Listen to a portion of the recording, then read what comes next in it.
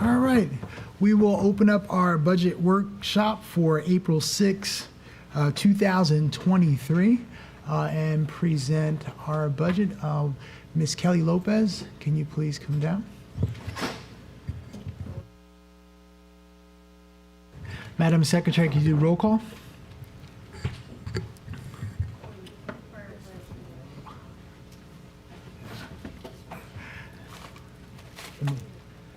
Okay.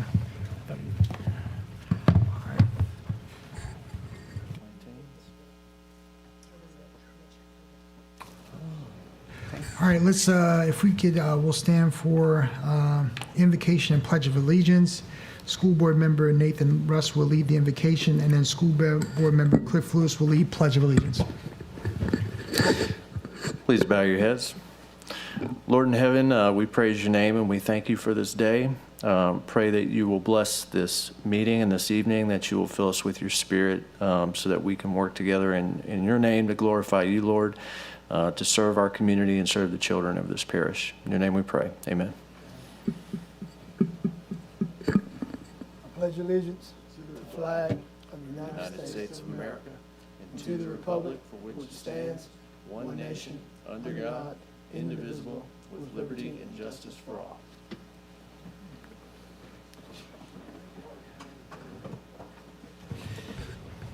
All right, Madam Secretary. District 2, President Lannis. District 3, Vice President Powell. District 1, Mr. Blue. Here. District 4, Ms. Stewart. District 5, Mr. Lewis. Present. District 6, Mr. Russ. Present. District 7, Mr. Gode. Here. District 8, Ms. Kennison. District 9, Mr. Martin. Present. All right, item B, discussion information. Subject presentation, budget presentation. Ms. Lopez. Members and Dr. Narcisse, at the last Committee of the Whole, Mr. Lannis asked several questions that I thought were so intuitive to the budget process that I would take this opportunity to not only answer his questions, but to go further into the budget process with you. So tonight we're going to take a deeper dive into budget revenues, budget expenditures, property taxes, sales taxes, fixed costs, and what are legacy costs. So while we begin the process of the 23-24 fiscal year, we are working with a template that includes all revenues and expenditure categories as prescribed by the Louisiana Accounting and Uniform Guidance Handbook.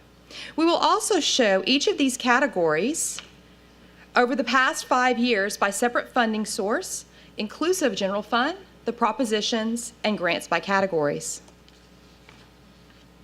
So what is included in revenues? The majority of revenues come from our property and our sales taxes. We receive each monthly. However, sales tax collections are much more consistent as we get about the same amount each month, where our property taxes, we receive 85% of our funding in January 15th of each year. Miscellaneous revenues includes Medicaid reimbursements, extended day collections, administrative fee collections, and interest from investments. MFP state funding is another large funding source for the district and is set by the LDOE based upon student population and local taxation amounts. Indirect costs are inclusive of the percentage of grant funds provided to the general fund for the administration of the grants. ROTC is funding a portion of all of our programming in the district.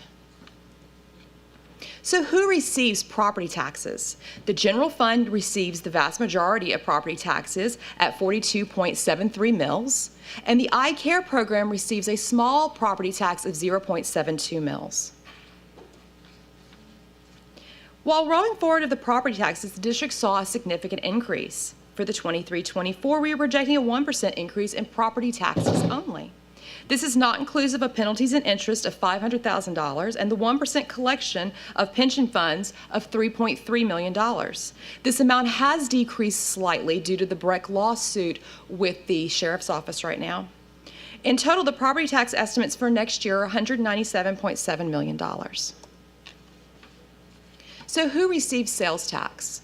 The general fund receives sales tax at basically a 1 cent sales tax, and Props 1, 2, and 3 share an additional 1 cent sales tax in different percentage rates. So the Proposition 1 is used for facilities, construction, and technology needs of the district and receives the larger portion of the cent at 51%. Proposition 2 assists in the needs of alternative school education and receives 8% of the penny. Proposition 3 is supplement salaries for non-grant funded employees in the district and receives 40% of the penny. So what is the sales tax estimate for 23-24 general fund?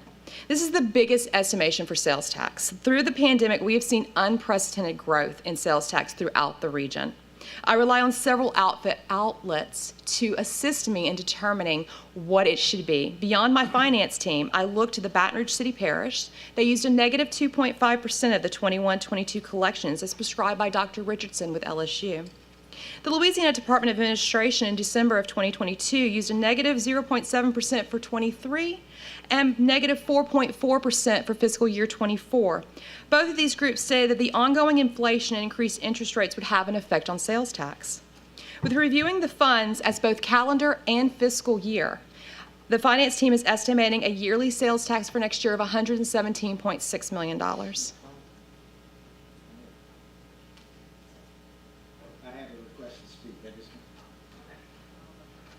Yes. I do thank apologize. You. Thank you, Ms. Lopez. Would you please explain to the board what are the legal requirements, if any, around what our estimation is on things like sales taxes when we come? Are there any legal requirements for that? We have to be able to validate where we get our estimates. So if someone asks me, how did you come up with this? I would have to provide some sort of documentation to the public, the taxpayers. This is where, this is where I determine my estimation. And the latest estimation that was done by the state of Louisiana in December of 2023 was that 2024 sales tax was going to be equal to 2023 or above, which is a much later estimate than any of the ones you've shown here. So I'm just curious as to why you chose this estimate as opposed to the latest revenue estimating group at the state legislature for coming up with this estimate. Because I believe that we continually underestimate sales taxes. I have expressed that multiple times. And again, we're on track to be well over 120 million this year. Yes. And so I see absolutely no reason, because inflation also drives up the sales tax collection because the cost of everything else goes up. So I have a fundamental issue with this estimate, because I think we ought to, the city parish is 10 months old, and they have historically underestimated.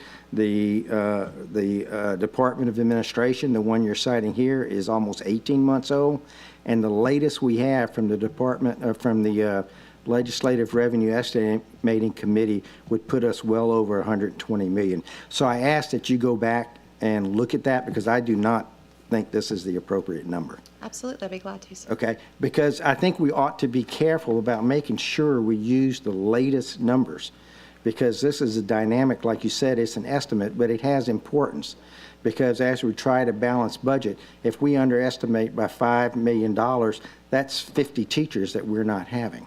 So it carries a big importance. And, if we're always under, we're not doing a good job of estimating, because, we should be just about 50-50, whether we overestimate or underestimate. And I can say, okay, 75-25. But I think we need to be more aggressive in how we come up with these numbers. Sure. Thank you.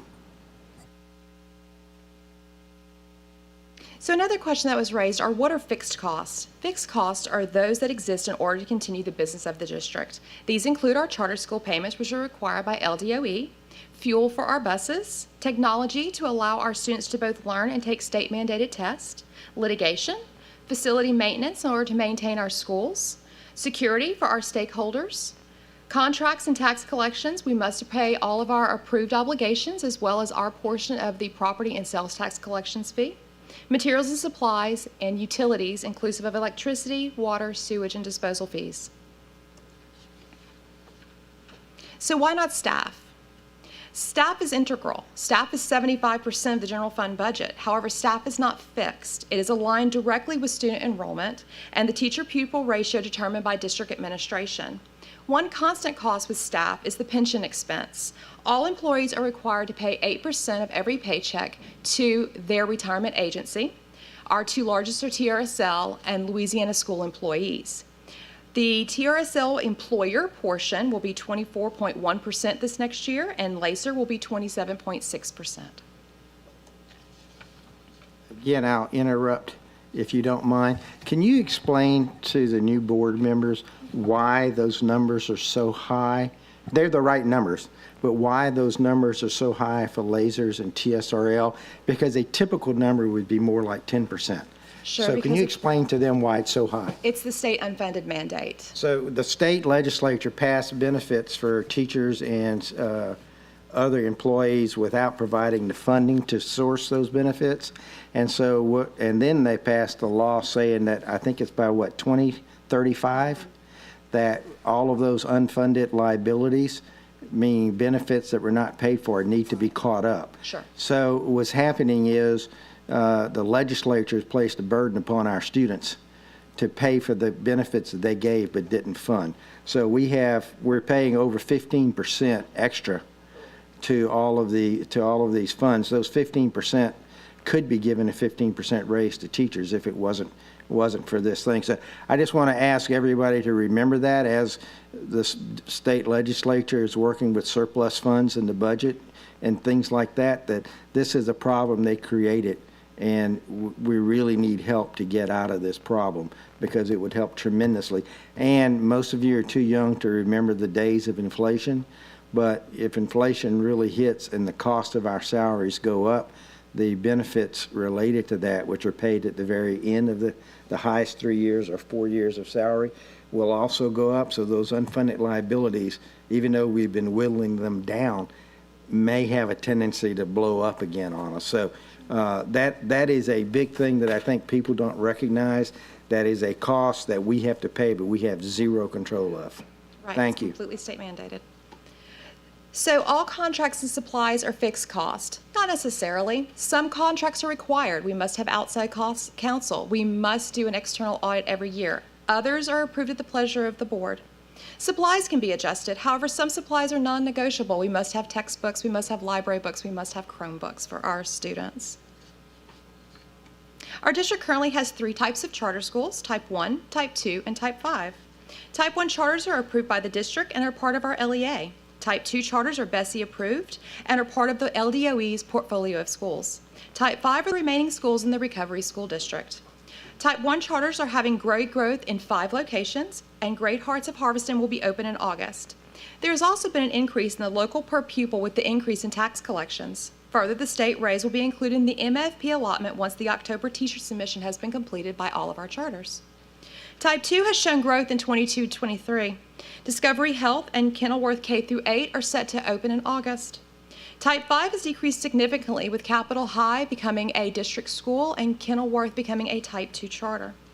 Total Type 1 funding is projected at $105.7 million. The others are projected at a total of $49 million.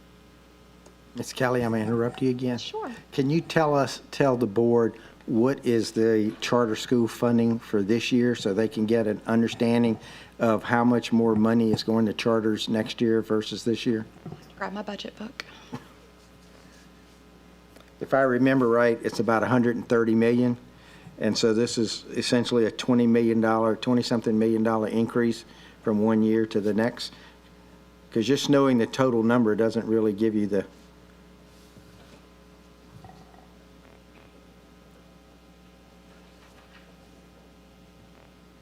So our Type 1 charters this year are $94.7 million, and the other Type 2 and Type 5 are $42.6 million this year in proposed.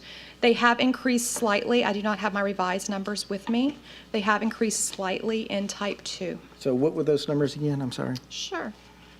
I just didn't catch them. 94.7 million for Type 1 and 42.6 for Type 2 and 5. So that's 137, and we're talking about 150.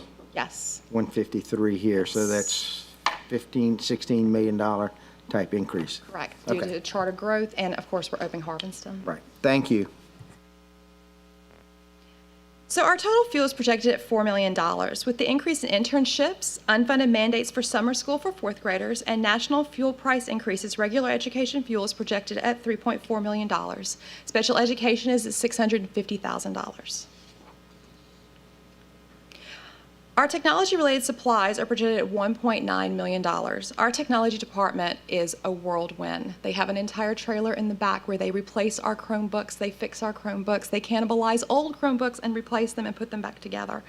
Hardware is projected at $600,000. This includes our servers and the equipment and that house all of our data, as well as our recovery plan that is required by LDOE. Software and telecommunications is projected at $2.5 million. This is one of our most critical items, inclusive of leap testing and software to keep our students and our staff safe from outside entities. Litigation and outside counsel is projected at $650,000. The large majority of this is due to the increase approved by the board at new hourly rates. However, this is necessary to respond to our litigation requests faster and allow experts in particular fields of educational law assist us. Facilities Department works diligently to ensure our campuses are clean and in working order for all of our students and staff. The projections for facilities management are an increase from previous years. This is inclusive of the cost of materials due to inflation and the onboarding of Kenilworth Middle, Capitol High, and J.K. Haynes. Total utilities is projected at $16.2 million. While all utilities are expected to increase due to the onboarding of 3 new schools, disposal services and electricity will increase the most.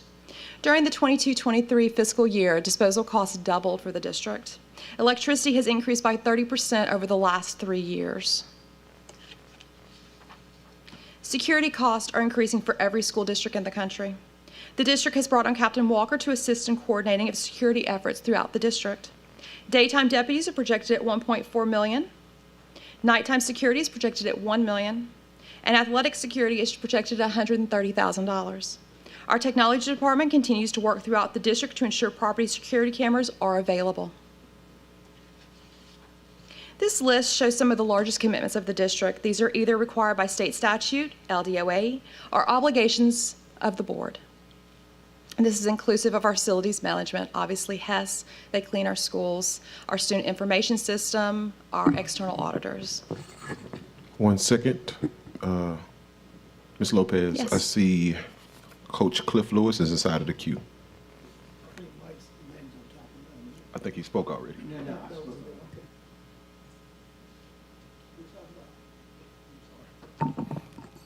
Security. Yes. What are we doing in this budget to ensure that we can secure just the outer perimeters of the schools? At this point, that has not been included in the budget. I am still working with Ms. Scott Spalding to discuss what options. I know we are working diligently with the state with a grant to provide security such as outside fencing for the district. And how many schools do we think that grant will cover? I'm not sure, sir. So let me just add to that, Ms. Lopez. So we're already in the process of applying already to the state. We believe the state will come back between June and August with who gets the grant. The total amount will be about $500,000 that they'll give to each parish. At least that's what the state superintendent shared with us at a superintendent advisory council meeting. And so we will have a gap that we'll have to close. Right now there are a total of based on the preliminary assessments, 26 schools that don't have fencing around it. So what we'll do is we'll prioritize that, and then from there, use the $500,000 from the grant. We believe that we will get dollars from that grant, and then cover the rest of the costs. The goal is to add it into the security budget for them. Thank you. So as stated before, when I'm sorry, we have a few more people in the queue. I'm so sorry. sorry, Ms. Lopez. Next, we have School Board Member Ballou. Thank you, and it does relate to the major commitments for the upcoming year. And for the superintendent, as far as the general fund, are you anticipating any major technology expenditures that we haven't already discussed for the board in the upcoming year? No, not in areas of technology. I mean, the biggest, we would hope that as we start to implement our new ERP system, Depending on how far that goes, that should hopefully help us with saving costs in that area. But there's no anticipation, at least as of right now. I'm looking over to the chief of technology because we're trying to work through the numbers now, but there's no anticipation of new technology at this point. All right, thank you. Okay, next in the queue, we have Board Member Martin. Thank you, Ms. Lopez. In both in the major contracts and in the facility management piece, I wonder if you could provide a little more details. In this slide, is that $23.5 million? Is that the contract with that's the value of the one contract with The value of the one contract is $23 million, and with discussions with General Counsel, we increased it slightly because you have 3 new schools coming on. We have additional needs that are coming about, so we increased it by $500,000. And so could you help me understand the distinction between that $23.5 million and like 2 slides before, $6.3 million for facilities repairs and maintenance and the $500,000 for materials and supplies? Sure. So they are different items. So materials and supplies and repairs and maintenance goes to Chief Morales, and he works with Hess. The $23.5 million is simply the contract for Hess. That is simply facilities management. This is inclusive of your architects, mat cleaning. They go in and they repair concrete. If they have rotor come out, repairs and maintenance at the schools, not cleaning the schools, repairing them. Right. And so then, like, if something, because I don't know, I guess partly what I'm getting at is, and we don't need to go into all the detail of it tonight, right now, but like, maintaining the HVAC system, replacing fan belts when they break, so something like that. Sure. Is that coming out of that $6.3 million, or is that coming out of that $23 million being done by Hess? Actually, neither. Our HVAC is handled by Proposition 1. We have our maintenance contracts with Star, Bernhard, and I believe Johnson Controls, and the Proposition 1 handles the HVACs. Now, if there is a major, we have to replace an entire HVAC, that would come out of facilities. Okay. Okay, thank you. Thank you, School Board Member Martin. Next, we have School Board Member Russ. Question for Ms. Lopez or whoever can answer it. Under security and deputies, the $1.4 million for school day deputies, is that maintaining the same number of SROs that we have currently, or is there any increase? What is the? There is a slight increase from previous year with the increase in the hourly rate. Okay, but not the number of deputies. Not that I've been made aware of, Increasing but that pay, is a but Ms. not the Scott number Spalding of. question. And we have how many is it, the SROs that we have? Maybe Ms. Spalding can answer. Spalding? Sorry to drag you all the way up here.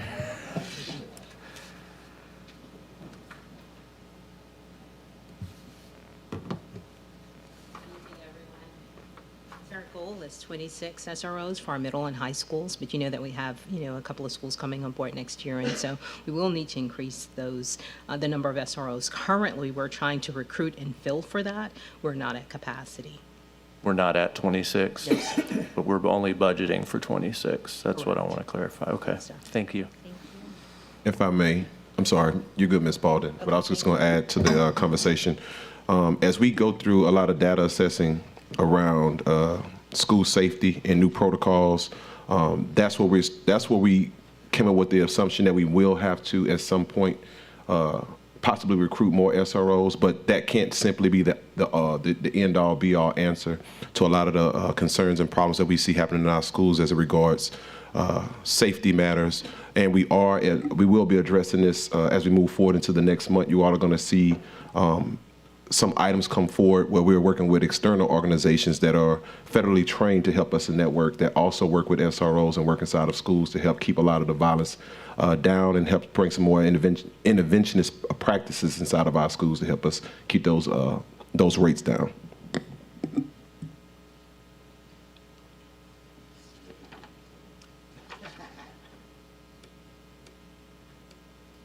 Okay, so what are the major instructional contracts? So we have substitute services. As you know, our substitutes are provided to us by ESS. Edgenuity, Illuminate, EduClimber, Arizona State, Dreambox, these are all instructional contracts that are assisting us in continuing moving our initiatives with our students to move the scores up. Major supplies commitments, as you know, we need textbooks, approximately $6 million. $450,000 are for library books. Materials of instruction, as you know, every school receives basically an amount of money from the general fund to purchase items for their school. So the principals and the teachers decide what they would like. We start placing the order. They start arriving in July at each of the schools. We are also bringing on both J.K. Haynes and Capitol High. So with both of those, you're going to require staff, facilities, technology, and materials of instruction. And so what are some of the items that are remaining ESSER in 23-24 as it begins to sunset? So our ESL instructional specialists for our English learners will remain in ESSER. Our MTSS staff for all school sites. It will continue working with the Pathways for Bright Futures and include all of our academic coordinators. And the Achieve 3000 program to assist in our ongoing literacy initiatives. So I was asked about legacy costs. So legacy costs are expenditures that continue on without additional revenue. The main example of legacy costs for our district is medical costs for our retirees. So this year our district moved to United Healthcare for all Medicare eligible retirees as a significant savings. However, there was still an 8% increase for our non-Medicare retirees. For this coming year, for 23-24, the total retiree health cost is approximately $13.9 million. So as always, I like to provide you with information that in your leisure, if you'd like to read more about our budget, these are links where you can see all of our updated information at this time. And as we continue to provide information, we'll continue to update the links. This time we have a question by School Board Member Lewis. I hate to keep you asking you to go back and forth, but you said additional social workers to assist student needs. Do we have a target number of additional social workers?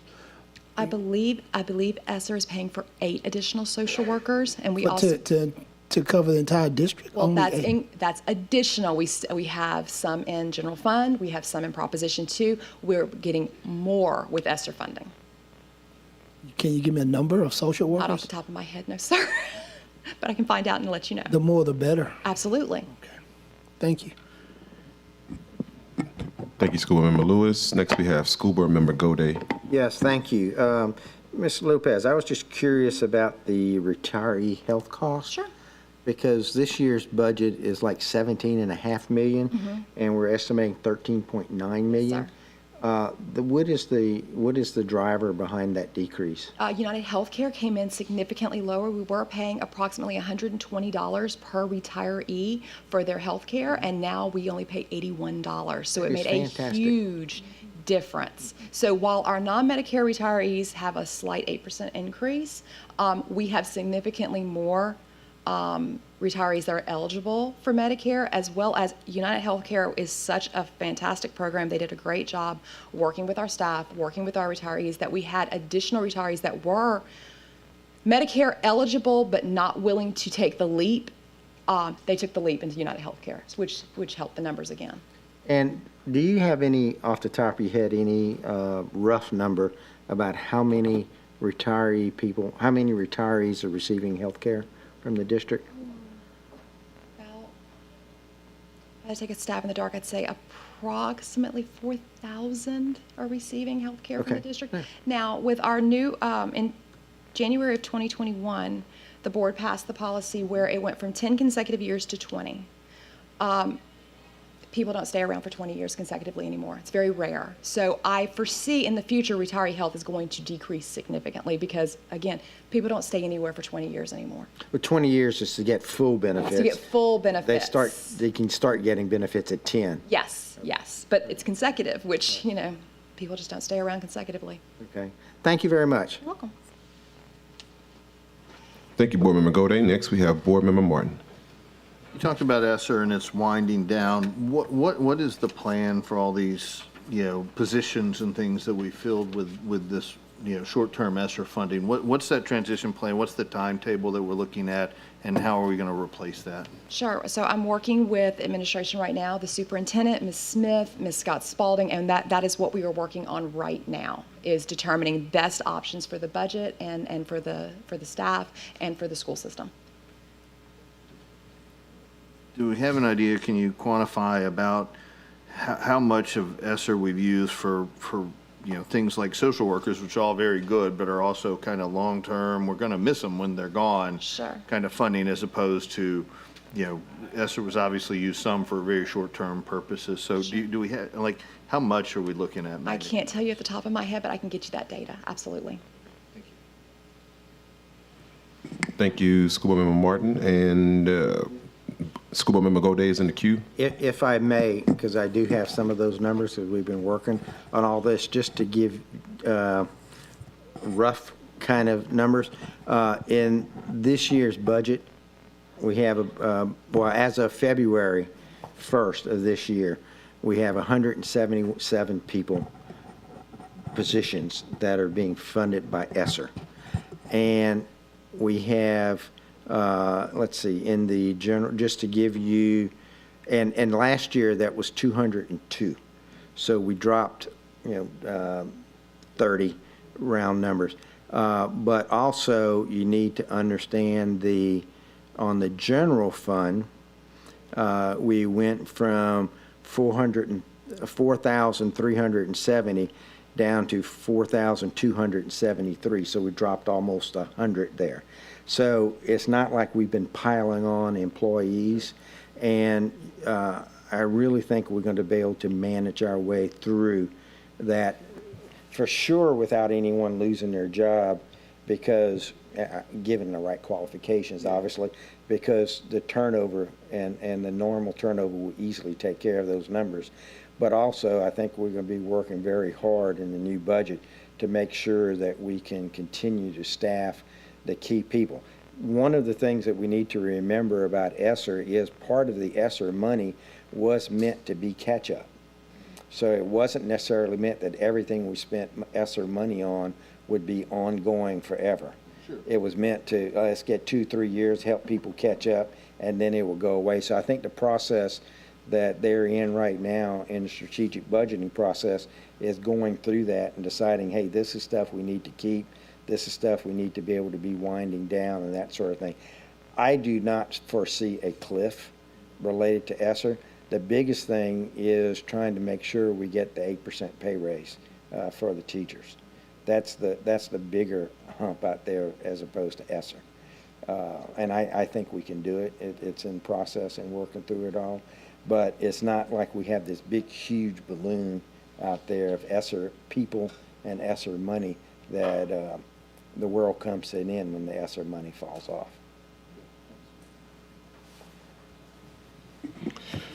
Thank you, Board Member Gode. And I will, I guess, wrap up with the last question because I see no one else inside the queue.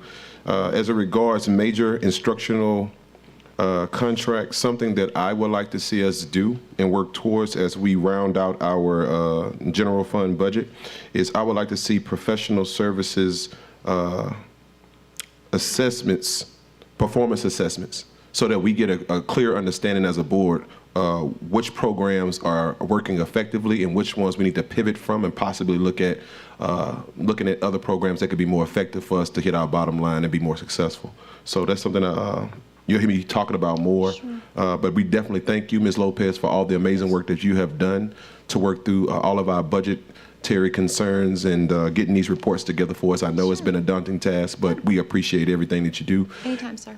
At this time, seeing that there are no more questions from our board, that is going to wrap up our budget workshop. However, I want to remind our board members that at the last meeting, we talked extensively around new food menus, our new regional chefs that are going to be coming on board. And inside of Conference Room A, we have some food tasting for our board members until we start our next board meetings at 5 p.m. So I would just ask that you all, or instruct you all to please go inside of Conference Room A and go try out some of this amazing food that we're going to be introducing in this next upcoming school year. So thank you. That concludes our budget workshop.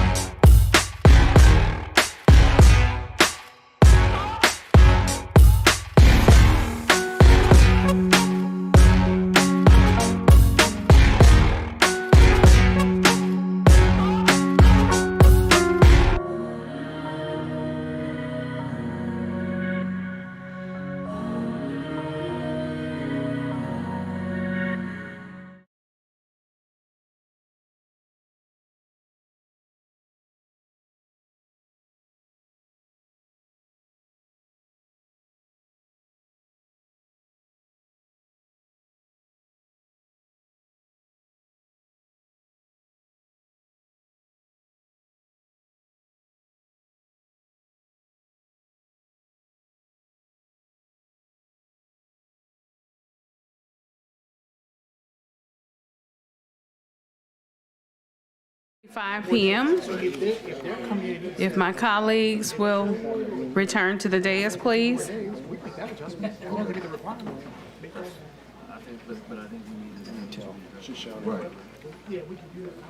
Today is Thursday, April 6, 2023.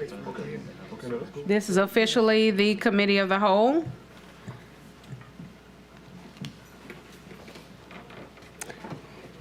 This meeting is officially called to order, and let us enter into a roll call, please. District 2, President Lannis. Present. District 3, Vice President Powell. Present. District 1, Mr. Blue. Here. District 4, Ms. Stewart. Present. District 5, Mr. Lewis. Present. District 6, Mr. Rush. Present. District 7, Mr. Gode. Here. District 8, Ms. Kennison. District 9, Mr. Martin. We have a quorum. Thank you. All right, let us take a look at Alphabet B, information only. This item is once again for information only, and these are our charter school reports. Number 1, basis material charter school report. My colleagues should have received this information already and have had the opportunity to review. Are there any questions from the board? Okay. Item number 2, Mr. Gode. I'm sorry, I was slow on the finger. Being as the author of the resolution that caused all of these reports to come back to the board, I just wanted to commend the charter school operators and our staff for getting together and working through many of these issues. And I think from what I read through all of the reports, there are several issues still outstanding, but there seems to be a path forward in working through them. So I just wanted to thank everybody for, we really are trying to have a cooperative spirit here. You have some responsibilities and we have some responsibilities, and we're trying to work those together for the betterment of all the children. So I just want to thank everyone for working diligently on this and understanding the teamwork that's needed to make all of this happen. So thanks for everyone who had input in this, and I'll have a few more comments on the individual ones that we go through, but I just wanted to say that at the beginning as we get going on this. Thank you. Thank you so much. Item number 2, South Baton Rouge Charter Academy report. Are there any questions or comments from the board? Okay. Item number 3, IDEA Innovation Public Schools report. Any questions or comments from the board?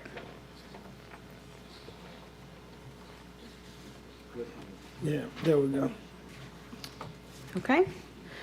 All right, Mr. Lewis. I'm looking at the report from IDA, and I still have some concerns about IDA, but I think we'll be able to address those before tonight's meeting ends.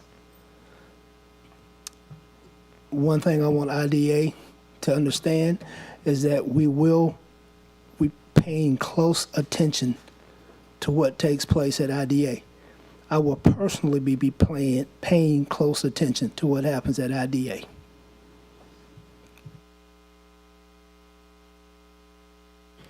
Mr. Gode. Yes, thank you. Related to that same thing, I'm having trouble bringing up my workbook here, but IDEA Innovation, we granted a 3-year renewal, and that was based upon them having a C, I believe, in 1 year, but then that fell down after that. So I wanted to get some comments from our general counsel. I think the pleasure of the board would be that as we write the contract with them, that we have some milestones in there related to academic performance.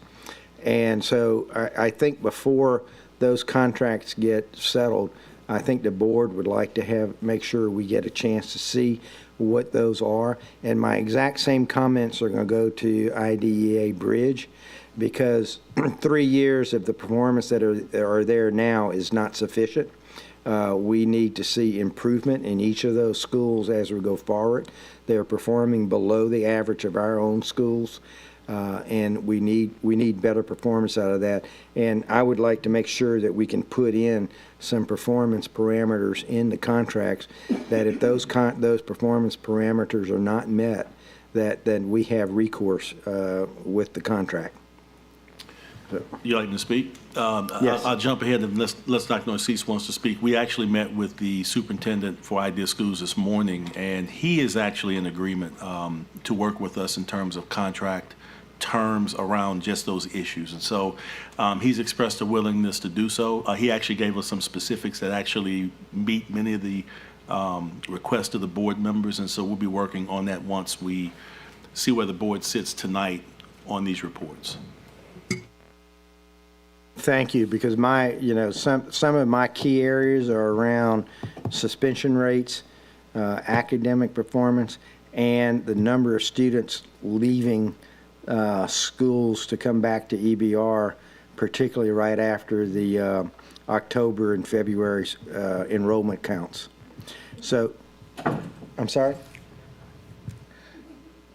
And so I just want to make sure that we have some visibility into those, and those get written into the contracts. Thank you. Yeah, I see Dr. Wallace here. Is the superintendent still here?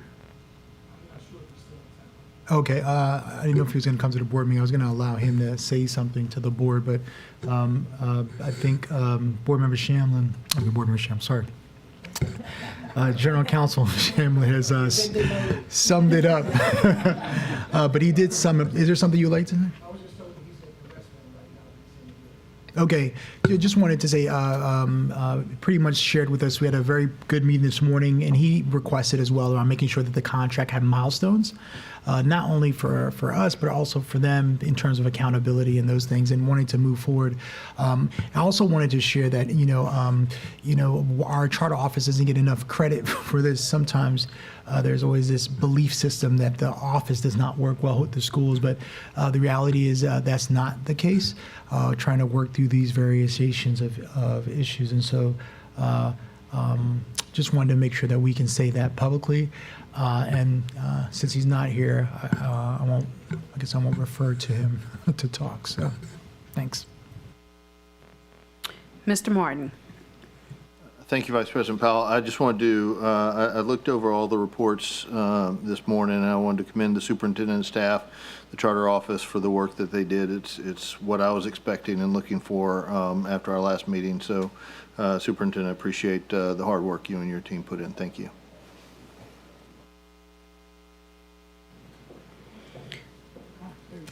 All right. Just in time. Feel free to step to the mic if you like.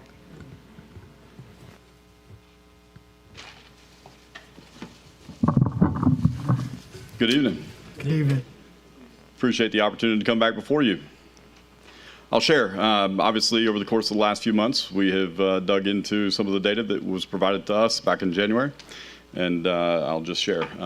We have opportunities to continue to improve. That's what I shared with you back in January.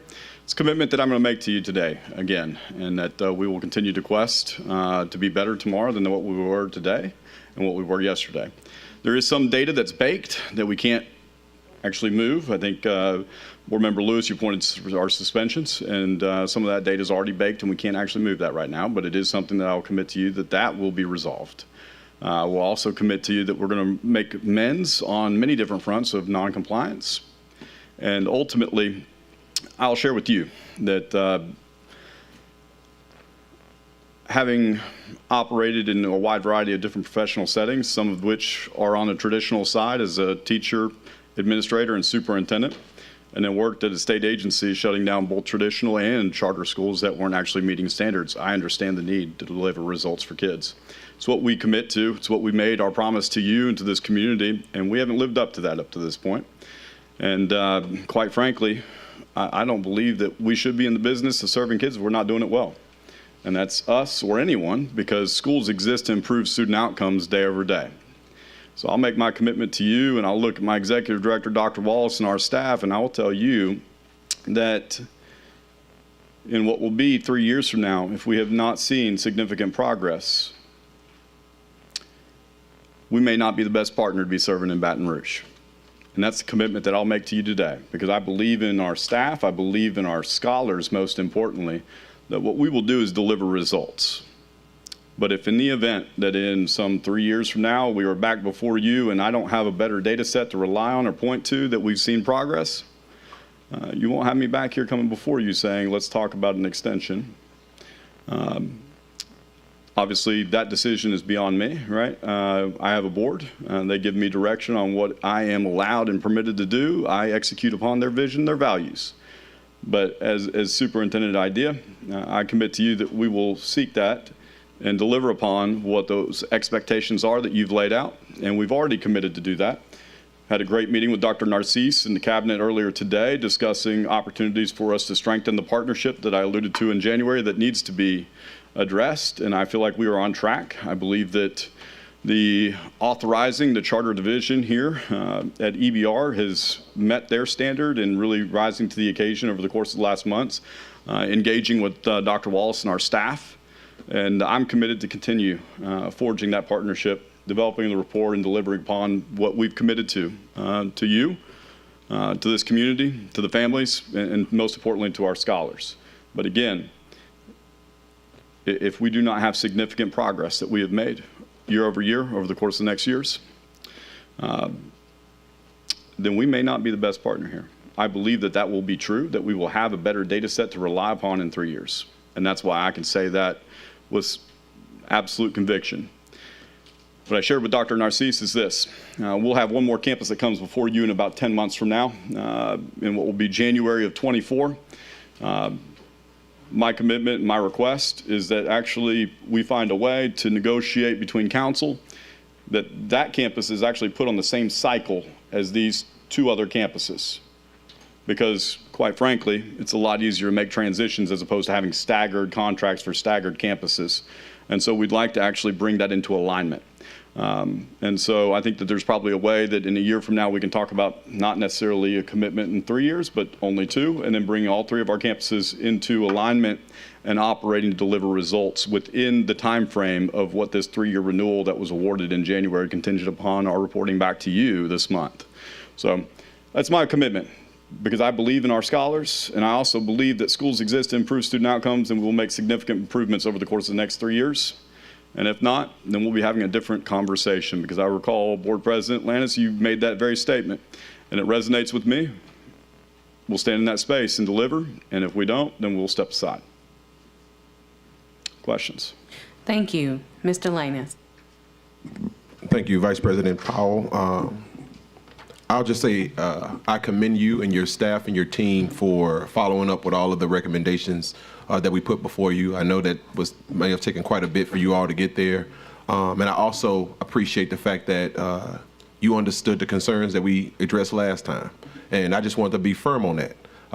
While we are going to help you all as much as we can to ensure that you are successful in moving the needle for our students, because there is no difference in my eyes between a charter and a traditional school. We are all doing the same work. Right. But let me be clear in saying that if there are any changes or indications that there is not a change in what we saw earlier, it would definitely be a different conversation. I just wanted to make sure we are clear about that. But I do appreciate all of the great work that you have done to get caught back up to speed, and we look forward to working with you in the future. Thank you, sir. We're aligned. Thank you. Mr. Gaudet. Yes, and I agree. Thank you very much for all the hard work and commitment that you're making here. But I also want to be very clear that although there is a 3-year renewal, the things I'm talking about are in the contract. And I expect to have milestones in that contract. And if those milestones are not met, then the contract is in breach, and we would be able to clear that. So I want to be very clear. I don't see anyone walking away from here with a guarantee that they got 3 years. We need to see progress going through annually through this contract, and we will be reviewing it annually. And if those milestones are not met on an annual basis, there is no next year. And so I just want to be very clear to everyone here that I don't consider that we necessarily, I know we have a 3-year renewal that we've given, but that is renewal based upon a contract. And that contract will have key milestones that if not met, the contract is in breach. And so I just want to be very clear that that's the path I see us going down. And I just want to make sure everyone understands that, because it's not going to be 3 years from now that we take another look at this. We're going to be looking at this at every year. And I don't expect perfection in 1 year. Don't get me wrong. Sure. I'm not trying to do that, but we have to see steady progress year over year over year, marching toward at the end of 3 years that it's in a satisfactory position. Because it can't go 2 years with nothing happening and then expect a miracle for the 3rd year. That is not going to happen. And that's not the path we're going down. So I just wanted to be perfectly clear so expectations are set with everyone. Thank you very much. And thank you for the hard work you're doing. I really appreciate that, and I appreciate the commitments. I'll just say that, And then for clarification. not me, it's the team that's here on the ground. For clarification, Mr. Gode, we will negotiate the contract, the terms that do have to comply with state law. So I don't want to speak specifically, but we have to comply with state law, so we'll work through that in negotiations with IDEA. We've committed to progress monitoring monthly, and so that's my commitment to you guys. Thank you. Mr. Lewis. Dr. Narcisse. Yeah, I just, Thank you. Yes, sir. Yeah, and I just want to commend Superintendent Cottrell for having a great conversation, but also the context that we know that charters and traditionals live in under these politics that go on, especially here in our state. It is not about whether you are a charter or a traditional, it's about whether you're servicing a community. And the reality has been is, we're having discussion about whether a school is failing, not failing, and who's failing more, is the traditional failing more? I mean, it's just chaos as far as I'm concerned. And there are a lot of different people that pick sides around that. The reality is, I think I commend you because there need to be more leaders like you and myself to be working together to try to make sure that we're improving communities and making sure that kids that go to those schools, whatever choice those parents make, that is the focus, not about the type of school. That is the focus. And I'm also excited that the board is moving in that direction because I will tell you that is something that is very confrontational in this state. And no one likes to talk about that, but I appreciate you, just like I've been a whole lot of places, you've been a lot of places, that we have to be moving this thing forward for children and families. Absolutely. Thank you. Okay, so moving on to item Thank number 4. IDEA Bridge Public Schools Reports. Are there any questions or comments in regards to item 4?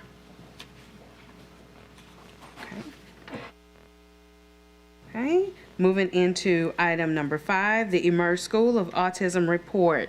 Questions or comments about the Emerge School Report? Okay.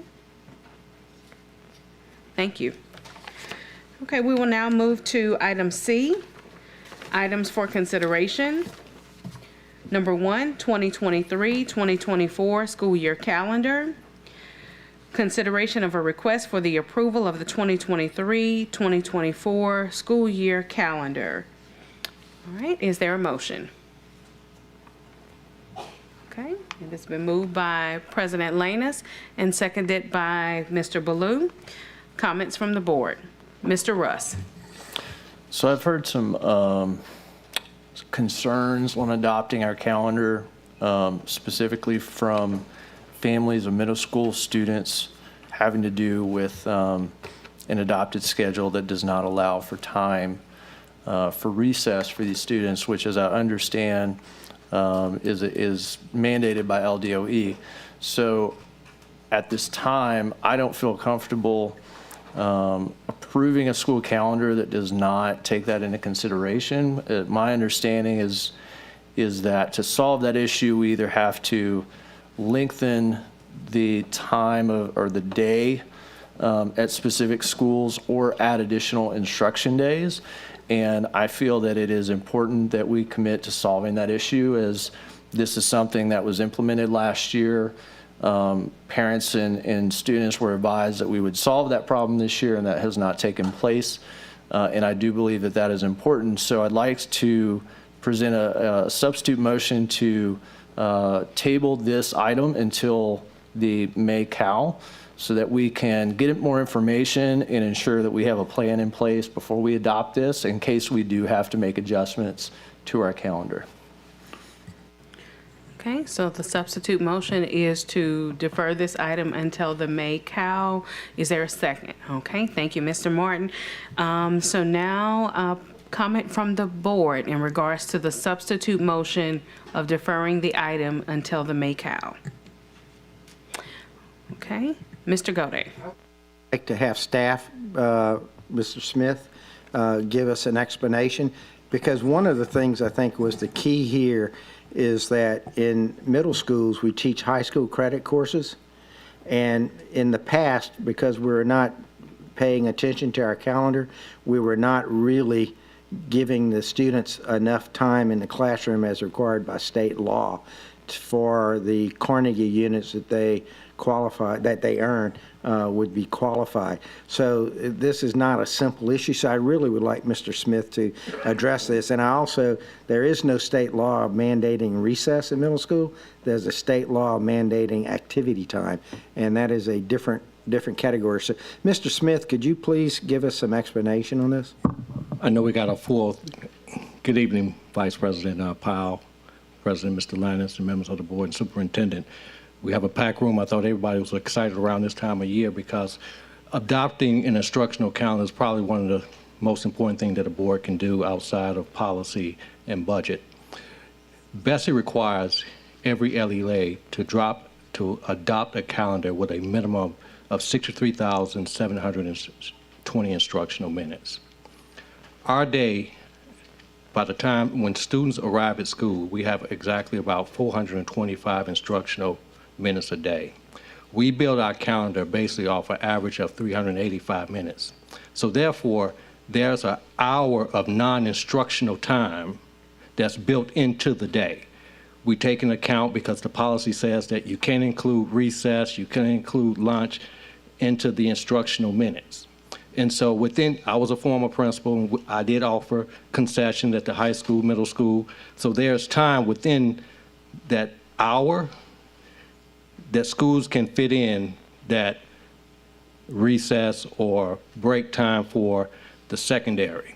And so whatever the pleasure of the board, we can have those conversations. I've talked with some of the teachers, but I'll be willing to work with the chief of staff, but we're a little behind schedule with adopting the calendar.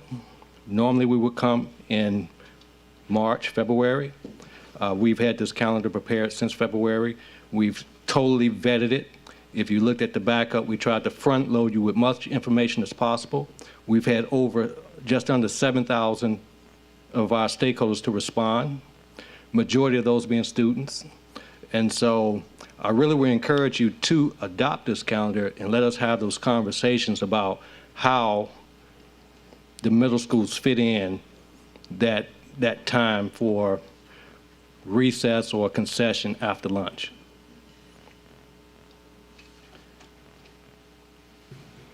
Okay, Mr. Gode. Okay, thank you. Ms. Kennison. I'm with you, Mr. Rust, on your sentiment. I think middle schoolers, we need to make sure that they're getting recess. It's a must. Like,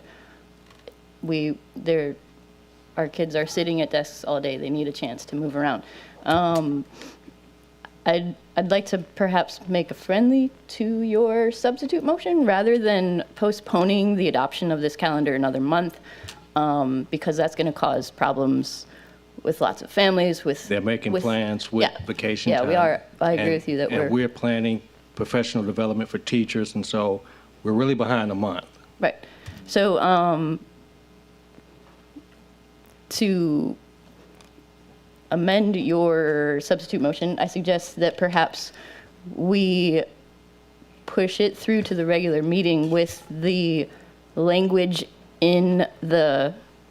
somewhere in the adoption of the calendar that we move the minutes, the block minutes from 96 to 90 minutes, allowing for 30-minute recess. Apparently, from what I understand, you still get the minutes, the instructional minutes that way. That's my suggestion. Yes, I mean, if that's the pleasure of the board to accept your friendly amendment.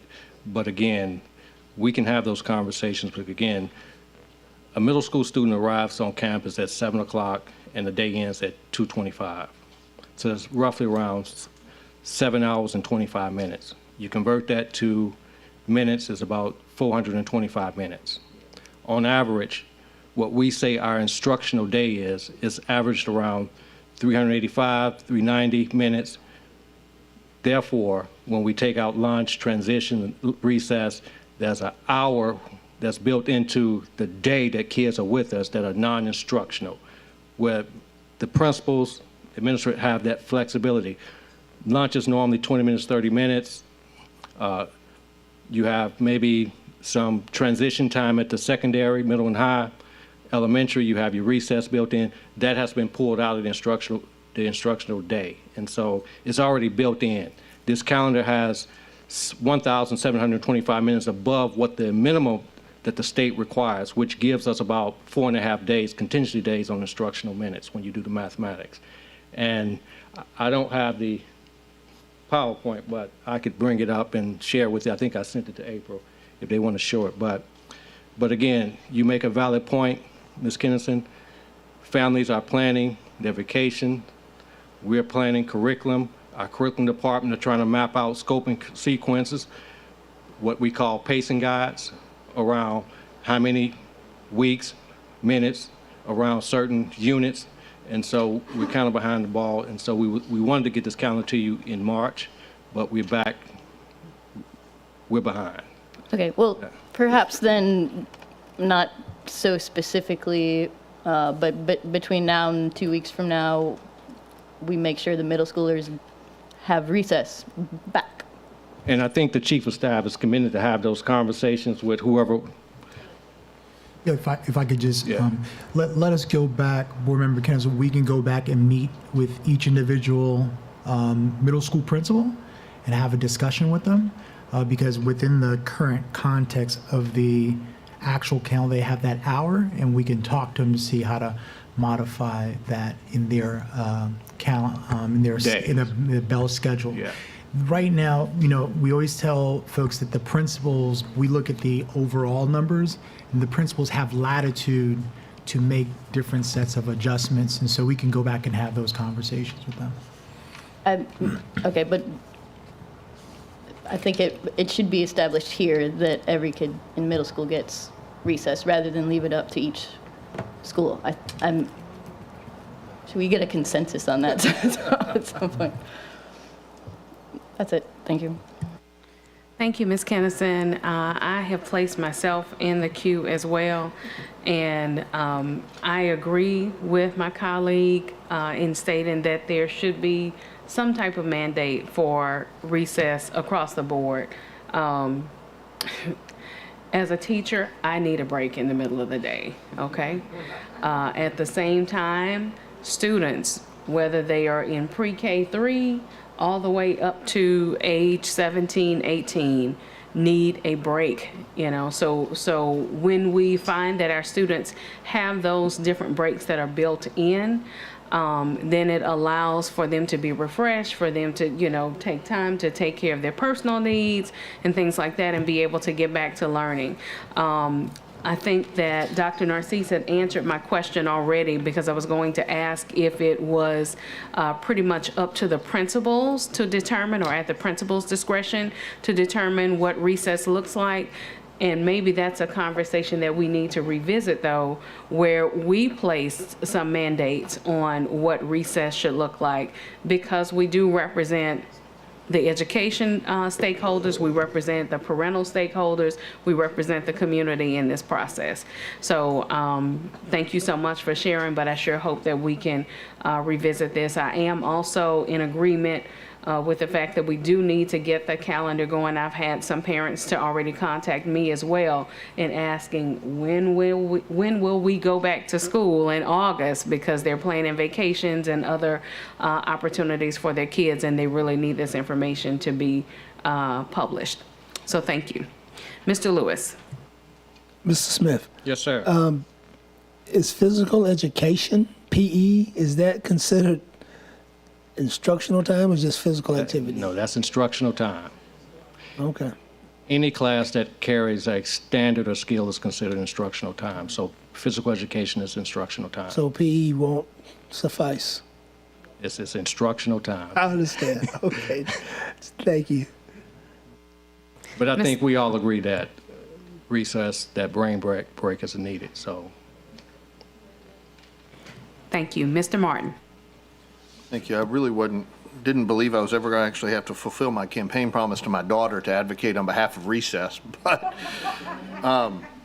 I think, children are not cogs, and they can't function. I can't function. I don't think I could make it through a school day the way the kids have to now. And so I think that as the CDC and others have recommended, it's a hindrance to their ability to learn. And if we have instructional minutes, but the kids tuned out because their breaks have been one lunch and like 3 to 5 minutes between class changes, that's not adequate. My concern because the calendar, of course, doesn't detail the daily schedule of each school, but it does set the number, the start and end date for when we have to get the instructional minutes in. And so if we need to add a week or whatever it is to the calendar, and so that we can then have adequate time for recess, that's a decision that we as a board have to make.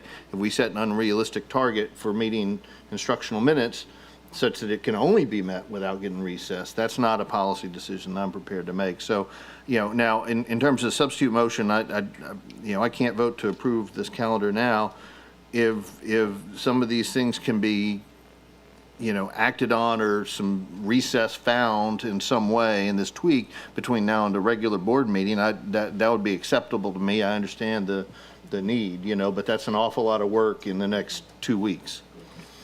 Good evening, everyone. And so, yes, Mr. Martin, that's what I was getting up to speak to, because we're talking about the calendar and we're also talking about the bell schedule for schools, and that's where we're determining how many instructional minutes are allocated to a class period and then may be available for some other auxiliary activities such as recess.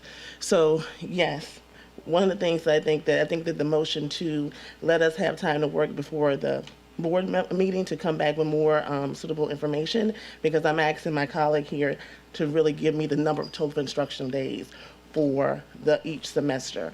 And one of the things that I do want to make sure that we have context on is that, as Mr. Gode did mention, we're looking at instructional time for Carnegie units for those middle school students that have high school credits. And so we need at least 7,515 minutes each semester to make sure that we meet that mark.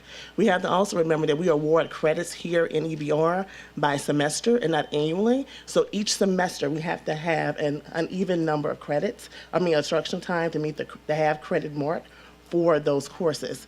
And so the other point of this is that in the middle grades or in all secondary schools, we have A and B days. So students are not meeting every day in their classes. So the 96-minute mark was the number of minutes that, when calculated, met the mark for the number of minutes. Now, I understand that we have these 2 virtual days, and I'm hearing discussion now that there's a belief that they have enough days. I'm not seeing it in the calculation, but I'm willing to go back with the superintendent's authorization to look at that. And if we can reduce the number of minutes from 96 to the 90 that are required to extend the lunchtime, we're more than willing to do that in the daily bell schedule. Right now, the instructional minutes are at 96. Last year, we attempted to go down by 1 minute to 95. We were 51 minutes short of what was required by the state for instructional time. And I thank you very much. Mr. Russ, I would suggest perhaps a friendly amendment to refer without recommendation so that we can have the consideration in 2 weeks. Okay, so currently there is another friendly amendment that's on the floor. So, okay, so you waive that. Okay, all right. So, Mr. Martin, restate your friendly amendment for us. Just to refer to the board without recommendation to give us to give the staff 2 weeks to come up with something that has time for recess. I mean, I think I want to be very clear that we want time for recess. I'll accept that. Okay. And All also, right. just, can I make one more point of Sure. clarification about physical activity? Last year, we saw council's advisement on the definition of physical activity, and the PE hour was considered physical activity based on the definition that the state provided. I just want to make sure we clarify that just for your awareness. Yes, sir, thank you. However, we will bring back recess an option. Yeah, it's not just about the physical activity, it's about the brain break. For both our kids, and to Vice President Powell's point, for our teachers as well, who are also not cogs in the wheel or automatons. Okay, so with the amendment or the substitute motion, we still continue with school board comments right now, correct? Okay, so Ms. Stewart. I don't have a comment on the substitution. All right, thank you. Mr. Gode. All right, thank you. So if there are no other comments from the board, we will now turn to comments from the public, and we do have some comments already. All right, Ms. Matthews. Yes, and this is in regards to the substitute motion. Yes. It would be 3 extra days that we have off, that we would need to put back. I did speak with both Adam and Karan about working over this next couple of weeks to look at those minutes, to putting them back, or to see if, use your words, Storm, use your words. Okay, sorry, it's been a long, y'all, this spring break, praise the Lord. Okay, sorry. All right, so I spoke with Adam and Karan about looking at the minutes of each semester, because it was when we took these extra 3 days off this year, and with this current proposed calendar, in addition to the 96 minutes, that we lost the recess time, losing those instructional minutes. So Karan did say before the meeting that she was willing to look at it, with your permission, of course, to look at it to see if we can go back to that 90-minute block to do that. So if we can do that by the next meeting, then that would be great to let us have the recess if y'all do need the calendars. I had 4 principals text me. Principals do not have an hour of autonomy to find it. So that is not accurate, because 4 middle school principals texted me just during this conversation. They're watching. Thank you. Dr. Finney.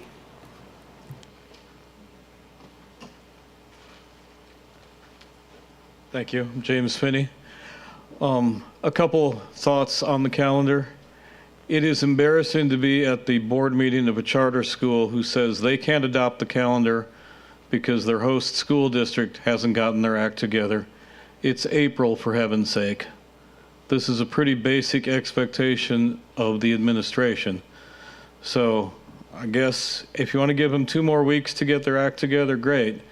I don't believe they're going to pull anything useful together in 2 weeks based on the past performance of this administration. But there's always a first time for everything, so maybe we'll be pleasantly surprised.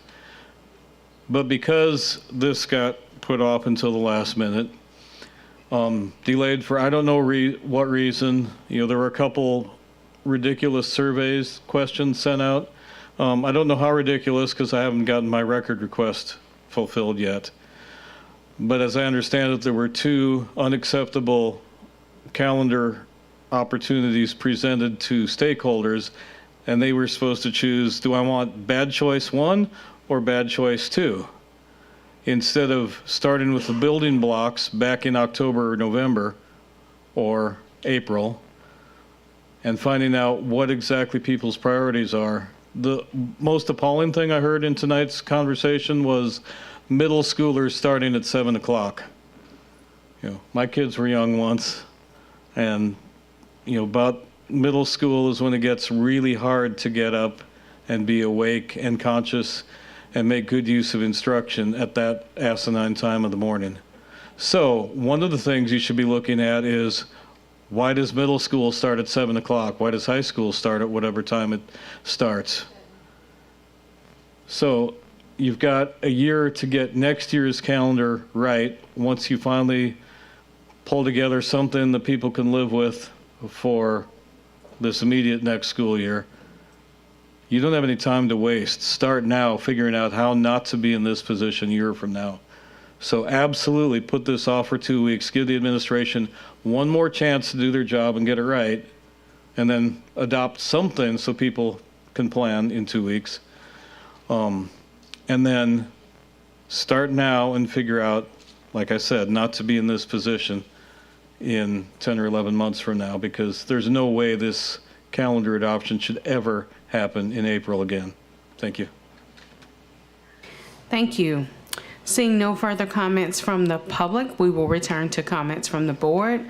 President Lanus.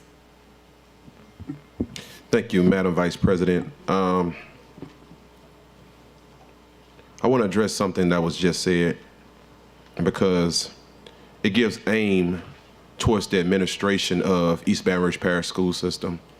And I want to commend the people who have put the work in for this calendar. And I know that this is a daunting task, doing this every single year, trying to calculate all of those all of the days, calculate all of the hours. Sometimes it's hard.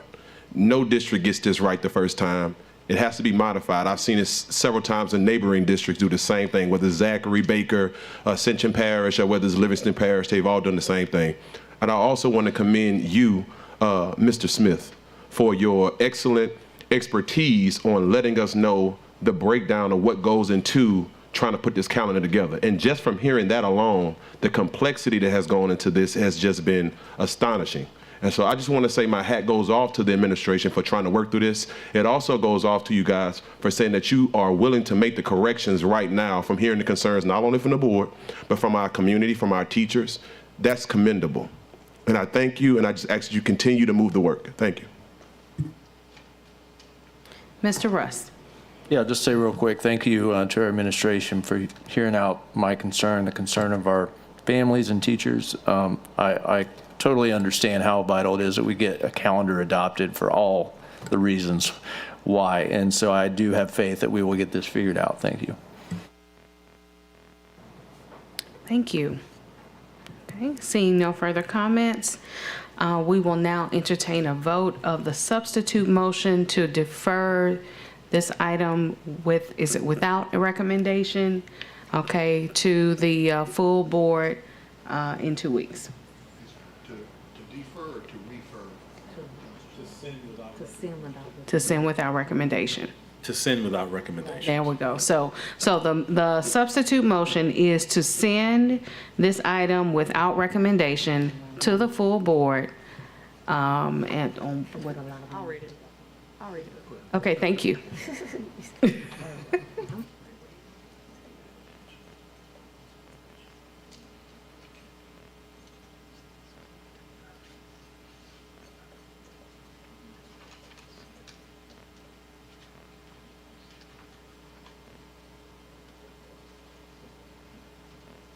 It's a friendly amendment to the substitute motion to send the consideration of a request for the approval of the 2023-2024 school year calendar to the full board without recommendation to allow for additional planning of middle school recess time. Perfect, thank you.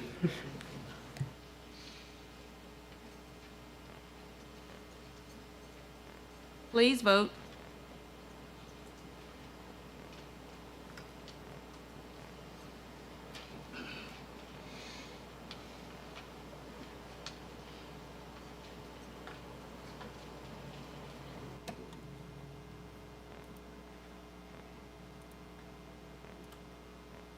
The motion carries. Thank you. We now have a comment by President Lanus. Thank you, Madam Vice President. I just want to use a quick point of personal privilege. I'm looking at the time right now, and it's 5:44. We have just wrapped up our first agenda item. My suggestion is going to be that we modify our speaking time. Otherwise, I don't think we're going to make it through our entire agenda. And if you all recall, last meeting, we had that same problem, and I wouldn't want that to roll over to our regular board meeting. So that's just a suggestion to you, Madam Vice President. Okay, so I accept that recommendation. So considering, then that means that our public comments, we would limit to. It's your choice. Currently, Okay. it's 3 minutes, so you'd have to make a decision. I know that in the past, we have. Okay, so in the past, we've done 1 minute for the public and 2 for the board, and I believe that that's probably what is within our best interest even today. Okay, so we will continue with those particular restrictions. Okay, so moving into item 2, grants. Consideration of a request for the approval of the Special Olympics Louisiana Funding Unified Champion Schools Grant in the amount of $20,500 to build and expand inclusive programming for ESS students. Is there a motion? Okay, it has been moved by Mr. Lewis and seconded by Mr. Lanas. We are now entertaining comments from the board. Okay, seeing none, comments from the public. Okay, all right, seeing none, we're now back to comments from the board. Okay, if we can entertain a vote, please. Please vote.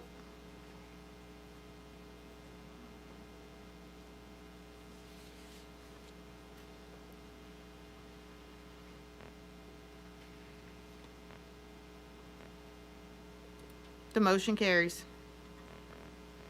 Thank you. Item 3, summer compensation modification. Consideration of a request to amend the summer 2023 salary schedule to approve a 40% increase in compensation of specified summer part-time employees. Strategic alignment, operational excellence, funding source, federal and general fund. Is there a motion?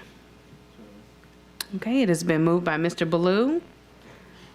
Okay, and it has been seconded by Ms. Kennison. Okay, comments from the board.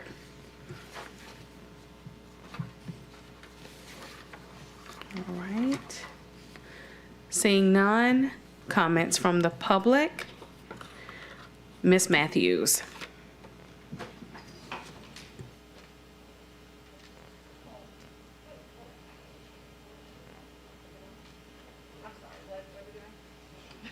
Item 3. Oh, I'm sorry. Hi. Yes, I do agree with the equal compensation, but one thing that is very, very, very confusing for teachers, and they're constantly asking questions, is the fact that some outside compensation is $25 an hour and some outside compensation is $35 an hour. And so I constantly am getting questions, hey, Storm, I only got paid $25 an hour for this, but I thought it was $35. Can we, after you guys do this motion, can we maybe do an overhaul to where all outside compensation is one rate to make it easier on teachers when they sign up to do something, that they know everything from now on is going to be that $35 rate instead of, oh, I worked this, I thought I was doing tutoring for $35 an hour. Once I got paid, I found out it was only $25 an hour. Thank you. Thank you. All right, seeing no additional comments from the public, we will now return to comments from the board.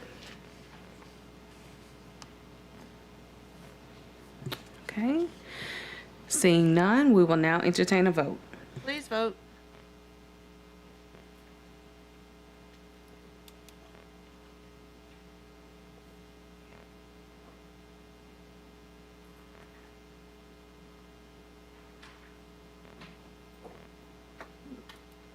Motion carries. Thank you. Item 4, summer compensation modification, child nutrition program. Consideration of a request to amend the summer 2023 child nutrition program CNP salary schedule to approve CNP employees regular hourly 9-month rate, strategic alignment, operational excellence, and exemplary customer service funding source child nutrition program. Is there a motion? Okay. It has been moved by Mr. Lewis and seconded by Ms. Kennison. Comments from the board? Okay. Seeing none, comments from the public? All right, seeing none, returning to comments from, okay. Is that for item 4? Okay, Dr. Finney. Thank you. I'll be brief. 2 points that apply to this one as well as any other.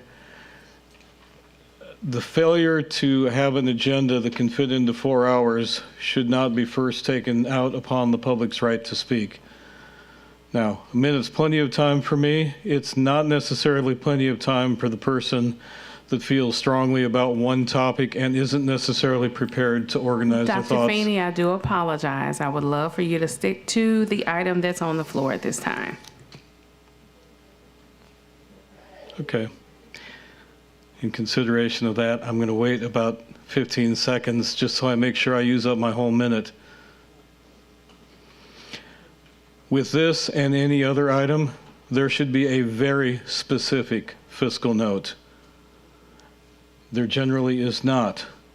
That's outrageous. You shouldn't be adopting anything that changes the spending of money without knowing exactly to the dollar the impact on any affected fund. Thank you. Thank you. Okay, seeing no other public comments for item 4, we will now return to the board. Any comments from the board? Okay, we will now call for a vote for item 4. Please vote.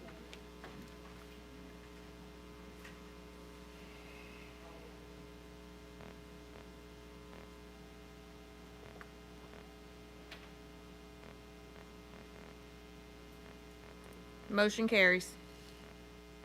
Thank you.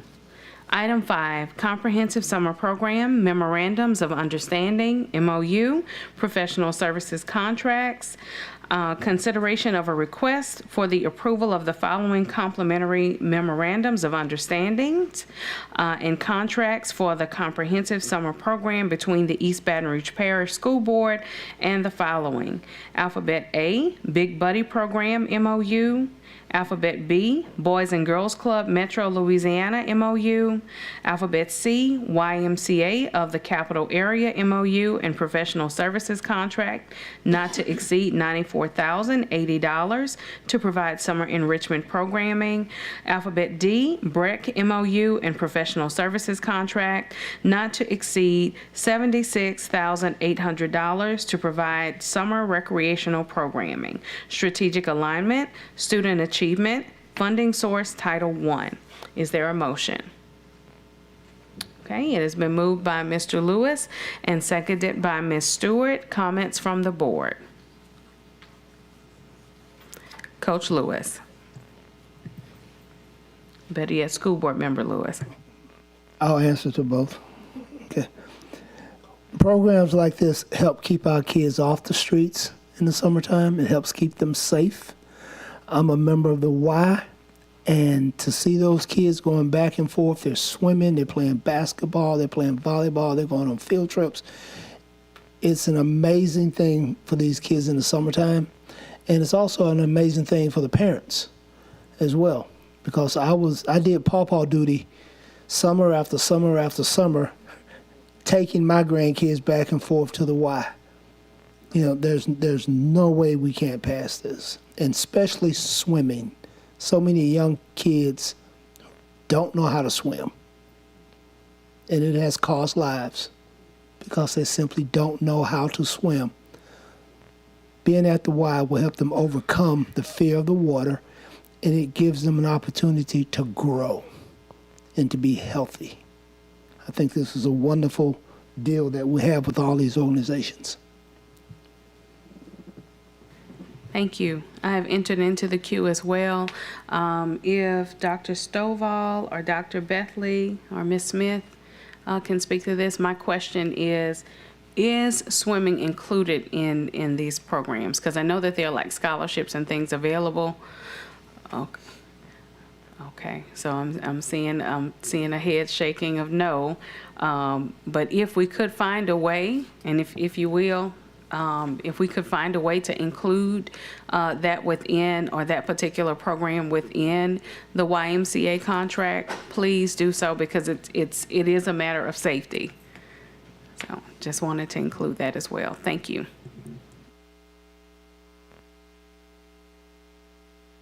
Okay, comments from the public.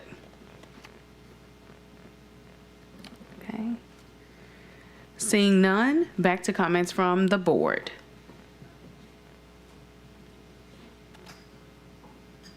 Okay, we will now entertain a vote. Please vote.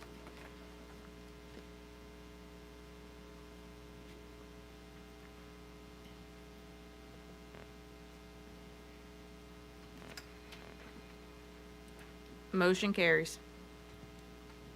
Thank you. Okay, we will now move to item 6, Memorandum of Understanding, MOU, BRAIN, BRAYN, consideration of a request for the approval of an MOU between the East Baton Rouge Parish School Board and BRAIN, Baton Rouge Area Youth Network, to implement a model to strengthen school and community partnerships. Is there a motion? Okay, it has been moved by Mr. Lanus and seconded by Mr. Russ. Comments from the board? Okay, comments from the public? All right, Dr. Feeney.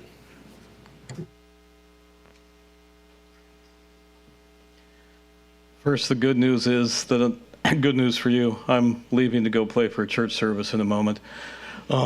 So I'm sure you'll miss me for the rest of the evening. I would hope somebody would introduce a substitute motion to send this forward without recommendation, because I believe it would be a violation of the ethics code for Mr. Lannis to vote on something that involves a network that involves his employer as one of the partners. Likewise, Mr. Martin, because the LSU Ag Center is one of the members of the Baton Rouge Area Youth Coalition, if I got that term right, I would suggest you recuse yourself, and therefore I would strongly encourage you to send this without recommendation so it can stand alone and get 7 votes as opposed to 9 and force me to file an ethics complaint. Thank you for your time.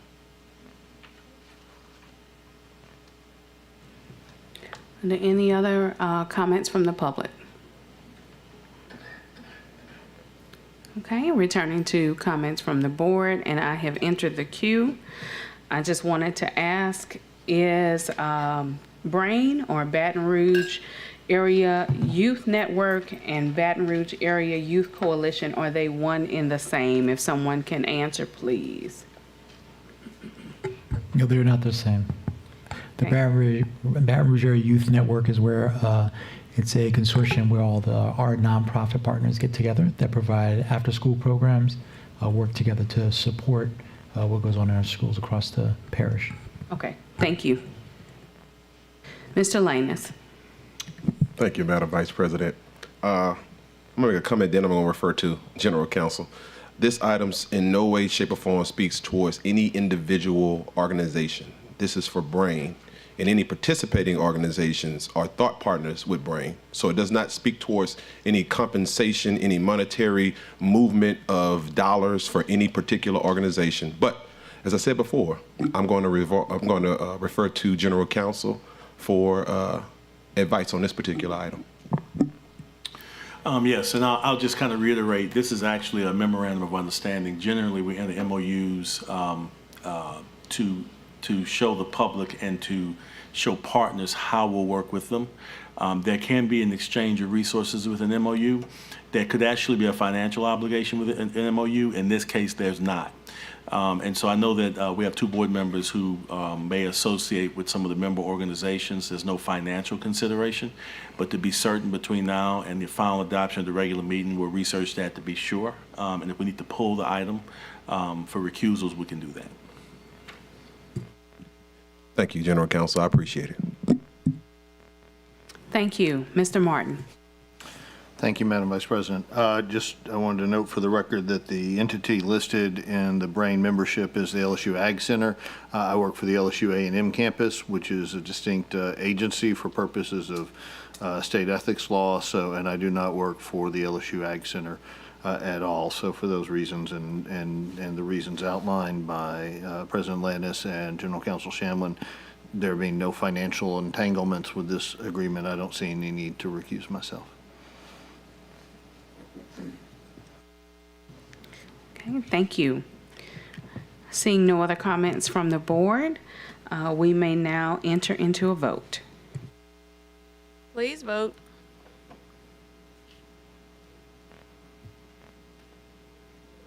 Oh, sorry.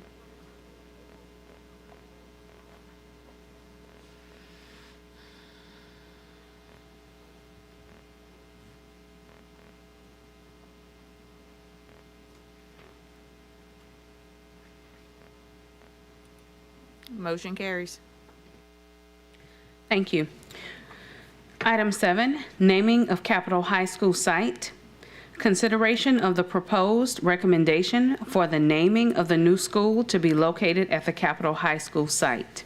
Is there a motion? Okay, it has been moved by Ms. Stewart and seconded by Mr. Russ. We will now enter into comments from the board. Ms. Powell, I'm going to jump in for just a second. Okay. I didn't enter the queue, though. I do think the motion here needs to be specifically to adopt the recommendation of the committee to name the school a particular name, because there's a process involved with naming of facilities, and there's a recommendation made to the superintendent, who's now made one to the board. So I just wanted, for technical purposes, to make sure we get the language of the motion right. The motion should be to accept that recommendation, if we're in agreement. So let's simply correct that wording. Is that correct? Well, I think the maker of the motion, Mr. Lannis, would need to agree to amend his motion to accept the recommendation. Ms. Stewart. I'm sorry, Ms. Stewart, I apologize.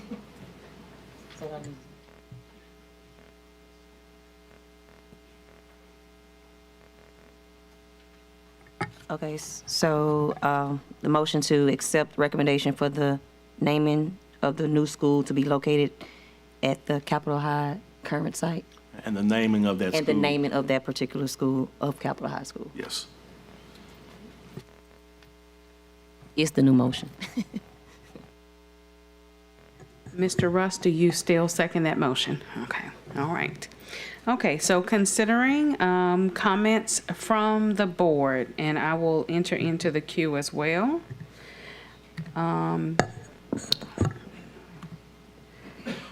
Okay, so I just wanted to share that I've been given the opportunity to serve in an appointed role as a part of the naming of Capitol High School. And that is, I'm sure, because it is a part of my district, which is District 3. And number one, it was a pleasure to be a part of that conversation with the community stakeholders from the area, and just to share that what the name that is being considered is simply Capitol High School. So I just wanted to share that that was just a historic moment and a wonderful conversation to be a part of. Okay, seeing no other comments from the board, we will entertain comments from the public. Seeing none, we return to comments from the board. Okay, let us enter into a vote.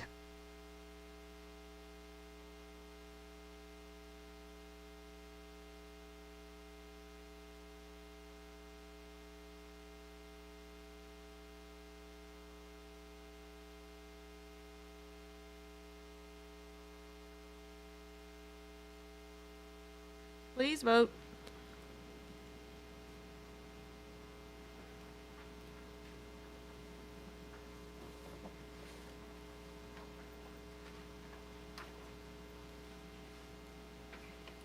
The motion carries. Thank you. Item 8, request for qualifications, Baton Rouge Center for Visual and Performing Arts. Consideration of a request for the authorization for staff to issue a request for qualifications, RFQ, to seek proposals to provide construction management at risk CMAR services for the Baton Rouge Center for Visual and Performing Arts Tax Plan Project, Strategic Alignment, Operational Excellence, Funding Source, Tax Plan. Is there a motion? Okay, Mr. Russ, and seconded by Mr. Martin. Comments from the board? Okay, All right, seeing none, comments from the public at this time. All right, seeing none, comments from the board. Okay, may we entertain a vote? Please vote.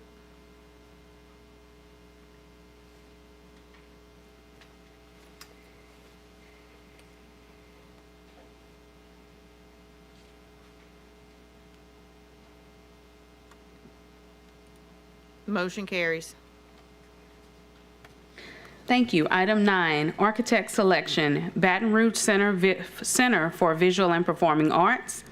Consideration of a request for the approval of the Architectural Selection Committee's recommendation of RHH Tipton to provide architectural design consulting services for the Baton Rouge Center of Visual and Performing Arts project, strategic alignment, operational excellence, funding source, tax plan.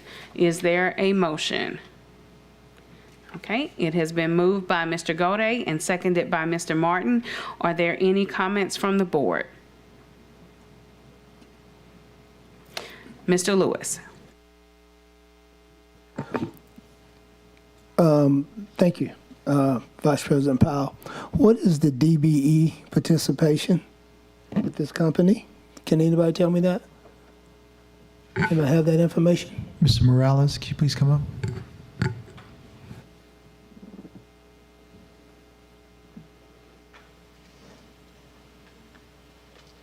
Good afternoon. That is your disadvantaged business, women and minority-owned businesses. What's the participation? I think there's a 20% participation goal for construction projects through the Fast Share program. Is it 20 or 30? It's 20. It's 20? I think so. And we're going to, and if they've got to have that 20%. If they're at 19.5, they don't qualify. So the Fast Share is a part of the scoring for your selection. And what they do is they propose a plan of how they're going to meet or exceed those goals. Everybody who submitted for the architectural selection has met those goals or had a plan, has a plan to meet those goals and or exceed them. And well, I'll be curious to see, to make sure that those goals are met. So Mr. John Smith from the Fast Share program works through construction projects and then follows up on the back end. And so he's able to give you historical context of what vendors have said, hey, we'll meet this goal or exceed it, and then what are the outcomes of it. Okay, thank you. Yep. Thank you. Ms. Stewart. And I was just curious on picking back on School Board Member Lewis's comment in regards to the selection and the process of disadvantaged minorities and things of that nature. So I'm interested in the selection process in that as well. So if you can give me some information on that, or I don't know, a briefing on that as well, if you don't mind. So the selection process happens through two parts. First, you put out the RFQ for a architect, and they all provide a written submission. And so what happens is the committee gets those written submissions, they go through it, they score it based on what is proposed, and then from there, typically you would shortlist it. In this case, we did not shortlist it. I think we had four applicants, and so we interviewed all of them. And what happens is once you're shortlisted, then you go to an oral presentation. From that oral presentation, they go back over what they provided to you in writing, but then they go into detail and answer questions that we have for them about their proposal and or how they're going to meet these strategies or these goals, and what is it that they're going to provide to the district that makes them the best selection for this said project. And then there's a team or a committee then that chooses from those persons? Correct. Okay. And in this case, there was a committee of 6 people who was on the board. And so all 6 people, we had Fast Share. John Smith was there to represent Fast Share. You had an architect on the board to represent architectural. We had somebody from facility management for facility management representation. I was there as an owner's rep. You had Dr. Moore as the principal for academic. Okay. And then Executive Director, Ms. Aguilar, was there as another academic representative. Okay. All right, thanks. Yep. Okay, thank you. Mr. Martin. Thank you, Vice President Powell. Just to clarify and provide a little background for Ms. Stewart's question. Mr. Morales, this is when you talk about the committee, this committee established by the State Architectural Selection Board, is that correct? This is not our committee. I mean, this is the process for selecting an architect is governed by state law that provides the Architectural Selection Board. Is that correct? Or is this? So I can't answer that because when I arrived to the district, this is what's written in policy as to how an architect is selected, and I'm going off of policy. Right, but the committee, who appointed that committee?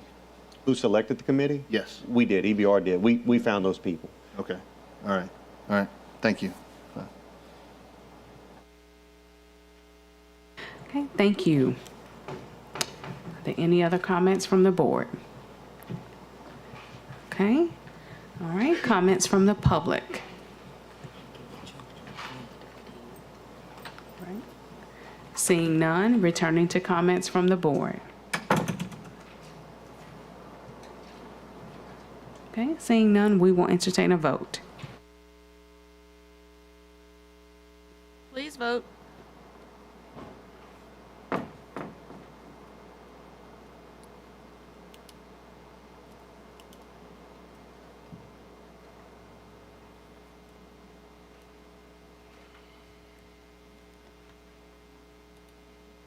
The motion carries.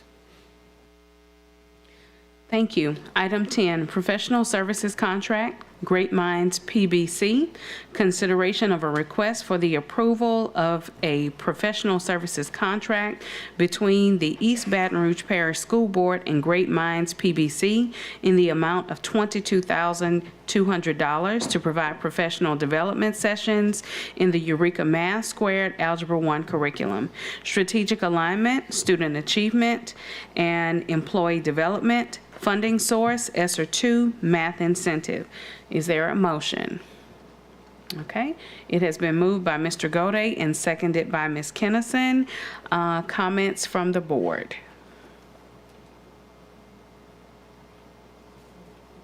Okay, Ms. Kennison.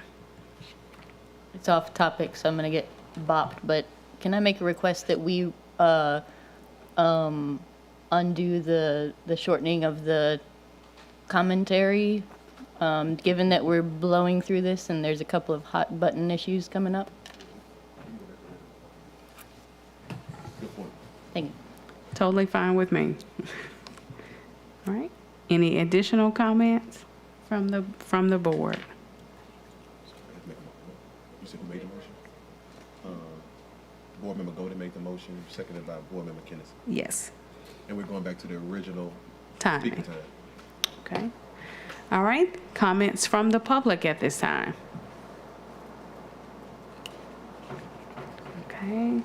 Seeing, okay.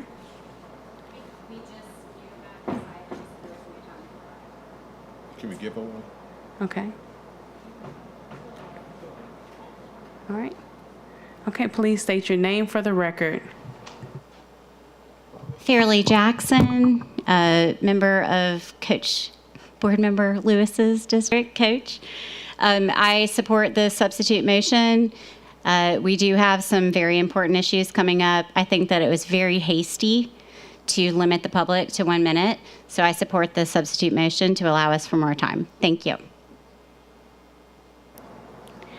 All right, still returning to public comment in regards to the professional services contract, Great Minds PBC. Okay, seeing none, returning to comments from the board in regards to item 10. Okay, we will enter into a vote.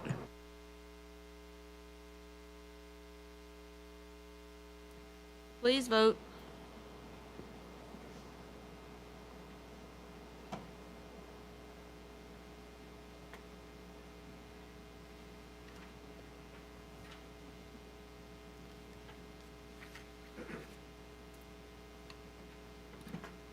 The motion carries.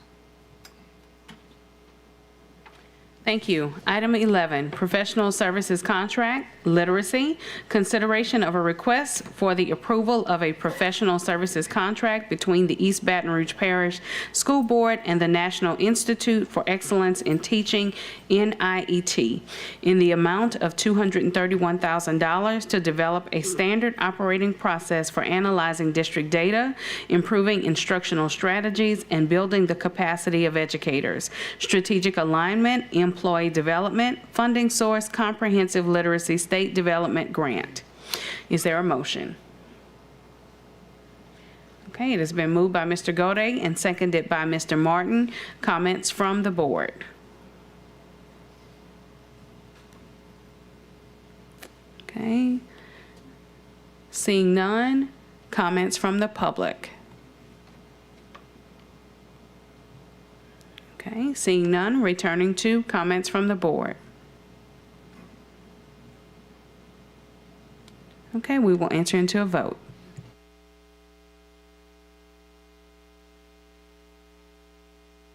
Please vote.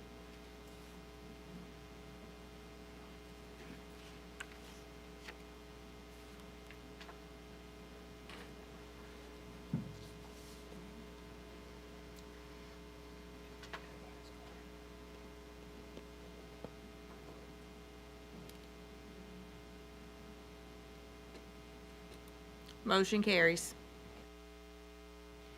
Thank you. Item 12, contract, Centegix.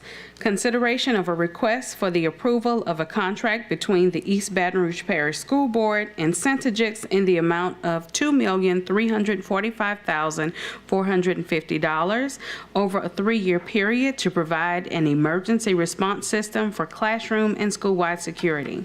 Strategic alignment, operational excellence, funding source, ESSER, and general fund. Is there a motion? Okay, it has been moved by Mr. Lanus.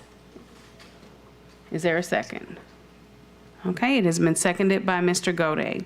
Comments from the board? Mr. Ballou.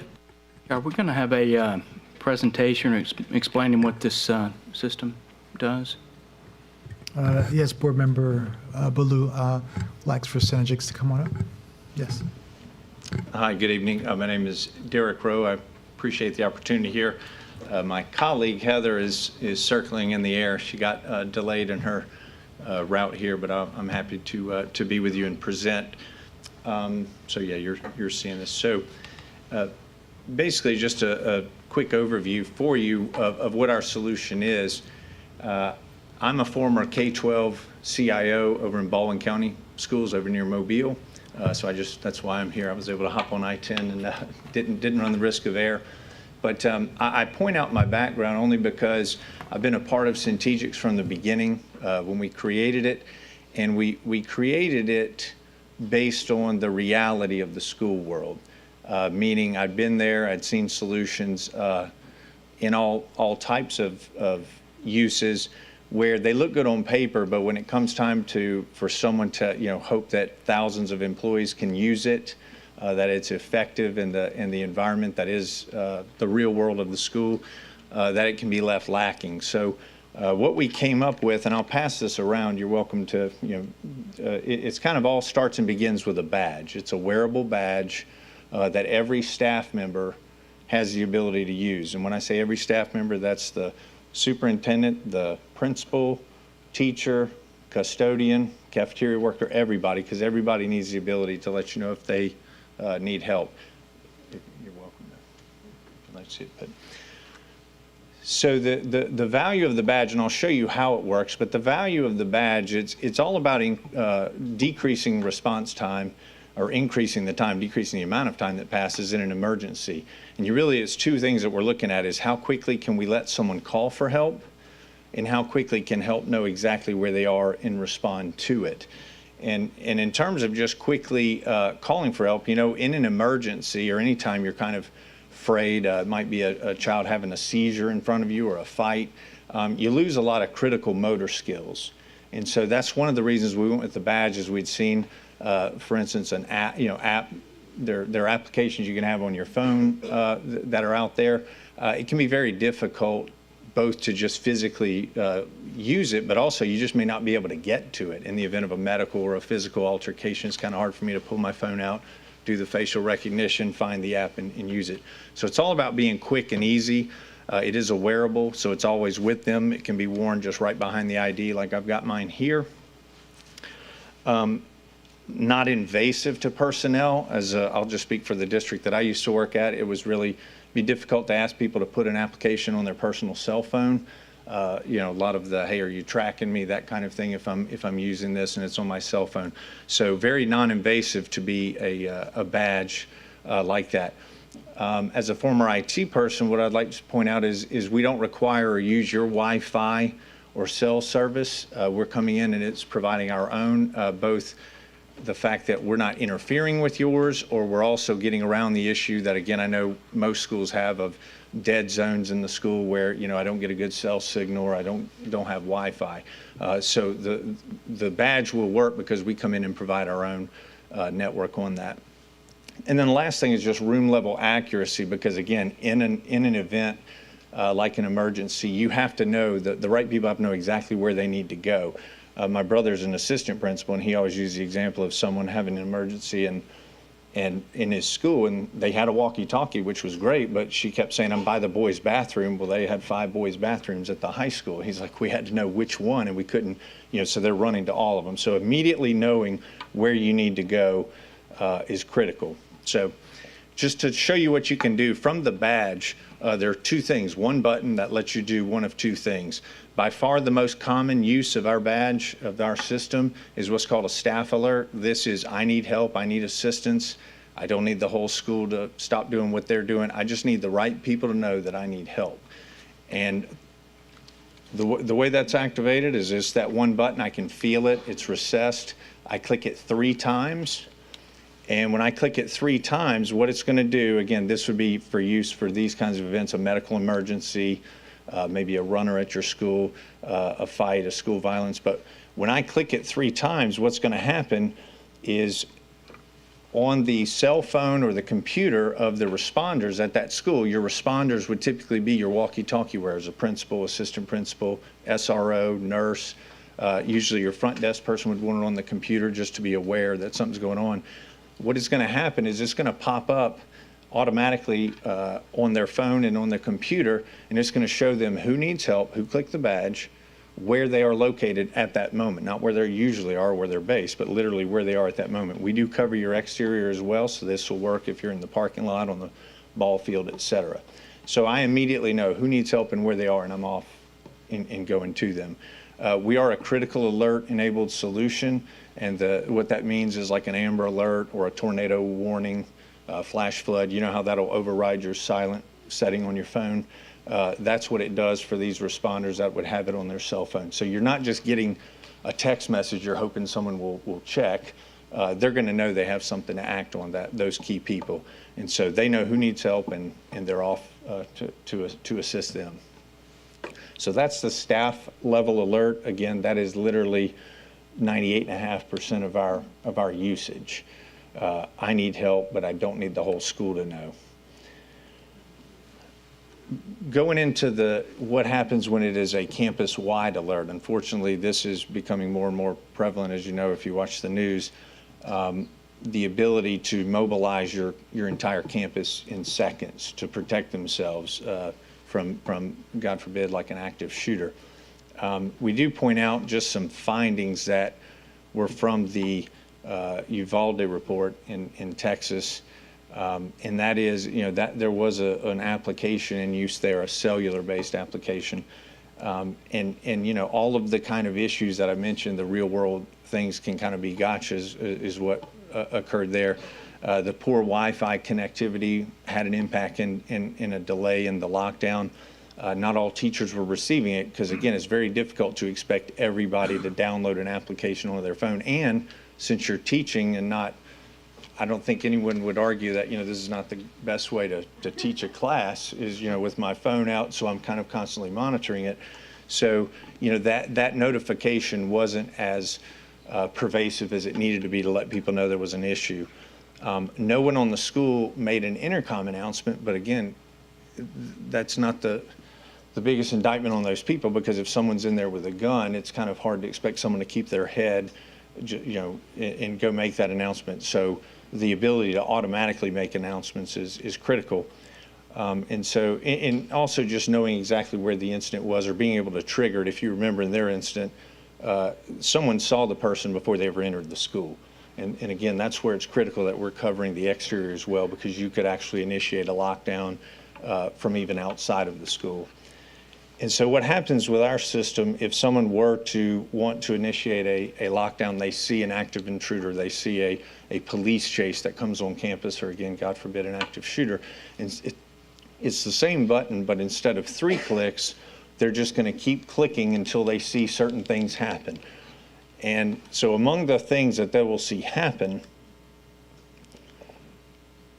would be a desktop takeover. So every computer, every teacher computer in that school, so that, just to give you a visual instead of just looking at a PowerPoint, but that's the Amber Alert. So I actually, the critical alert, I actually just clicked my badge to initiate a lockdown. It just gives you an idea. These strobes are present in every classroom, the restrooms, the locker rooms, down the halls. So immediately, I'm going to shut that off just so it doesn't bother you all as they're going, but immediately the entire school knows to take action. No different than, if you will, the reason we know to get out of a building with a fire alarm, we don't get text messages on it. We see and hear things that tell us to get out. So so they're getting a visual alert. We do integrate with intercom systems, so there'll be a pre-recorded automated alert go out, whatever it is the district chooses to have said when a lockdown were occurred. So it'd be an announcement, attention, lockdown, lock your door, secure your, turn out your lights, get into a hard corner, and as well as the value of the desktop takeover allows you to give written instructions, so you're not just hoping someone remembers what to do or goes and grabs a little binder to tell them. So there's multiple ways to move and mobilize the campus, not just for the teachers, but we've kind of forget about it. I might be a visitor in there. I know that something's going on. I might be a student in the restroom. I know something's going on. You're communicating campus-wide. This is just kind of the last thing too to point out on that is we do have the ability at the district's pleasure to choose it. We do have the ability to automatically notify the local police in the event of a lockdown. So you're not hoping someone remembered to call 911 as they're dealing with what else going on. Again, we have multiple ways to do that. It's required by law in some states, not in Louisiana, but that is something that is provided by our service as well. Very important to get police there, but what's even more important is, because in terms of there's still time spent, is if I can mobilize that campus in seconds. And if I can let like an SRO on campus know immediately by their phone exactly where this was originating, and they're moving immediately in that exact area instead of just knowing they have an incident somewhere in the school. So the last thing functionally that the system allows is for your administrators.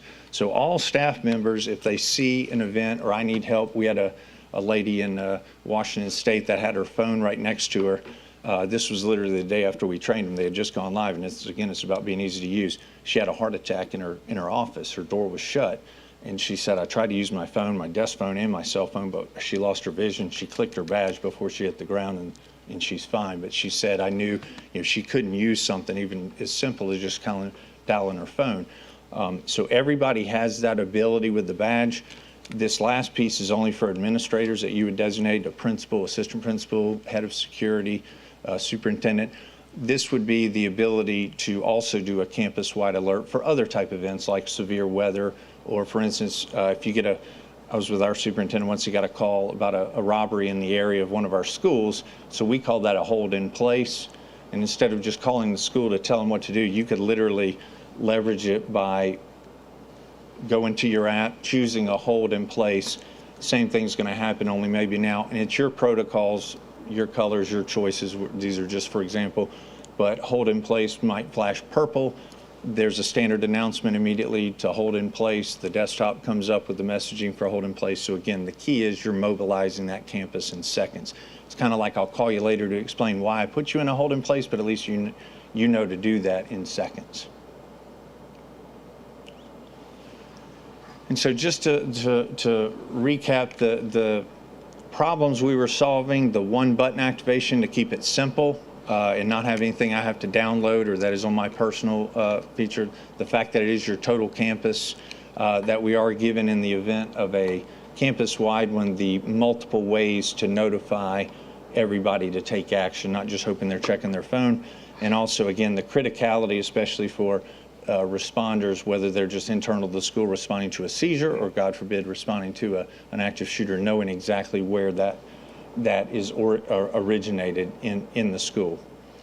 The last piece I'll highlight is from a reporting standpoint, this data as it's done is just automatically accumulated, if you will, because I know that an action happened. When someone responds to one, they can close it out. They can cite it as a medical issue or a behavioral issue or whatever. And so that principal is able to see what's going on in that school and down to the areas that it happened and the type things that they're dealing with. And so that's automatically done. It's not something they've got to go out and again, I think of my brothers in AP, they've got too much on their plate already. There's no, the fact that he doesn't have to go fill that out manually is a big positive. The last piece that I'll share on the hardware, and don't worry, we're not going to do a technical dive, but I think this is very important. I know, I'm sure your district's similar to mine. Yours is larger. Mine was about 50 schools that I worked at.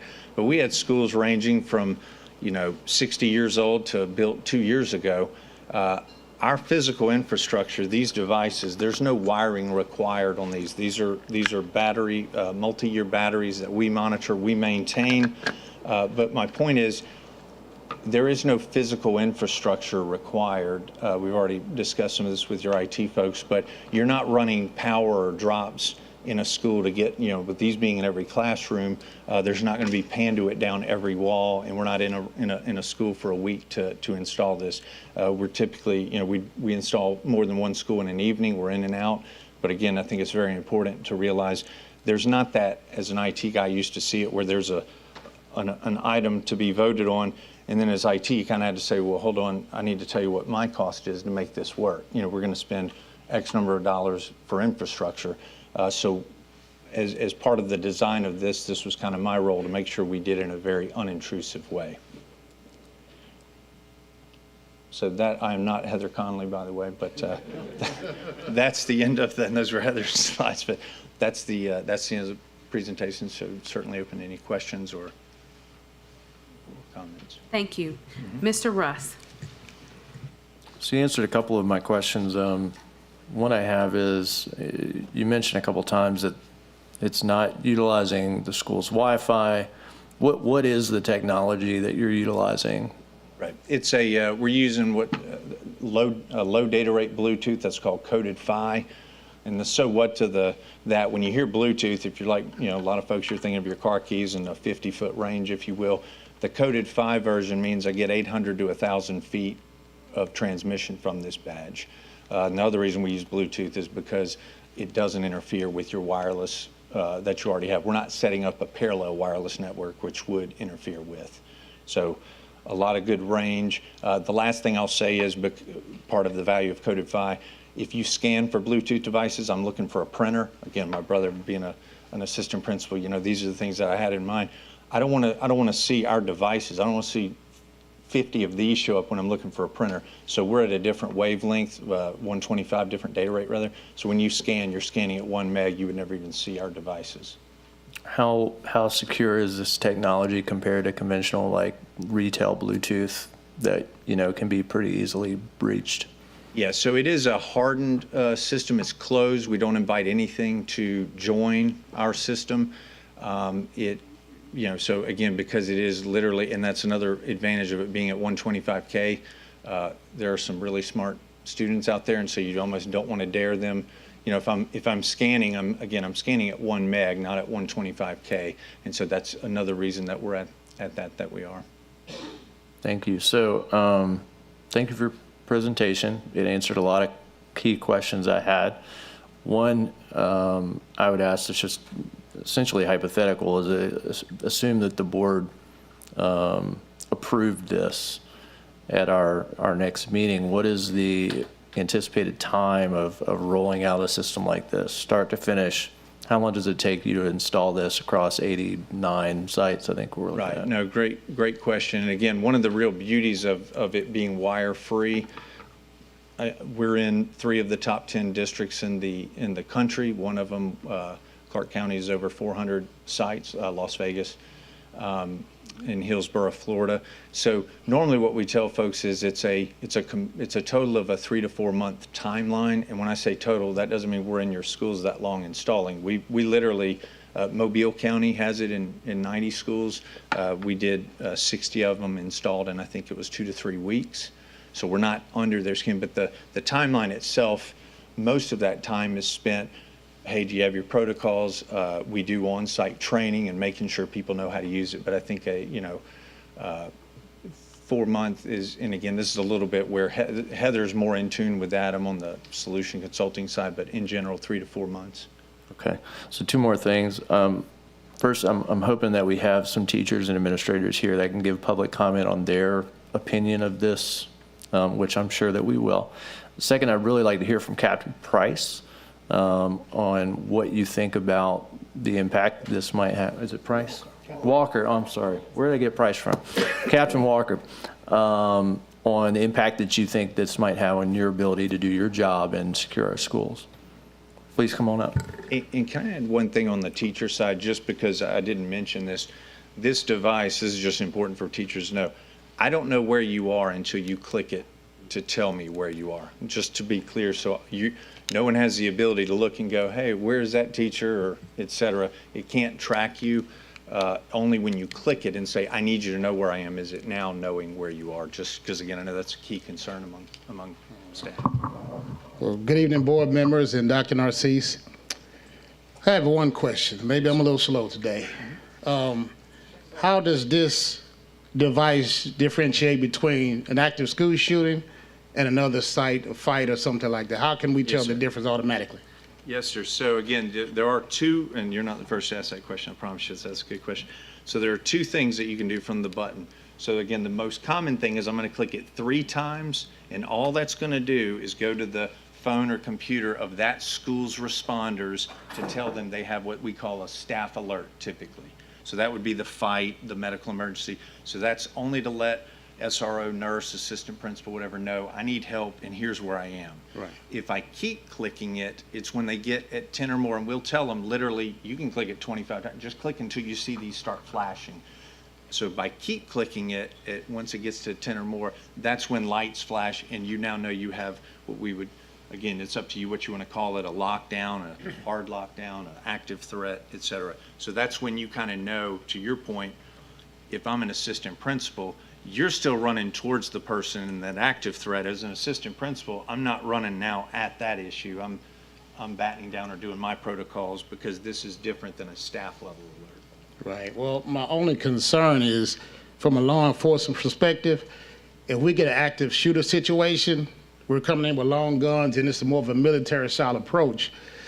It would really look terrible if we come in to a military situation and it's not what we expected it to be. So I want to make sure we're clear on exactly, can we know exactly if it's a active school shooting or will we know it's just a school lockdown? I'm kind of confused on Right. that. So one of the things, no, it's a good question. So one of the things, I actually had a picture on my phone of an event, for instance, when there was shots fired right across the street from a school. And one of the things is these badges, you can see a cluster of dots. So all of a sudden they knew they had something significant in that wing, going on in that wing because they saw that cluster of dots on the map. But to your point, if there is the ability from the app, for example, we have some entities choose this. It's not the most common approach, but where they would say, hey, there is a lockdown, but I don't really want to notify the cavalry. I've got my SRO and all, but I don't want to notify the cavalry unless I choose to make this now an active shooter event or something. That could be done via one of the aspects on the phone that the responder could escalate it to. So for instance, I know of one entity where they'll have it where when they do a lockdown, that SRO on site will basically be able to confirm it to then say, yeah, we have that, and then that kind of calls in the cavalry if you want to go that route. That is not the common route, but it is one that's been in place. Okay, well, Besides that, I think any time that you can reduce response time is powerful, because I know I've been on the end of responses that hadn't gone as quickly as I would like. So I agree, I like that part, but I'm just a little concerned about that other portion. And your ability to know where in the school is something we get a lot of positive feedback, so you're not walking to the front door in Right. a large high school, and you might still be 10 minutes away from where you need to be. Okay, okay. But I think it's a great device. I think anytime we have our student and staff that they're secure and they know that we have actual time that we can get there a lot quicker, I think it's a positive thing, and I like that part of it. Thank you. Yes. Thank you, Captain Walker. That's all. Thank you. Mr. Lewis. There's no doubt that it's a great project. I mean, a great tool. My problem with is I'm looking at the funding, the cost, when there's so many other things that we can do to make our schools secure. Besides, the badges. And I'm not saying it is. I'm sure it works great, and I'm sure you have great data to back up everything you're saying. But we're talking about we've talked about making our schools more secure with fencing. We've talked about making our schools more secure with cameras. We're talking about hiring SRO officers. There are so many other things that we can do that I think will benefit and keep our schools and our students safe. We're looking at ESSA funding and general funds. We can't?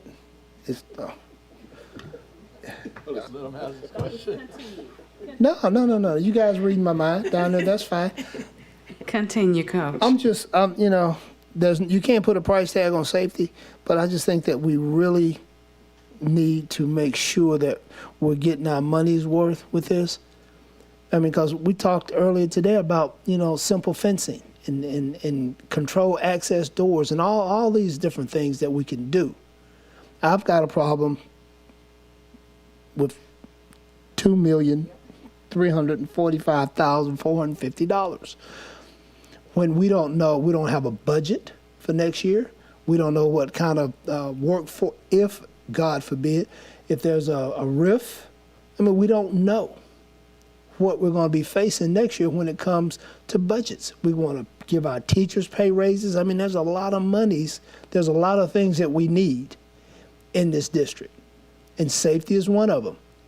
But making sure that our kids are growing, making sure that our teachers are paid, making sure that we don't have to cut staff. So there's just so many other things that hover around this right now that I'm still trying to wrap my mind around. Am I okay to respond? Sure, go right ahead. No, I get what you're saying. We certainly complement other solutions, such as like if you have, we get feedback where if they have access control, we can trigger that to where it knows that a school goes into lockdown. We get a lot with cameras where they know cameras tend to be an after the fact thing. They know more quickly what to look at. But the biggest thing that we get in terms of feedback is the fact that whether it's fencing or cameras or metal detectors, is that this solution is useful across the board. Again, don't forget that staff alert scenario. So whether we get feedback on the discreteness of it. So if I have a behavioral issue in my classroom, the fact that I can call for help while I'm still making eye contact and I'm keeping things without going and kind of escalating by hitting the button, medical emergencies, et cetera. So the wide variety of usage is one of the big pieces of feedback that we get, where it's kind of an across the board medical issues for students, teachers, et cetera, as well as behavioral, severe weather, like we said. So it kind of applies to all types of usage, just to lay that out there for you. Thank you. Okay, President Lanus. Thank you, Madam Vice President. Had a few comments on this particular item. A month and a half ago, parents and teachers stood outside of the boardroom and they went in front of the cameras and they said that they are unsafe inside of our schools. They said the district needs to do something. We should not feel unsafe when we walk inside of our schools and we're trying to teach our kids. over the course of this school year, I think that we've probably had the most fights that I've ever seen before. And we're not talking about isolated incidents. We're talking about group fighting, whether it's girls versus boys, boys versus girls, boys versus boys, girls versus girls. And that put the district in a position where we had to act. When we went to Washington, D.C., it was myself and a few of our colleagues along with our superintendent. We met with some of the largest districts in the entire country. And every single district said the same thing. They're dealing with crime, they're dealing with fighting, and everybody is trying to search and find the right answers. What I can tell you is this: there is no one solution to fixing the problems you see happening inside of schools. We can go and hire 50 SROs. It is not going to stop the problem.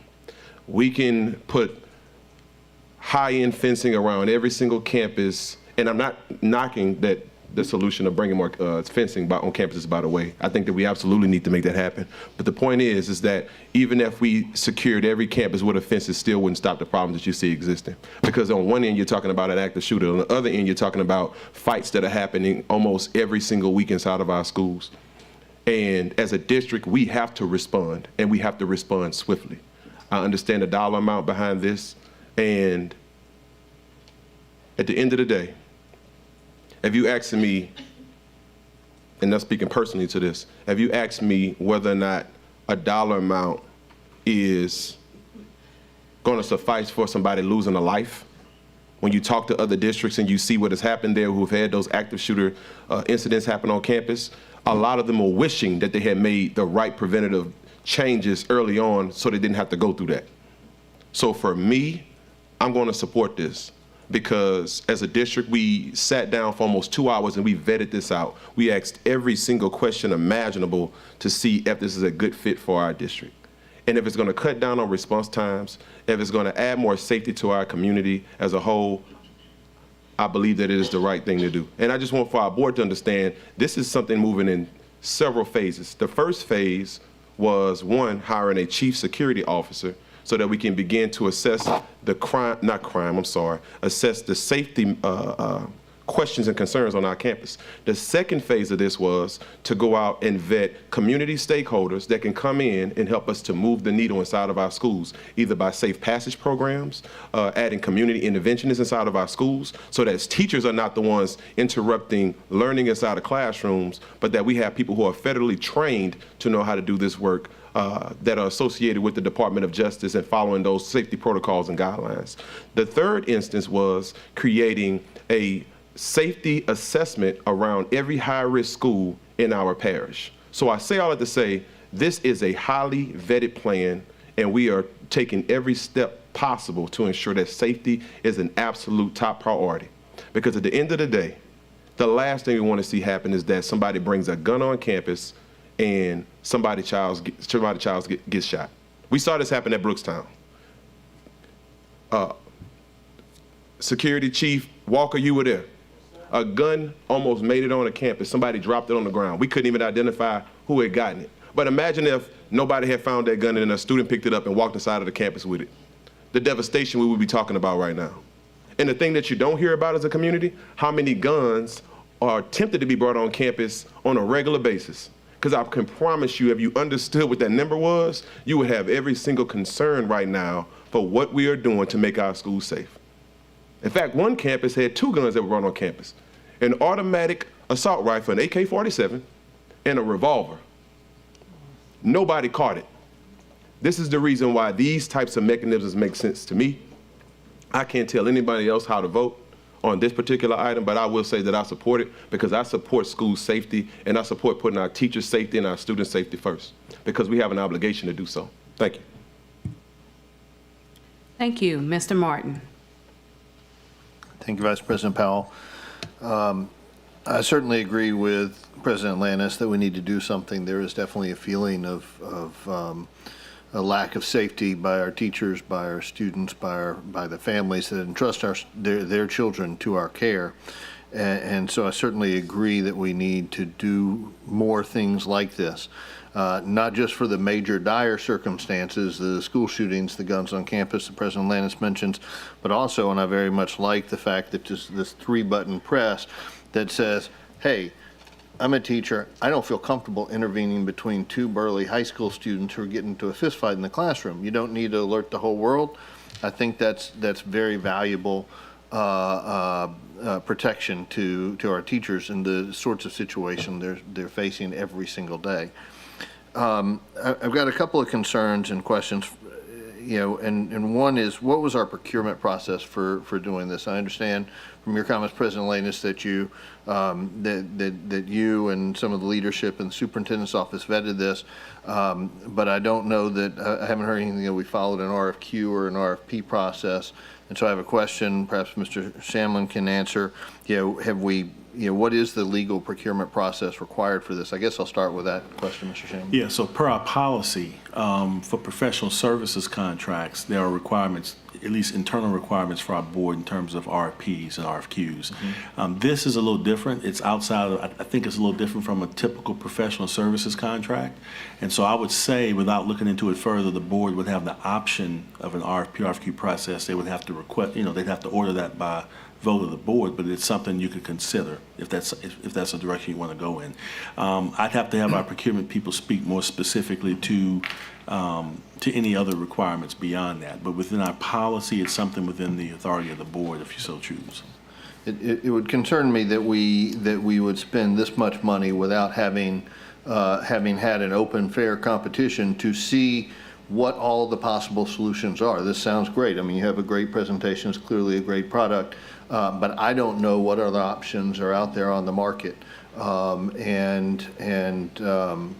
don't know how to respond to critics who would say there's a lot of money to spend without some kind, for public money, taxpayer money, without some kind of process like that.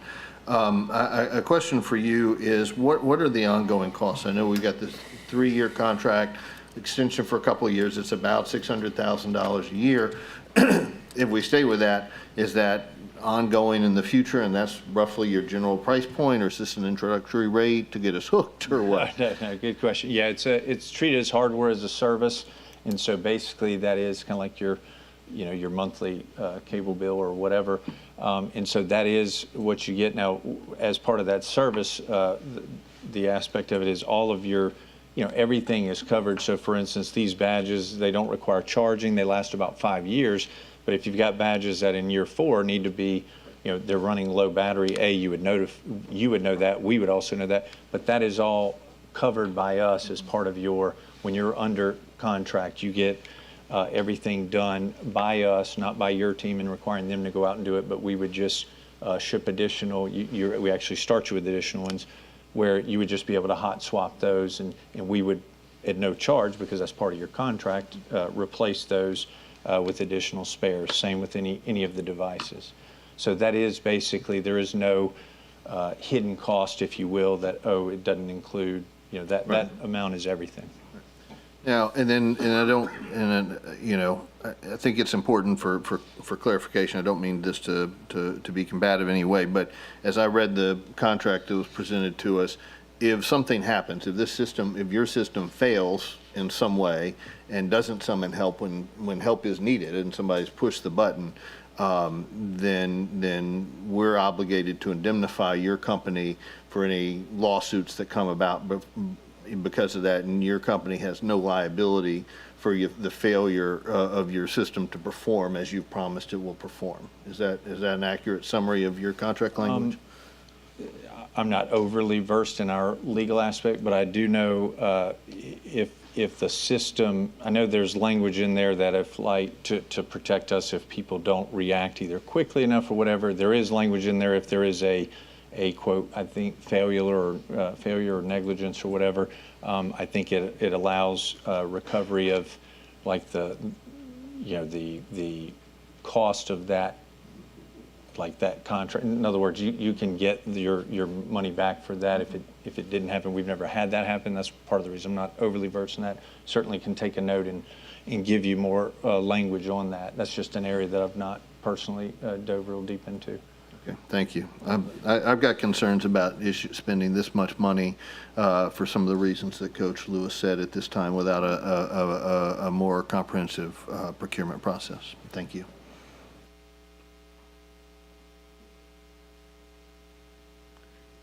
All right, is that all, Mr. Martin? Yeah, that's all. Yeah. Okay, thank you. All right, so I have entered the queue as well. I had a few questions, but there's only one that technically applies to your company. And my question is there any way that we can get data that supports the evaluation of school districts that have used your product before? And then also, what would be the turnaround time for that? If we could get a chance to see, maybe what were the testimonials? Sure. Yes, ma'am. So as far as other than just references and being able to call and speak directly to them, we do have, and we would get permission from them to share that, or we can share it in a genericized way. I'll tell you, because I just sent some survey information. Each district has the ability, if you choose, and most do, to when someone uses it, they can, if someone has used it, they get a survey that's very simple, but just ask how they felt about it and is there any way we can improve, whatever. Get a lot of overwhelming support. The one I just sent, my favorite was just a staff member saying, I've never felt safer at school, or another one said, I've never felt more supported, So we can reach out and make sure that district, and we'll scrub it of any identifiable information, but we can share that because, again, we take that seriously. We wouldn't share it outside of a district, just like we do that with your own data, but can do that. So in addition to talking firsthand with folks that we can definitely connect you with, we can share that with you. But I've been a part of a lot of projects that, it's like, hey, this is going to be great. And the staff is like, okay, here's one more thing we've got to work on. One of the beauties of this, and I get that, again, back with my background, one of the beauties of this is it's very well embraced by the staff. They love the fact that it's protecting them, but yet their school isn't being turned in. It doesn't look like you're walking into a jail sometimes to be safe. They love the fact that it's just a click of the button and right there, but they feel empowered that way. And that everybody has it, every employee. Thank you. And just to share, my reasoning for asking that is we all know as we sit on this board, and even our audience, I'm sure, that in today's time, before we make any major purchase, we check the reviews. Absolutely. And that needs to be the case even in this situation as well. Also, I just wanted to ask our staff or our administration, would the badges simply apply to teachers and adults, or would this also apply to students? And then that leads to my next question, but if you could, please. This, in our discussion, was for adults. All right, so just wanted to make sure, because I know you mentioned a scenario of where there were a cluster of the dots to show that Yeah, I'm sorry. Those were all there were like 4 teachers on that hall that when they heard the shots, they all activated it. Yeah, sorry for the confusion. Okay, so there. just wanted to make sure. And then my other question would also be in regards to funding. So when we think about the funding that we have available, what is our current budget for an item like this? We were going to pay the first portion with ESSER and then build this into the security budget for the moving year. So with that in mind, that means that I know we've talked, previously about how we will have to divide this amount up. What would that look like for the sake of the public, if you could share? Yes, so the first payment is $600,000. That would come out of ESSER, and then each of the rest payments, it's by over time. We would pull that out of the security budget, so that'd be the automatic payment until the end of the contract. Okay, thank you. All right, Ms. Stewart. Thank you, Madam Vice President. I agree with a lot of my colleagues in regards to needing to address the safety concerns of our district. And I believe that there are a lot of different ways in trying to implement that safety. And I think this is a great tool, of course, ultimately. But I want to know is this a part of something that is going to collaborate with the SROs and Sergeant Walker with the plan that was, I guess they're supposed to be. Sergeant Walker, can you come up for me, please? When we voted to have him in, Sergeant Walker to come in and take that position entails some type of plan for our schools and for your position.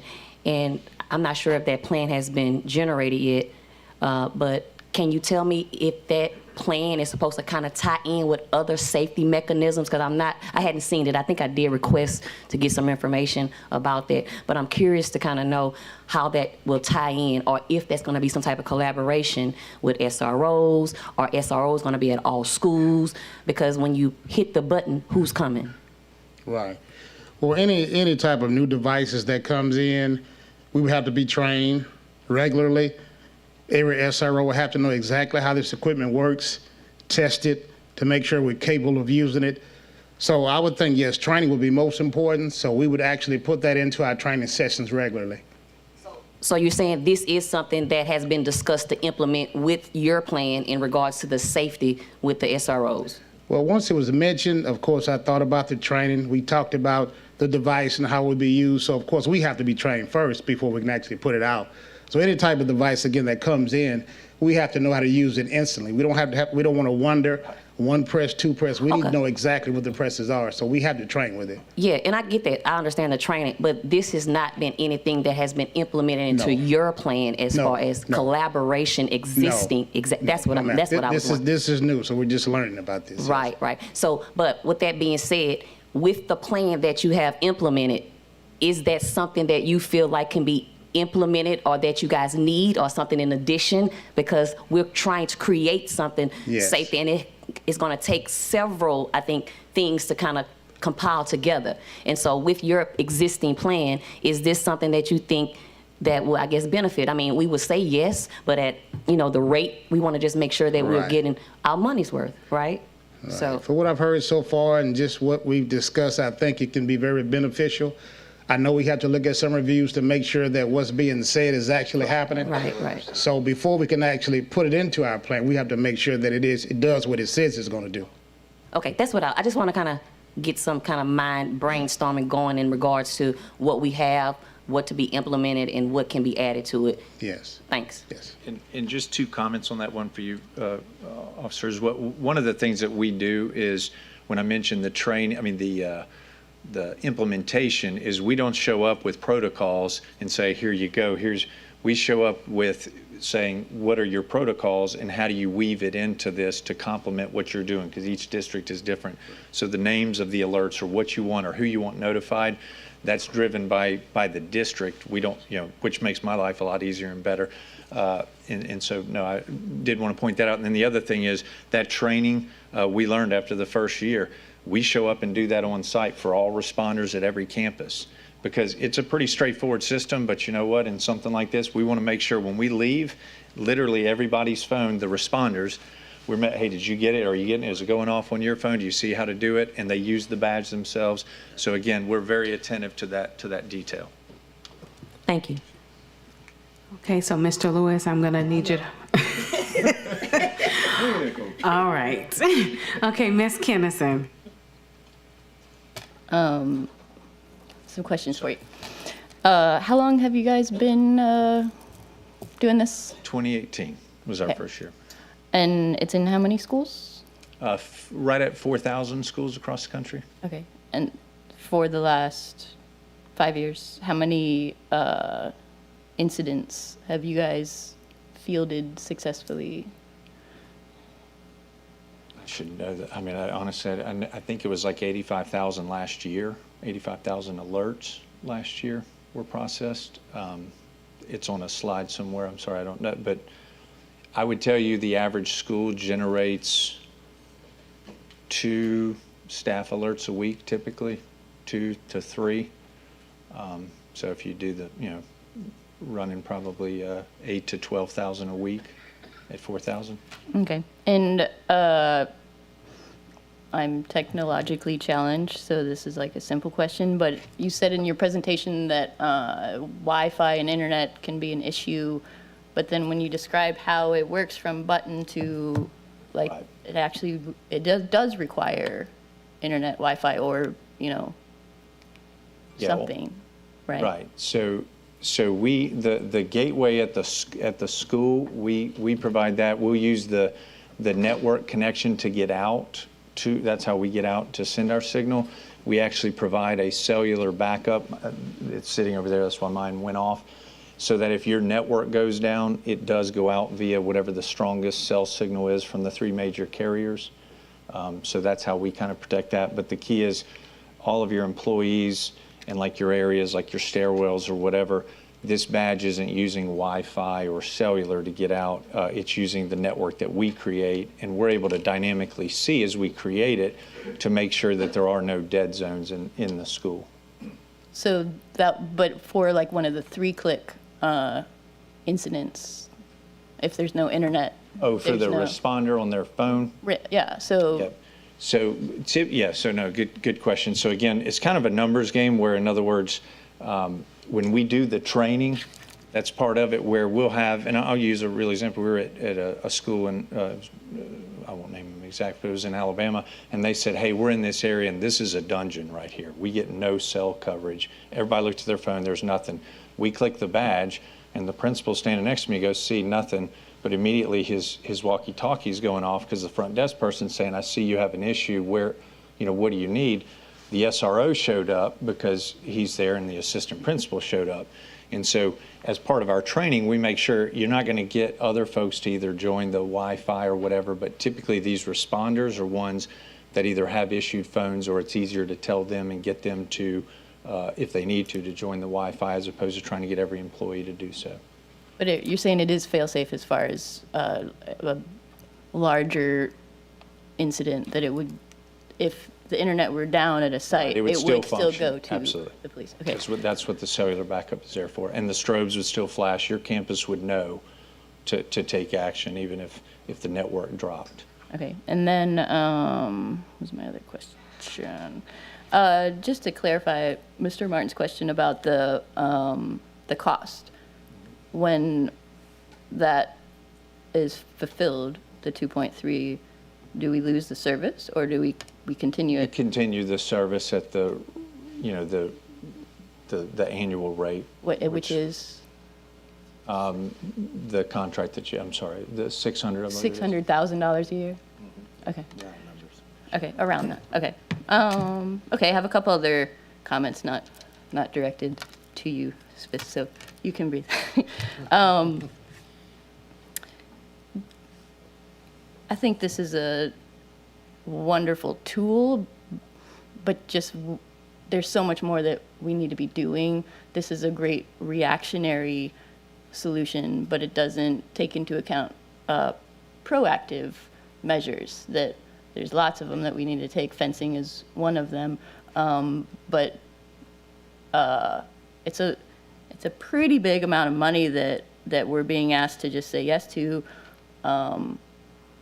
What is our security budget yearly right now?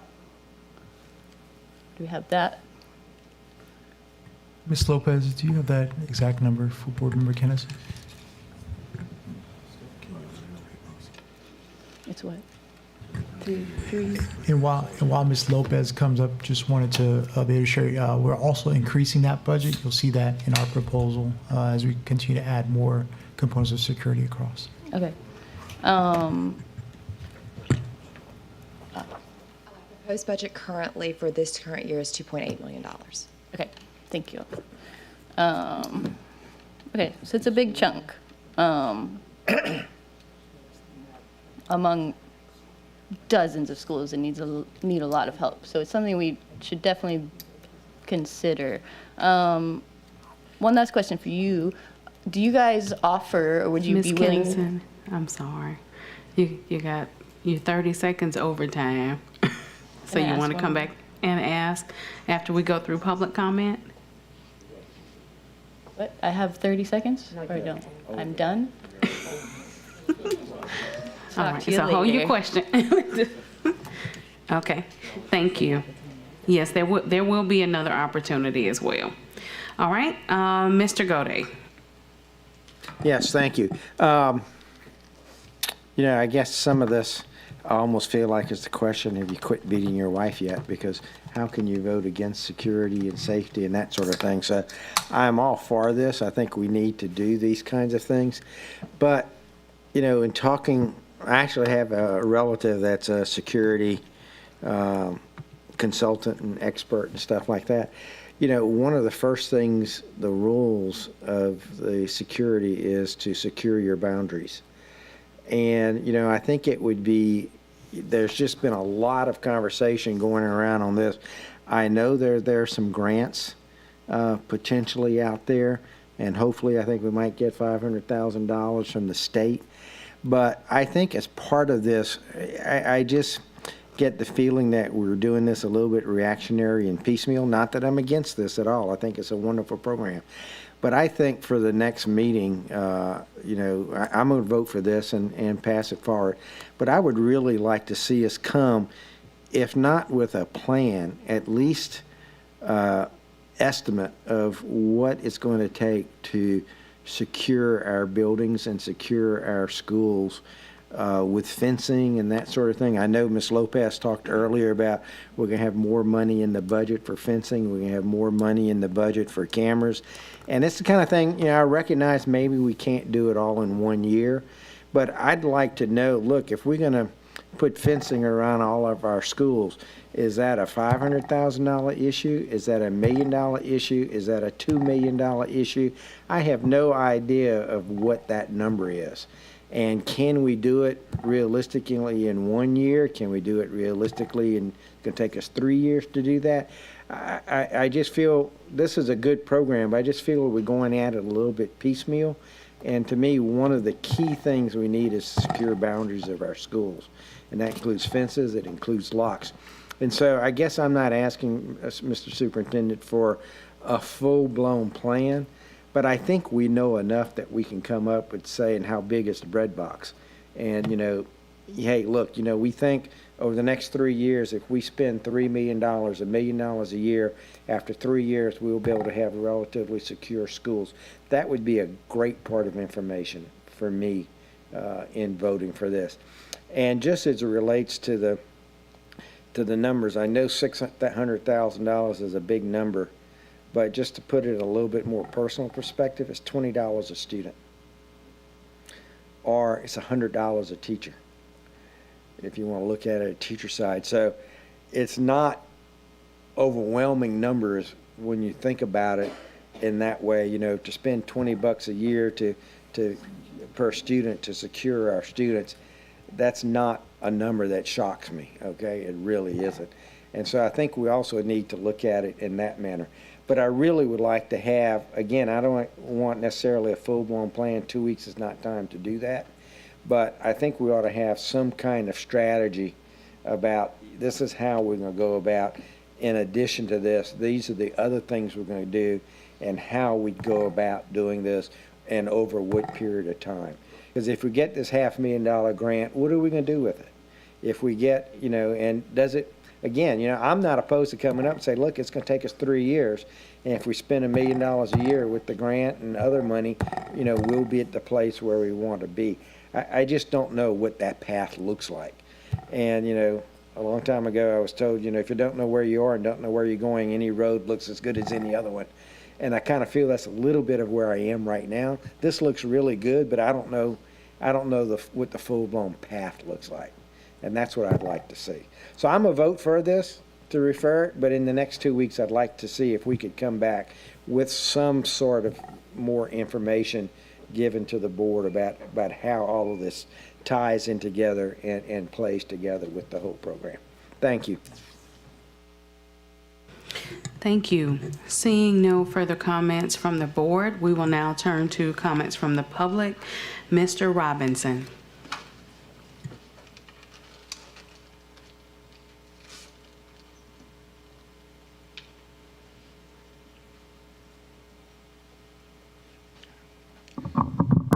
Good evening, everyone.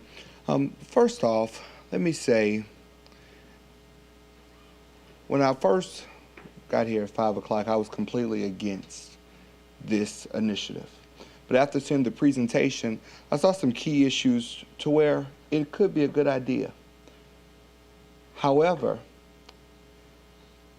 it dangerously creates a false sense of security. Let me tell you what I mean. This should be something that we do after we've tried every single thing else. The most vulnerable population of people that we serve are in our elementary schools. Those schools do not have SROs. That should be the first thing we're trying to do. After they click that button 10 times, possibly, like I heard the gentleman say, then what if there's no SRO on that campus? What about our schools that are still open and don't have fences? That's a cheaper solution. That's a deterrent. That can possibly prevent someone from getting on that campus. What about that? Or what about some of our schools, just like I walked into a high school today before this meeting to take a picture of a door with the chain lock around it. That's a problem. And then I heard School Board President Lana say this has been perfectly vetted. How has it been perfectly vetted if Captain Walker, who we trust, doesn't even know what in the world's going on? But we're prepared to spend $2.3 million on it. That's a problem. And then I heard Coach School Board Member Lewis raise a valid point. When we're prepared to spend $2.3 million on this, and just let me back up because I just forgot this. We have every time I pass this building, you know what I see? A sheriff's vehicle. This facility is always secure with an officer here. Is the lives of the people in this building more valuable than the children that are in our elementary schools? Because why do you all need it and not our children in our elementary schools? That's a problem. But back to what Coach Lewis stated earlier, we have police officers on these high school campuses, and it looks like they're not there to police, but to do what we pay administrators to do.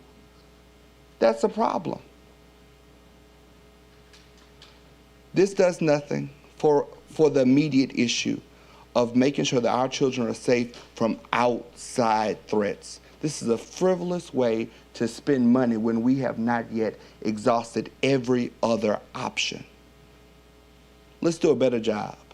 Don't send this to the board next week. Don't waste our time on it, because this isn't it. Let's go out and make sure every school is secure first. Thank you. Thank you. Ms. Matthews. Me and the work hubby gonna be disagreeing tonight. I'm actually glad to hear something that is attacking the violence we've been facing head on. I do appreciate that it does not need Wi-Fi or cell service. As I work in a building, the metal walls that was built during the Cold War. No cell service at all. But, Ms. Kennison, I do appreciate your question because it says that the monitors have to have cell phone service. My entire administration's cell phone does not work, so none of our monitors would have access when we press that button. So I would like it if somebody picked that up, because that would be very problematic at my school, because the entire office, that is like, baby, if we get bombed, we're good. We can all go to the front office because we're going to be safe in there. Questions I received today was, and I think it kind of got answered, was like, what happens if somebody presses it and it's an accident? Can it be canceled? And I'm guessing, yeah, when somebody comes, because it wouldn't be the 10 times or whatever. The strobes is very problematic for epileptics. So he did mention that it could be individualized. So I was wondering if possibly we could individualize it where the colors are there, but that it is a constant color lit up on the computer or on the lights, so that our disabled people with epilepsy don't have a seizure because they're responding to maybe somebody else having a seizure or another issue. Also, the presentation does sound amazing, but did we check bids and pricing before, from multiple companies, just to be fiscally responsible? Thank you. Ms. Jackson.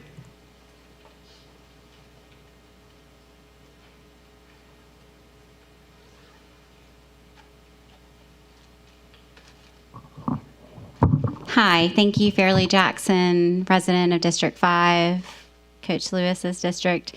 I want to thank a lot of people that I've had many discussions around this with, especially you, Coach, Mr. Morales, Ms. Monique, Board Member Kennison, thank you, Patrick Martin, Mr. Goday. I am the mom who has emailed you that I have a son who has a job. It's varied. It's been either putting paper over the windows or it's been closing the blinds. And this was not during a lockdown drill. This was during an actual active shooting episode where I heard the actual shots in my driveway. My kid is on an open campus. He lives that campus this May. I'm not doing this for my child. I'm doing this for every child in this district. I am doing this for every student every day. $2.3 million, if we divide that amongst 85 sites, that's $37,000. You know how much the fence that we want cost? $17,000. $2.3 million for a reaction? For someone being tasked with having to react after there is already damage. There is already carnage. Like, this is crazy to me. Let's keep our kids from running into the street with the fence. Let's keep people from coming on to our campuses and sleeping on campuses. People are finding needles in their, Westminster is finding needles in their playgrounds. We have people sleeping in our chicken coops. We have people walking on campus. We have people playing soccer in the middle of the day that my principal has to go ask them to leave. Like, this is just kind of crazy. We haven't even done the basic preventative things. And we're gonna spend $2.3 million? My principal said to me on Monday, months, actually 2 years after we started this discussion, she said to me, Fairleigh, promise me if something happens, you will tell everyone that I did everything I possibly could to keep these babies safe. Mr. McGarner said that up here in June. I don't know where he is now, but he was amazing and he had a plan and he's gone. I'm telling you all right now, if something happens to my babies, to your babies, to anyone's babies, I want you all to know, I want you to be able to say you did everything you possibly could. And I don't think it's a button. We have a lot more to do before we spend $2.3 million on a button. I really do appreciate you all. Thank you for hopefully reading my long emails, and have a good night. Happy Easter. Happy Passover. Thank you, Ms. Jackson. Mr. Bilbrew.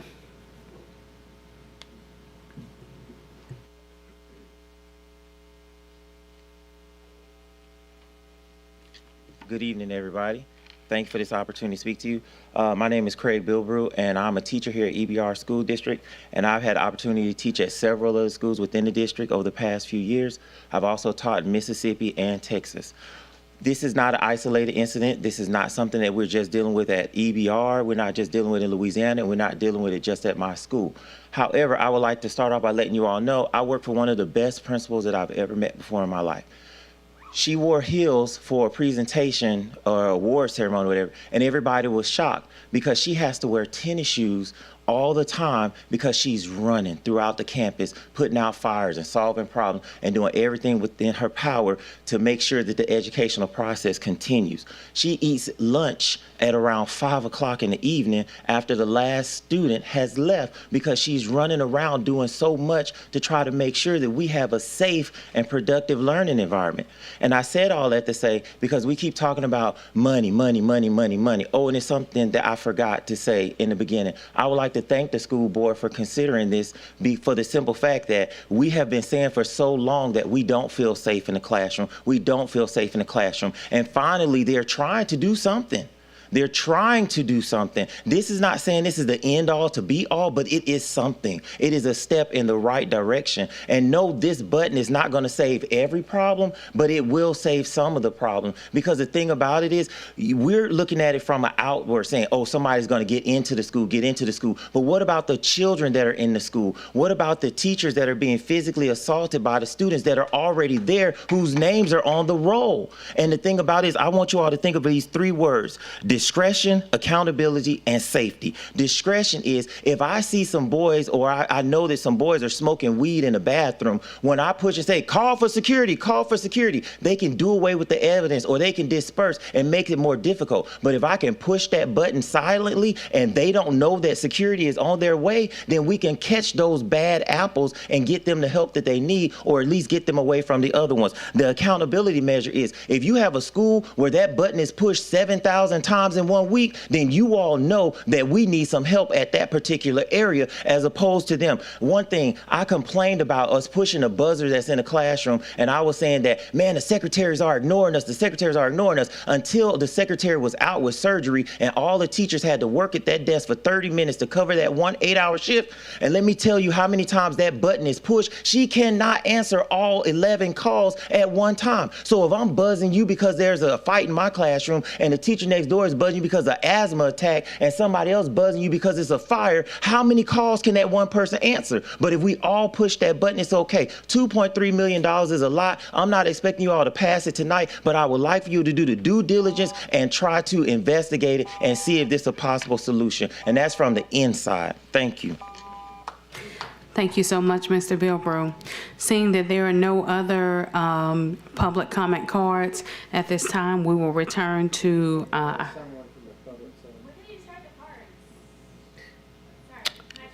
okay, yes, ma'am, you can, and you can make your way to the front as well. Please state your name for the record.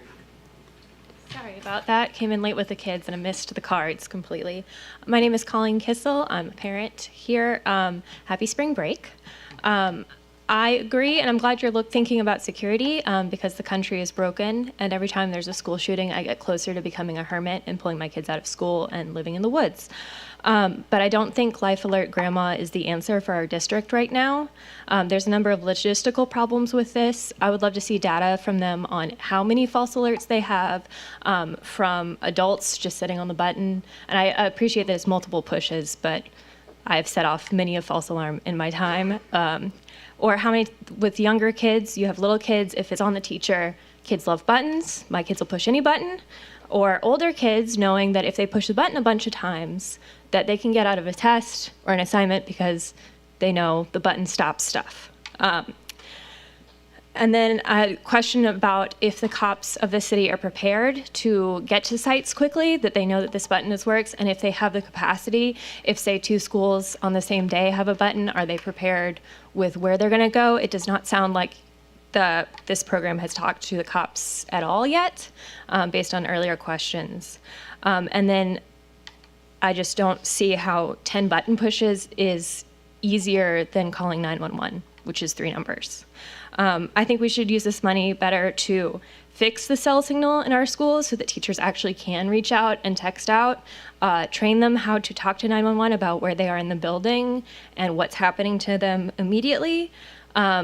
More training on man management and getting to those intercom buttons and teaching everybody how to do stuff better, or give the money to a fence, or give the money to teachers, honestly, because we're not paying them enough to deal with all of this. So I think instead of giving our money to a button that is arguably reminds me of the infomercials of the grandma who's fallen and can't get up, instead of giving money to that private company, I think we have a lot of other solutions we could look at. Thank you. Thank you, ma'am. Okay. Now seeing no further public comment, we will now return to comments from the board. Mr. Ballou.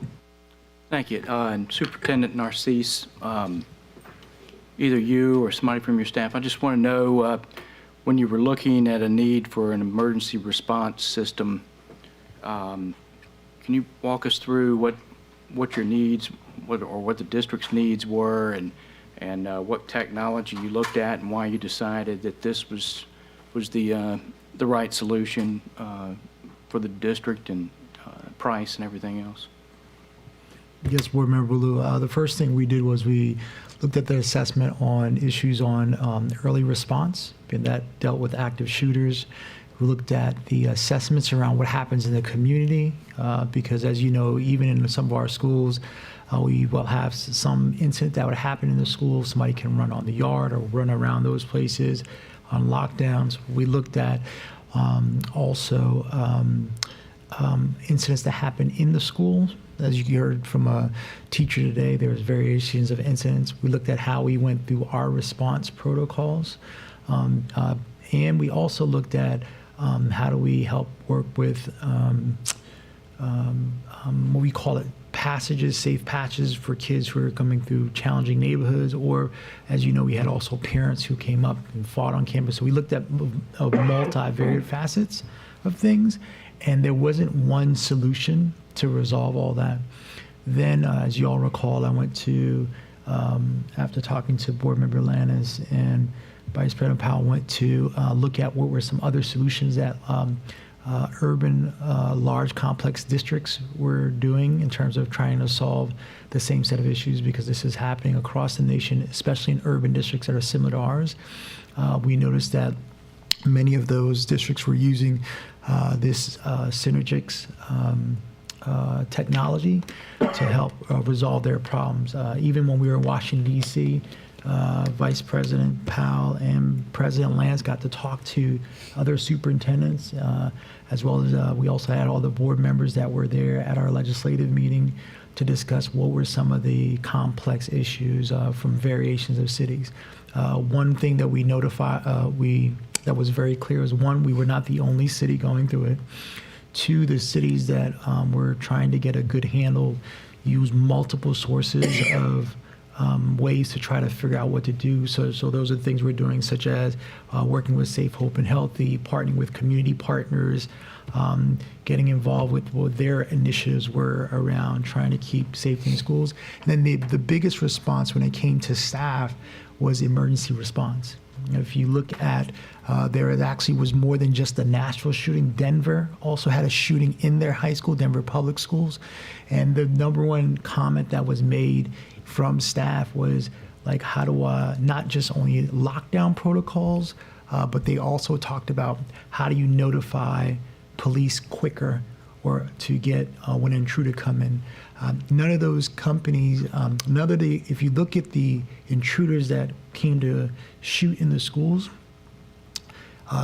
no barrier stopped them. If you look at the Nashville lady, the lady came in and shot through the window and walked in.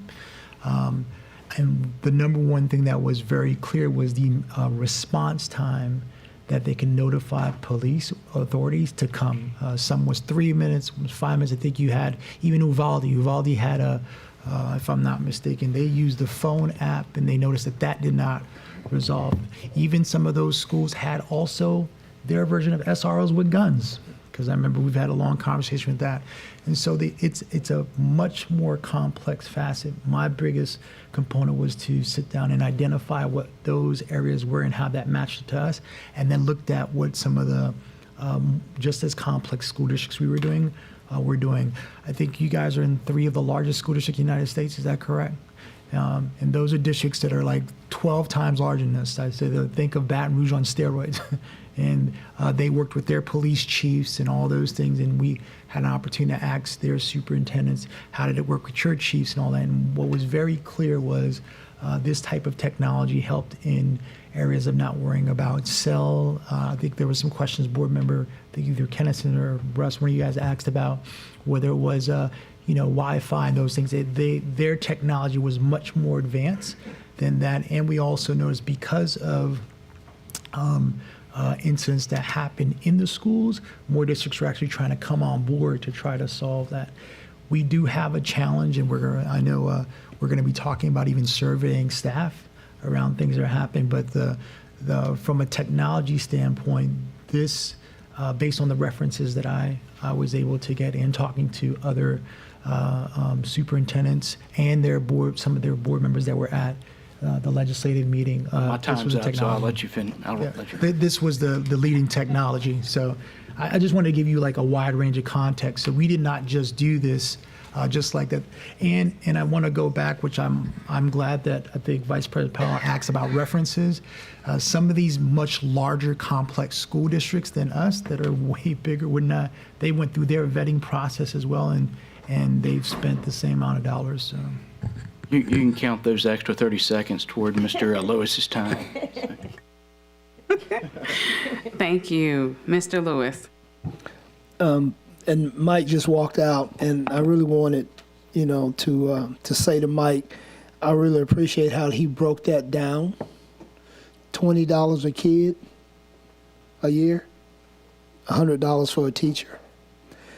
I've been in and out of schools, for quite a while, and I know how those schools operate in the beginning of the year, and I also see how they operate at the end of the year. That's when a lot of things happen. A lot of pent-up frustrations and beefs, or whatever kids want to call them nowadays. And so the end of the year most times looks a lot different than the beginning of the year. This is really has tugged at my heartstrings. But as school board members, we're charged with policy and budgetary items. Those are our number 1 and 2 jobs as school board members. Everybody's in agreement with that. It's hard to put a cost on safety. You can't. You can't put a dollar figure on safety. But what I would like to do is to present a substitute motion that we come back and revisit this after the final budget. Now, Dr. Narcisse just told me, and Nathan, and he's told everybody else in here tonight, that we're going to increase the security budget next year. But we've got also, I'll go back to my first time on the mic, we've got to make sure that we're taking care of the people who are educating our children. We've got to make sure those teachers get those pay raises. We've got to make sure our campuses are safe. We got to make sure that technology in place. We had a budget hearing this afternoon. So there's a lot of other things in place. This is a great tool. I have no problem with it at all. The thing that's tugging at my heartstrings is that, first of all, as a school board member, I want to make sure that the policy is set and is correct, and that we are being wise students, or good stewards of taxpayer dollars. And I know a lot of this money is coming out of ESSA, but ESSA is going away. And we're still going to be faced with making sure that we have a balanced budget that affords us to take care of teachers, children, bus drivers, cafeteria workers. That's the thing that's really on my heart tonight, is we got to make sure we take care of the people who are taking care of the children. And there's no doubt in my mind that this would be an excellent tool used in conjunction with everything else that we can do. But I think we've got to have a balanced budget. We've got to look at the $600,000, or as Mike put it, the $20 a kid, the $100 a teacher. No matter how you break it down, it's going to add up to about $600,000 a year. And we've got to make sure that we can maintain and do the things in this district that we've been charged to do. So with that being said, I'd like to propose a substitute motion to come back and revisit this after we have an approved budget. And just like everybody else, hope and pray that we don't make ABC World News tonight because of a school incident. Every morning I pray for my grandkids to come home just like they left. There was an incident a few weeks ago where a young child bought a Glock BB gun to school. It looked like the real deal. Know what that officer said? Had he seen that in that kid's hand, that kid wouldn't have went home the way he left it that morning, because he'd have to react to it. And this is a campus that's wide open. Luckily, they found it before he got on campus. It was a BB gun, but we don't know if it's a BB gun or not. That may not be germane to the topic, but we've got to make sure that we can do our jobs as board members to make sure that policies work for all of our students and that the money is right, the budget is right. With that, I'd like to propose the substitute motion to defer until after we get a balanced budget. Okay, so it has been moved by Mr. Lewis that we entertain a substitute motion to defer this item until after we have approved the budget. Is that the correct language, approved budget? Okay. Okay, and Thank it you. has been seconded by Ms. Kennison. All right, so we will now entertain comments from the board. I know that we already have a lineup. In the case that I get to your name and you were speaking to the original motion, then, or the original item, then you just let me know. If not, if you still want to speak, you can. And so I believe my name is next in the queue, and I would still like to speak to this item. There has been many different thoughts that I've had about this since we have entered this process of this conversation. Just as Dr. Narcisse has shared, yes, myself, Mr. Lanas, and actually Mr. Lewis as well got a chance to talk to other districts in regards to this particular product. Love the product. However, I am in agreement with Ms. Stewart that there needs to be a plan of action. And the plan, as my colleague, Mr. Robinson, has stated from the public, the plan needs more vetting. When I think about what I've been saying for years as a teacher, you know, we go into an airport, we go to a city courthouse, and we have to pretty much go undressed to go through security. And people can walk into our schools with no metal detector to walk through and just walk boldly into our schools. I'm in total agreement with Ms. Kennison and anyone else who has stated we need a fence at every school. I mean, we generally have fences at our houses, okay? We also need metal detectors at every school. We also need an SRO at every school. If we have $2 million to spend on this product right now, then that means we have enough money to pay for an SRO at every school. I think that if we have a plan of action to go from beginning to end, there is a place for this new badge, but it may not be the first step. One of the statements that I was going to make was to beg somebody to make a motion, substitute motion to defer the item. So thank you. Right. I mean, I want us to come back to this conversation because I see where the badge would have worked for me, would work for Ms. Matthews as well. Y'all see that she comes in here with her things that she has to come in here with.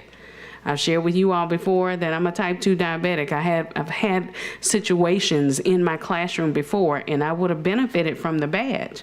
But that should not be our first action. There's some other things that we need to do first. And then I would also say that although I might, and this is hypothetical because I love my community, but I might want to live in the country club of Louisiana and be behind a gate and have a big old nice house. But if my budget does not support that, that's going to be a very short-lived situation. And so I'm saying all of that to say, too, that we need to make sure that we have the money to support this particular item. So that's my 2, 3, 4, 5, 6 cents. All right, moving on to Ms. Kennison. In light of all this, I'd like to request that there's a presentation at the regular board meeting regarding safety and what our current plan is, or what we're looking to do, or what, like Mr. Gode brought up a really good point that we're seeming to attack this in a piecemeal sort of fashion, and it needs to be comprehensive so we can understand we're up here not sure what it is we're doing for safety. So I think we need to know, and the public needs to know, what plan for school safety we have right now that we're doing. And I know that Ms. Stewart had asked for Captain Walker's plan. You're new, so it's okay, but we want to hear it. So I'd like to officially request that we have a presentation at the next board meeting regarding safety and what it is we're doing and what we plan to do. And then my question to you, do you guys offer, or would you be willing to consider a pilot of your product at just a handful of schools? So we could test it out rather than all or nothing. Heather's no longer in the air, by the way. That's her that just showed up. I'll yield on the sales side if that's all right. Thank you. I apologize for being late. The storms prevented me from coming in tonight. Yes, we do have that as an option. We typically want to make sure that it is with boundaries so that we don't do it for a year. You know, we want to do it within a certain amount of time. We want to make sure it's going to be done at schools that are to be participating and wanting to be involved. But we have absolutely done that before, and we could consider that and have that conversation to see, you know, if there's maybe a feeder pattern of some of the schools that we might want to try it in. But we would highly recommend you try it at every level, because of course we have issues at every level of, you know, nobody thinks elementary school is where there's issues, but that's actually where most threats come from. So we would want you to participate at more than one level as well, to make sure that all of you know, the employees and the staff at even different areas of the city are going to be using it so they can experience it. Sure. There's obvious interest in the district. What would the pilot program, like, is there a cost? It does. It's a lot for us. You know, we have to do a lot with obviously the product that costs us, and then the installation, the integrations with your other systems. It's a big effort. It's a big lift on our part. So it's a big investment for us to do that. I mean, we don't recoup our costs until year 2, 3, typically, because it is such a heavy lift on year 1 for us, and then that ongoing maintenance. So it does cost. But like I said, we've done shortened 3 months, we've done 6 months. We don't like to do full years, because typically people then just kind of forget about it. Sure. You know, and then we're waiting to see what's going to happen, and then nobody talks about it again. Sure. So I would be interested to discuss a pilot proposal, and perhaps, Great. I don't know if you had to fly here, but yeah, want to come back. Yeah, oh, I will. Yeah. You know, the data I heard talked about as well, we collect a lot of data. And the pilots we've done, the data shows a lot. And typically from that, we just did one. I'm from Texas, and we just did one out in the Houston area with a big district. And we did it 3 months, and the data was so compelling, immediately. So usually that's what turns the corner. Okay. All right, thank you. Okay, thank you. We are, of course, still in the substitute motion, and of course, that means that we will finish board comments here, and then we will go to public comment and back to the board, and it is 7:47. I really, within my recommendation, my suggestion is that we cut our time once again, which would leave public comments to 1 minute per person, and then board comments to 2 minutes per board member. So, Mr. Martin. Thank you very much. I think that's a great decision. Our job as a board is a number of things, but one of which is setting priorities and allocating our very scarce resources. Yes, one way to look at this is the $20 per student, $100 to teacher.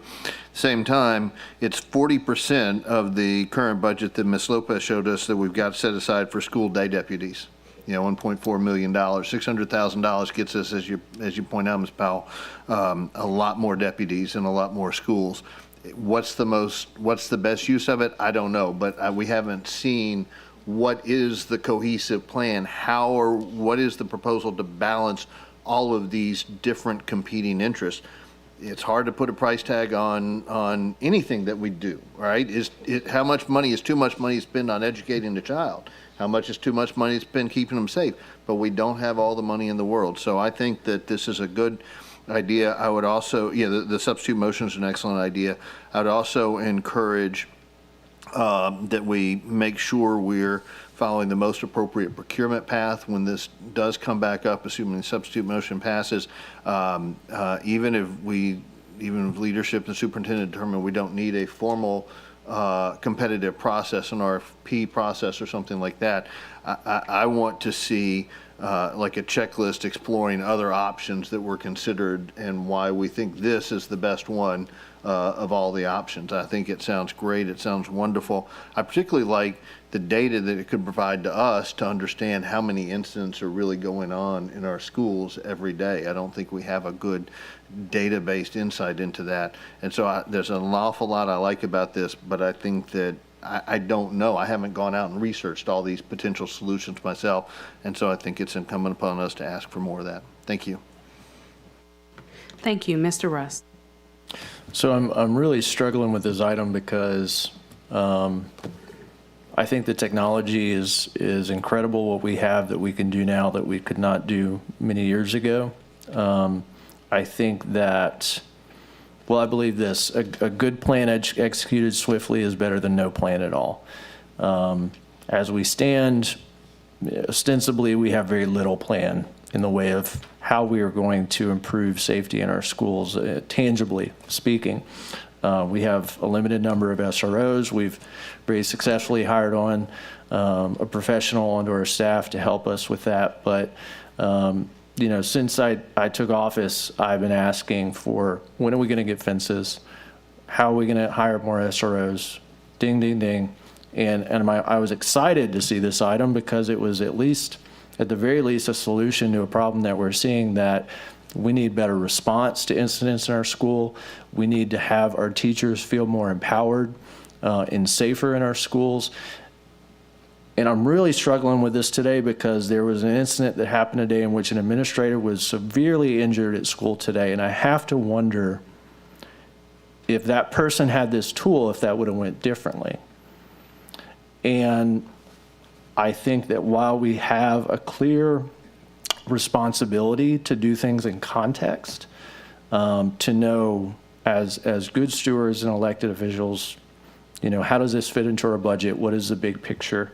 I think we need to really think about if kicking this can down the road serves the people that we are elected to serve the best that we can.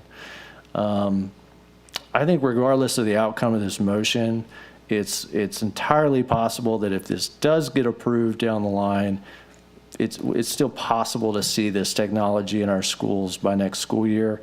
And I think that that would be a net positive regardless of how this motion comes out. Thank you. Thank you. Mr. Lanus. Thank you, Madam Vice President. I'll try to be really fast. I just want board members to think about the timetable about a lot of things that we're talking about. A lot was said tonight, and some of the things that we heard, some of it almost was contradictory, because I want you to think about this. I think Coach talked about this earlier. You're almost at the end of the school year. It was just discussed that we don't have enough SROs, so who's going to man schools after testing? Because that's when you have the most fights, and that's when you have the most incidents and interactions on our campus. I just want us to think about that. You talked about Captain McGarner when he had the role of Chief Security Officer. His first initial move was to go out and hire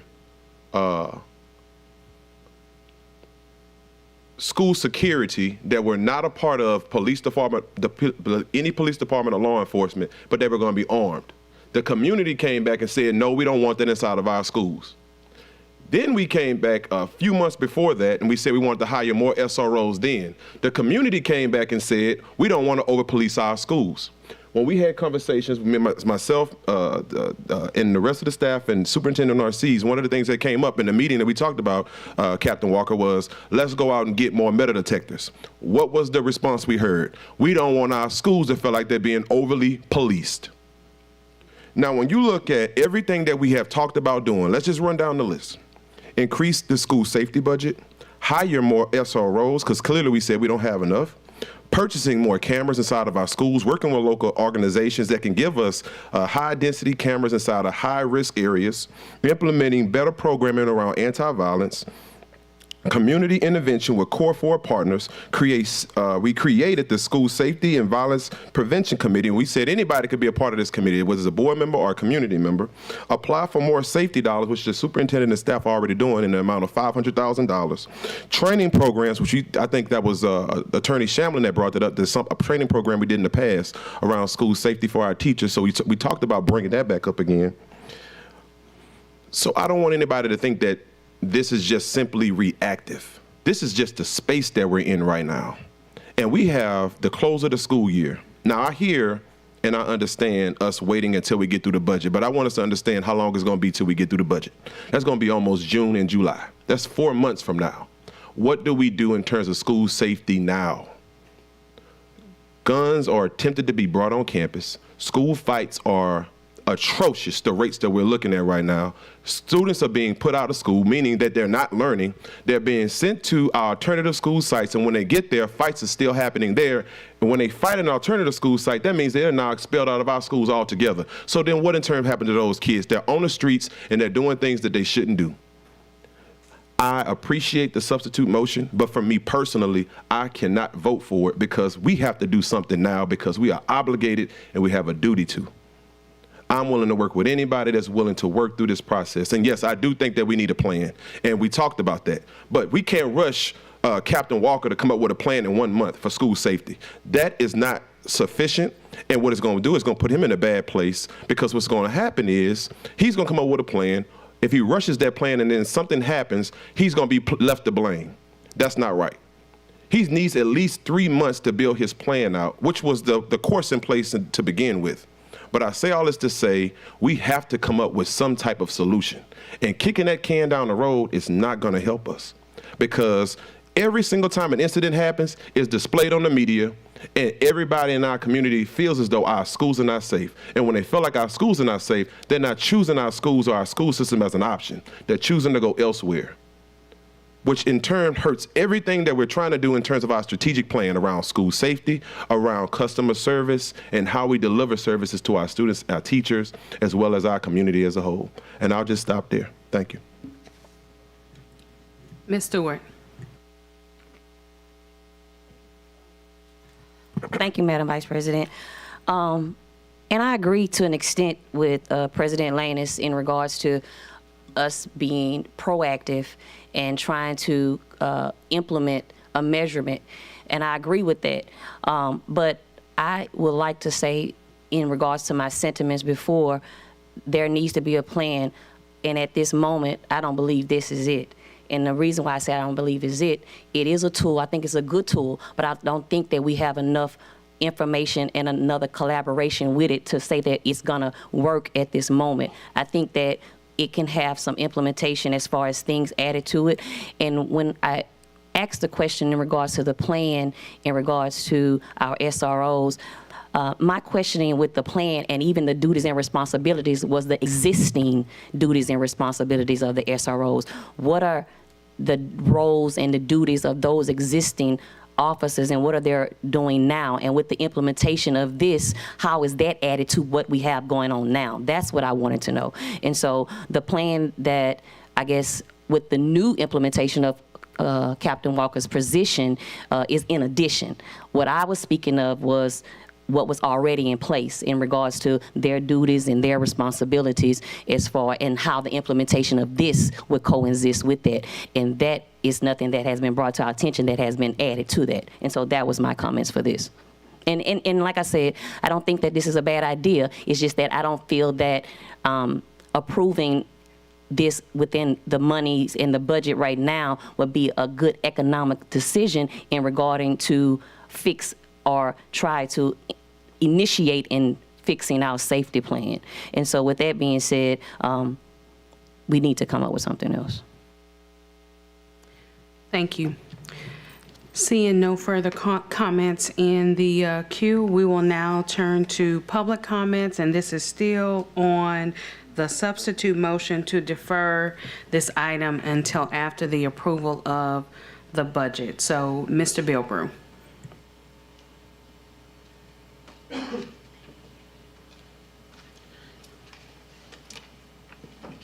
Good evening again. I would like to say that I would appreciate if you all take action today. Every day that we wait and we say that we need more. I have a question. At the beginning of the presentation, before we was introduced to this organization, someone said that they talked to them and they questioned them for 2 hours. What was discussed in that meeting for 2 hours that you all don't know the answers to what's going on now? There are members of this school board that are pushing for a resolution or something to be done immediately, and there are other ones that say, well, let's just sit back and think about it, and let's hope and pray that things get better. Those are the ones that I believe are the ones who are active in the schools that they're governing and the ones that are not active. If you go to the school and you see what is going on a daily basis, you will vote to not postpone this or kick this down the road any further and do something tonight. Because just like thing number 15, I just want to say real quickly, I teach in the morning from 6 o'clock until the end, then I coach, then I go teach night school, and I come and sit in the board meeting to speak on menu issue number 15, and then you say, okay, well, we're going to push it over to the next thing. Okay, let's do something today, because every day that we're waiting, somebody's not safe. And our child is not worth $20 a day, a 2 for $20 at Applebee's. Thank you, Mr. Bilbrough. Okay, any additional comments from the public? Okay, returning to comments from the board, I have entered into the queue. There is one additional statement that I wanted to make that also lends itself to my agreement with the item being deferred. I, along with Mr. Lewis, had the opportunity to attend the Louisiana State Board, School Board Association's conference. In that process, I attended a session on the Louisiana School Safety Initiative. There was an entire presentation on what the state is doing on the state level. Within that, there was a project or an initiative that was brought forward that allowed there to be a free program called the Rapid Response App. Now, we've already talked about how we don't need to use the cell phone signals, but then we need to use a Bluetooth signal. If our board cannot come to a consensus tonight, that doesn't mean that we won't ever come to one in hopes of getting an item that costs this much money. But in the meantime, because I've heard, even behind the scenes, I've heard people refer to fencing as a Band-Aid. If we need to get a Band-Aid because we don't know how much money we have to put towards this, let's use the Band-Aid that's provided by the state until we know how much money we have, until we know how much we can actually put towards this. So with that in mind, I say defer the item so that way we can explore what already exists on the state level to assist us for free, and then we can consider what we really need to be spending our money on and how much money we need to spend on it. Thank you. If there are any additional comments from the board. Mr. Lewis. Short and sweet, just a point I want to make sure about the language. Let me ask this: can we take the money for this project?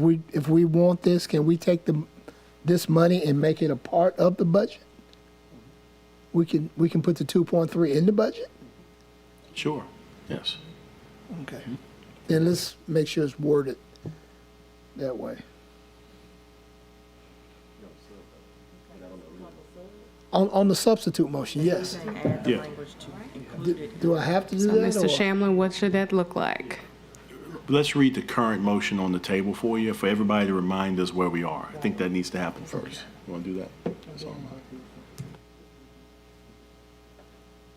Substitute motion to defer the request for the approval of a contract between East Baton Rouge Parish School Board and Synergix in the amount of $2,345,450 over a 3-year period to provide an emergency response system for classroom and school-wide security to a meeting following the approval of the budget. Okay. So that's, all right, that's fine.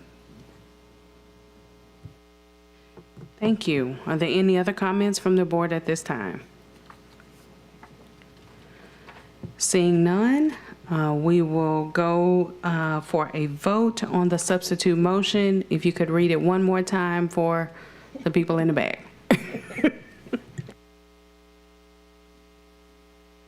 The substitute motion to defer the request for the approval of a contract between East Baton Rouge Parish School System and Synergix in the amount of $2,345,450 over a 3-year period to provide an emergency response system for classroom and school-wide security to a meeting following the approval of the budget.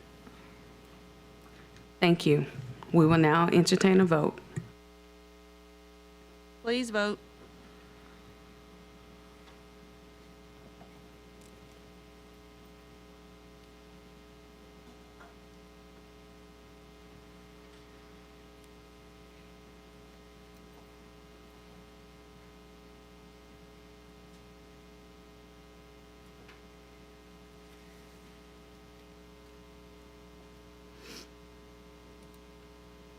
The motion carries.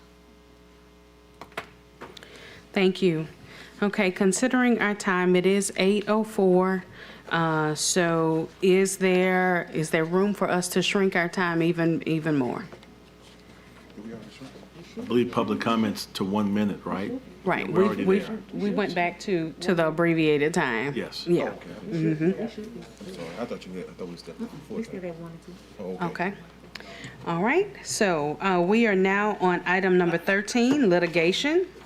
Consideration of a request for the approval of the recommendation from Gwen Shamlin, General Counsel, EBR PSB, in the following matters. Alphabet A, Video Hawkins versus the East Baton Rouge Parish School Board, suit number C 689-380, $689,380, Section 23, 19th JDC, Parish of EBR, and to provide for related matters. Alphabet B, Randolph versus East Baton Rouge Parish School Board et al., MDLA docket number 15-654. Is there a motion? Okay, it has been moved by Mr. Gode and seconded by Ms. Stewart. We will now entertain comments from the board.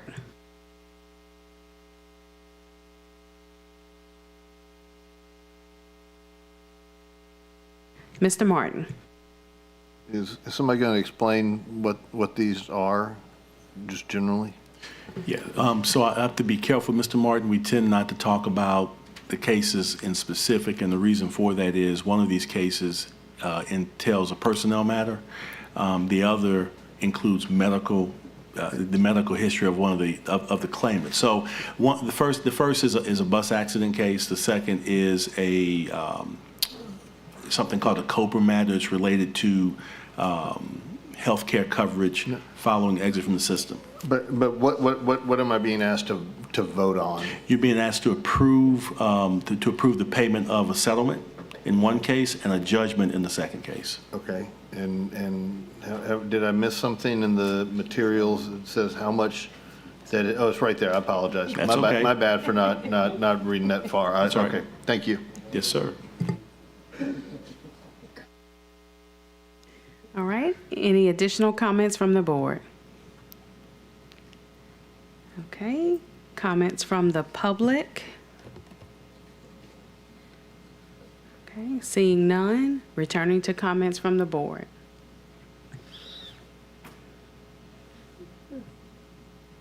Okay, we will entertain a vote. Please vote.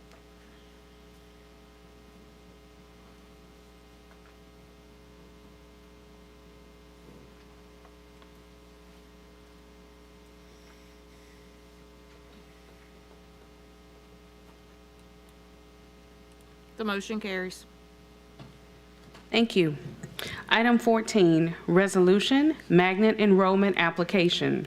Consideration of a request for the adoption of a resolution instructing the superintendent to conduct a parent guardian satisfaction survey regarding the magnet enrollment application process, beginning with the recently closed 2023-2024 school year. Is there a motion? Oh, okay. All right, Mr. Russ? So I'll read the resolution. Is that appropriate? Yeah. A resolution of the East Baton Rouge Parish School Board authorizing the superintendent to conduct a parent-guardian satisfaction survey regarding the magnet enrollment application process, beginning with the recently closed 2023-2024 school year.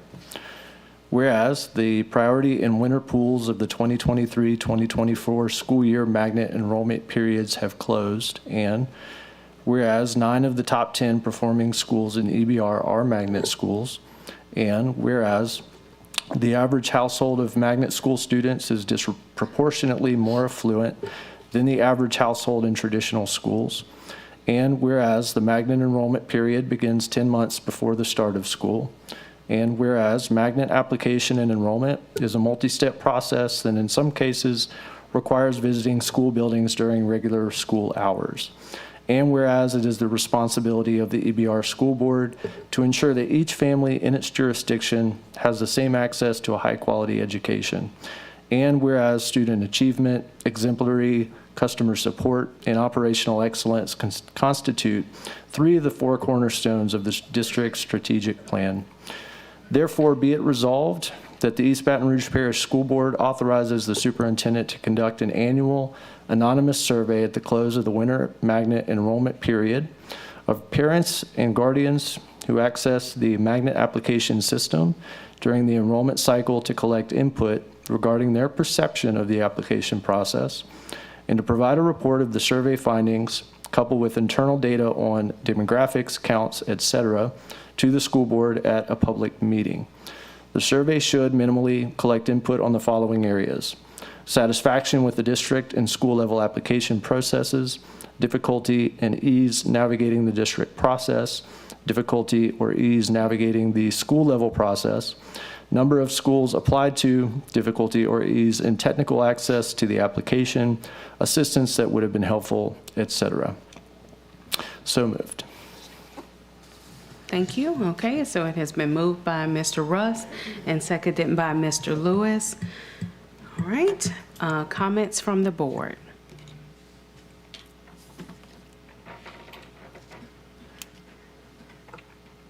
Okay. Ms. Kennison. Mr. S., I'm just curious where it's coming from. So my request and my intention with this is to publicly, I suppose, garner support of the board for attention on this matter, and that I believe that we may be able to improve the magnet application process, but I would like to see data so that we can make our own conclusions about that. I want that data to be accurate. I want to work with the district to, as a board, to come up with a process where this is not just a one-time thing, where we're conducting annual review of this process, so we can ensure that, as we should as a system, that we have a good application process for our most highly sought-after schools in the district, that it's accessible, that we're doing the best that we can to level the playing field so that all kids can access that system to the best of their ability. I think that that is reasonable, and I think that most people will agree with the idea that we should at least have good data about that process, and that is my intention with this motion. Thank you. Okay, thank you. Mr. Lewis. I'm going to support, this resolution. However, I could care less about the magnet schools process. I mean, they've got the best deal. They're getting the best kids. Okay, what I want to see is an equitable opportunity across the board for everybody's child to be in a good school. Now, let me back up. Let me backtrack. I care about all the schools. I care about all the schools, all the kids. But the magnet schools are kind of the cream of the crop. Everybody child deserves an equitable, an equitable education. They deserve the right to get into a really good school. And I hope this leads to across the board, a one-stop shop. All the kids have access to good schools. Way back when, every school in the district had a magnet component. You had a lot more diversity in the school system when everybody had a magnet component. But somewhere around 99, 2000, 2001, 2002, you start getting these dedicated magnets. And then the diversity went away. And you had kids in schools that were underperforming, under-resourced. So why not have a magnet component, a real magnet component, in all the schools? Let's make sure all our kids have access to an equitable education. And I hope this survey leads to that. Now, I apologize if I offended anybody or stepped on your toes, but the magnet schools, they're getting all the great students. It's a brain drain. The magnet schools are a brain drain on the rest of the schools in this parish, the rest of the schools in this city. Let's level the playing field. Let's make sure everybody has access to an equitable education. Thank you. Mr. Gode. Thank you, and I'd like to read in a substitute motion, make a substitute motion, and because it's lengthy, because the whole resolution was lengthy, I hope it doesn't count against my time. I motion, this is a substitute motion to ask the superintendent to conduct a voluntary anonymous survey in April of 2023 to open to all parents and guardians of students within East Baton Rouge Public Schools. The survey should minimally collect input on the following areas. Are you currently enrolled in a magnet program? Did you apply for a magnet seat in the 2023-2024 school year? If not, why not? If you applied, what is the current status of your application? Satisfaction with the district and school level application process? Difficulty or ease of navigating the district process? Difficulty, ease navigating the school level process?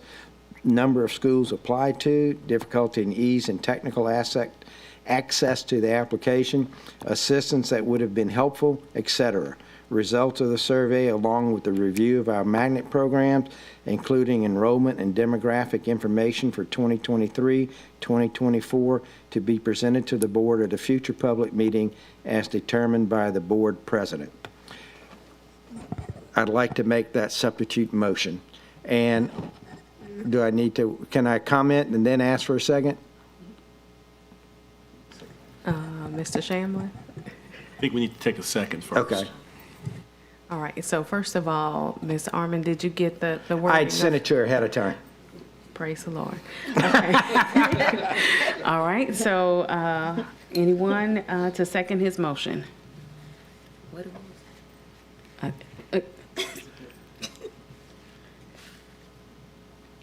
right. Okay, seeing none, I guess we will return to. Now can I speak? Yes. Okay. The reason I made the motion, just so everyone can know, I don't have any problem with the survey. I have a lot of problem with the whereas clauses. And the first one talks about being 10 months. Okay? That is a policy that was set by the board. The application process opens in October through December for the first pool. The reason for that is private and parochial school parents have to sign contracts generally at the beginning of February for their students to enter, to reserve their class. And we say we want this open to all. So what we're doing is if we don't open the thing that early, we cannot tell the parents in January whether or not they have a seat in a magnet school. So it's not being open to all. It's excluding all private and parochial parents because they have to make the financial obligation to their schools before they know. The second thing is, as we work through this, we passed a new, in September of last year, the board passed a contract for an entirely new host for our application system. So the application system is going to be changed. So we're going to be working through that. Lastly, we have, if you look at the percentages, and to Mr. Mr. Lewis's comments and things, if you look at the number, because I did take the time to go ask the coordinator for our magnet programs, what's the application rates? We've had almost 2,700 applications already processed. And the numbers that go through that, I sent it to all the board. There is not a huge discrepancy.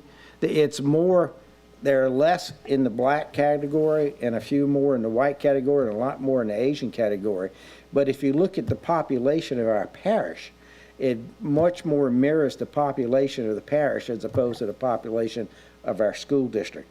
So I think there are a lot of things in the whereas clauses in here that I just disagree with.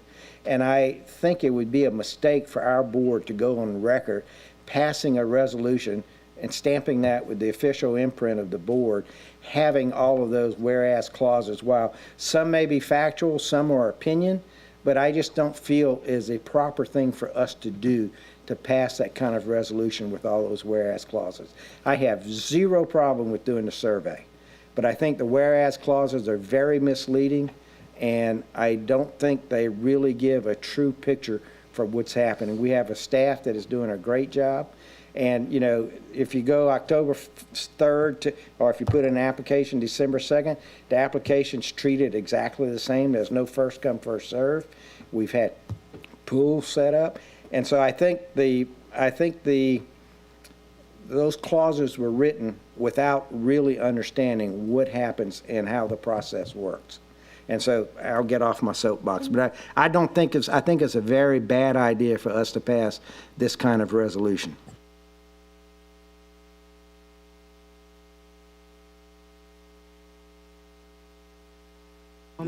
It may be more appropriate for Ms. Armand to read.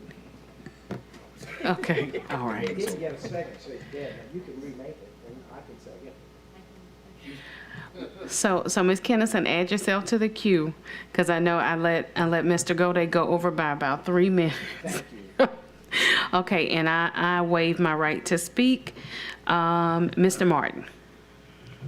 First, I'd just like to ask a point of clarification. Mr. Gode, if I understand, your substitute motion was identical to the operative language of the therefore. I actually added a little bit because I added, instead of just the parents who put in applications, I wanted it to all parents. Okay, thank you. I don't see anything opinion-oriented or non-factual in any of those whereases, so I have no problem whatsoever voting for those whereases. I think that this is an important issue. The only reason I really want to comment is to ensure that when we, particularly given the nature of the resolution, when we conduct the survey, I want to make sure that we do everything we can to eliminate any barriers to responding to the survey. You know, that we don't assume certain levels of technology or whatever. That's difficult, but I just want to make sure that as we work with the survey firm, or however we do the survey, that we don't impose some barriers there that might skew the responses. Thank you. Thank you. Mr. Blue. Thank you. I would just encourage Mr. Gode, Mr. Rust, and anybody who has recommendations to maybe work on the language of the resolution between now and the board meeting, and if we can come up with something to improve it, we can always pull it and vote on it separately then, but just a recommendation.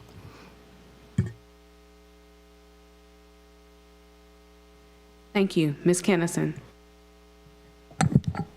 I'm going to go back in time and second Mr. Gode. I think you have to reintroduce it. All right, so we'll do it in real time. Can I make the same Yes. substitute motion? Yes.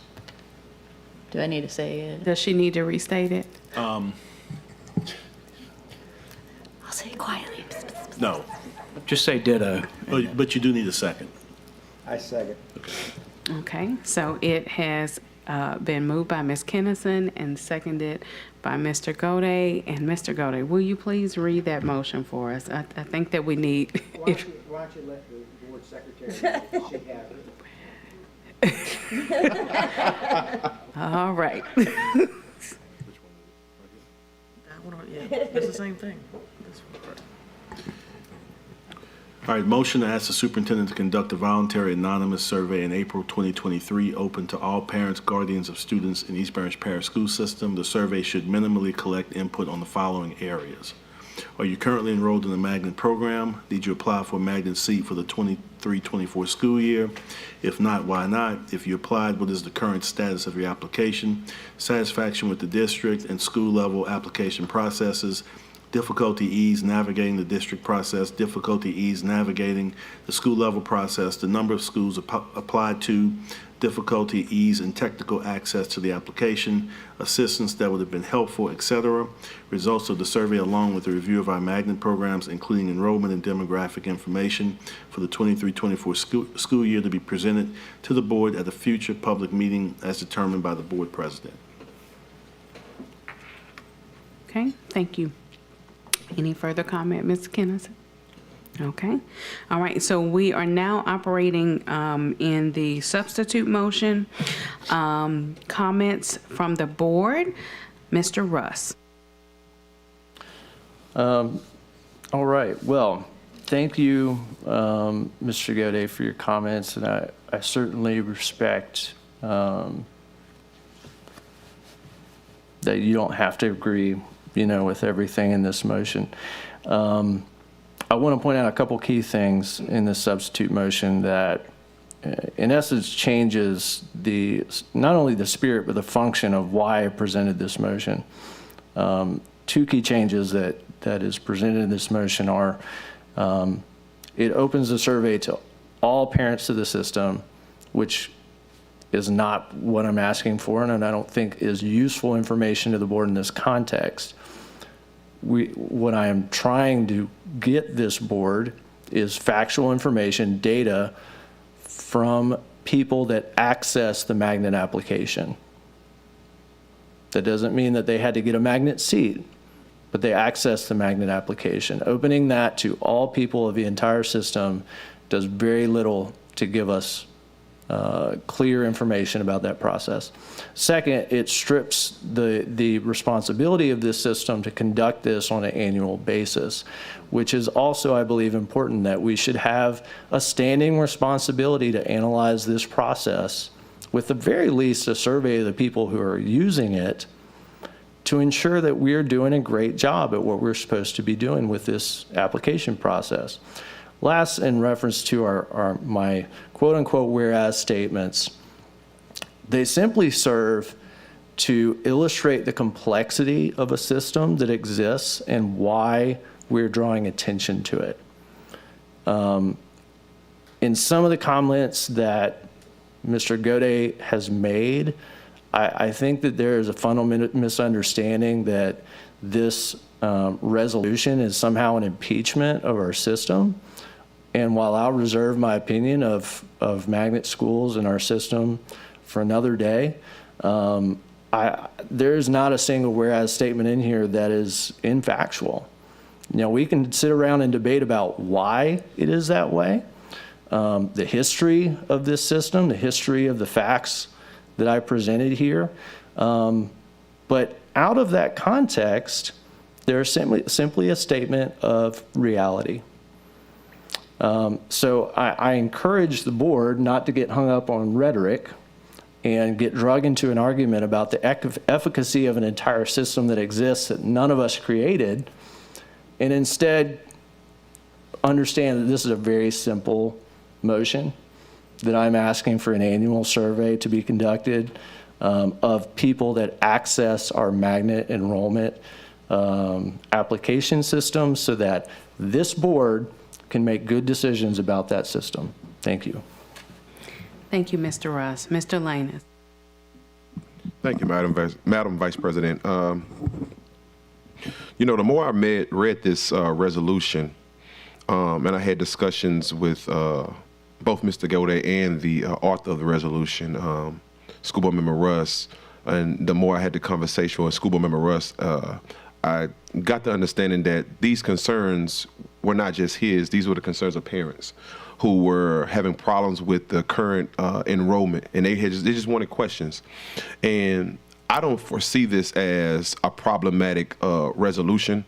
I do understand the concerns, though, that Mr. Gaudet raised, the school board member Gaudet raises, but I don't think this is a problematic situation. I'll even take it a step further. I think that every process that we have, whether it's enrollment of traditional school students, enrollment inside of our magnet school application or magnet school programs, I think everything that we do should be tracked, monitored, and evaluated on an annual basis to ensure that we are putting our very best practices and foot forward at servicing our parents. And the part that really stuck out to me when I read the resolution was the part where 3 of the components of which this resolution is trying to address, it comes directly to, or it aims directly at our strategic plan around student achievement, exemplary customer support, and operational excellence. That's a big thing. And again, I think that this is something, I think this is just a start, but I would like to see us do annual evaluations on all of our processes to ensure that we're putting our best foot forward. Because I know while every family won't have a problem with it, there are enough families that are having problems with some of our systems that just needs our support, and we need to know who those families are so we can make those tweaks early on. So I'll say that I will support this. I don't think that it's egregious. I don't think it's going to be anything that's going to hinder the superintendent from doing what is necessary to move our district forward, and I think that is just good sound policy. Mr. Gaudet. Yes, thank you. I want to come back to the word rhetoric, which fellow board member Rust used. If the object is to get a good survey, and whether you do it, I put in 1 year for April, we can always come back and make it annual. That's no big deal. But if the object is to get the survey, why put in all that extra rhetoric? What is the purpose of that? Because all you're trying to do is to get a survey. And I understand we need to get data and things like that, and I have zero problem with it. But I also have a problem that saying that it's a problem that we start 10 months early so we can satisfy the taxpayers who send their kids to private and parochial schools, that some kind of way that's a problem, which that resolution implies, to me is not right. It's not right to take those parents and say, look, we're going to ask everybody else. And why do I ask all parents? Because I want to know about parents who maybe are interested in the magnet program, but they decided it wasn't worth the problem to go through and put it in. It's like asking people at Walmart why they shop at Walmart, because they like Walmart. If you want to know who's not shopping at Walmart, go to Target and ask those people, why aren't you shopping at Target? Why aren't you shopping at Walmart? So by opening up to all the parents, I'm trying to be very inclusive and get it to all of the parents who are out there. And are you passing up the opportunity for a magnet application because you think the application process is too difficult? So to me, I'm enhancing and broadening and making it more public and making it more transparent. And I'm keeping it simple without the rhetoric. And that's all I was trying to do, is make it simple, and let's get on record for what we want and make it simple. Because adding all this other stuff on top, to me, just complicates it. Thank you. All right. Thank you. Mr. Martin. Thank you, Madam Vice President. I support the original motion. I don't particularly see any of this as rhetoric or an implication that there's anything wrong with any of it. I think that the statements are entirely factual. And I think that it is important to survey particularly the individuals who have accessed the application system, because if you, as you know, Mr. Gaudet, if you do a survey, you need, preferably 500 or 600 responses to draw some valid conclusions. If you survey, if you do a random selection of 600 students, 600 families from the entire pool of Baton Rouge school students, then then only a very small percentage of those will have accessed the magnet system or have any experience or thought about it. And so I think targeting particularly those who have accessed it will target those who have some knowledge and understanding of the difficulties or not thereof. So I support the original motion. Thank you. Seeing no further board comments in the queue, we will now turn to the public, and this is on the substitute motion. Ms. Matthews.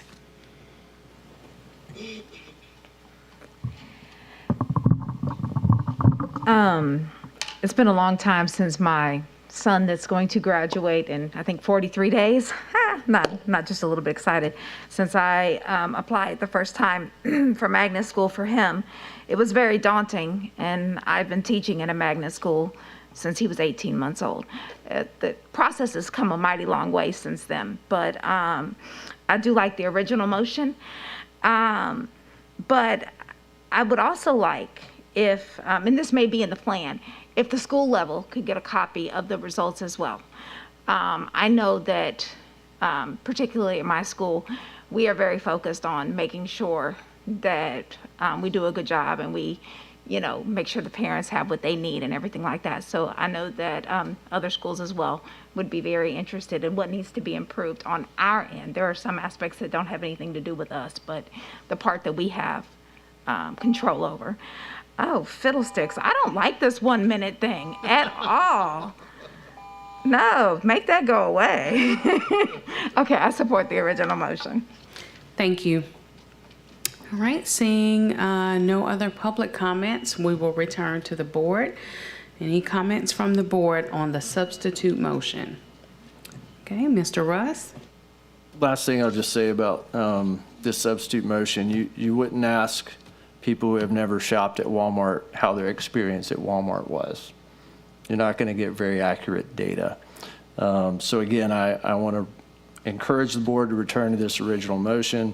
I again respect my colleagues' right not to agree with everything that I stated in the original motion, and in fact, I'll make a commitment to you to be much more brief in the future on my motions to get more consensus. Thank you. Thank you. Mr. Gode?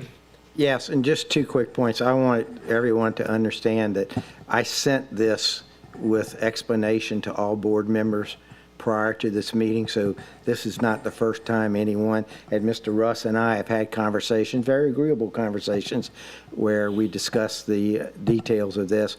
I also wanted to come back to the thing, this is a voluntary approach to this.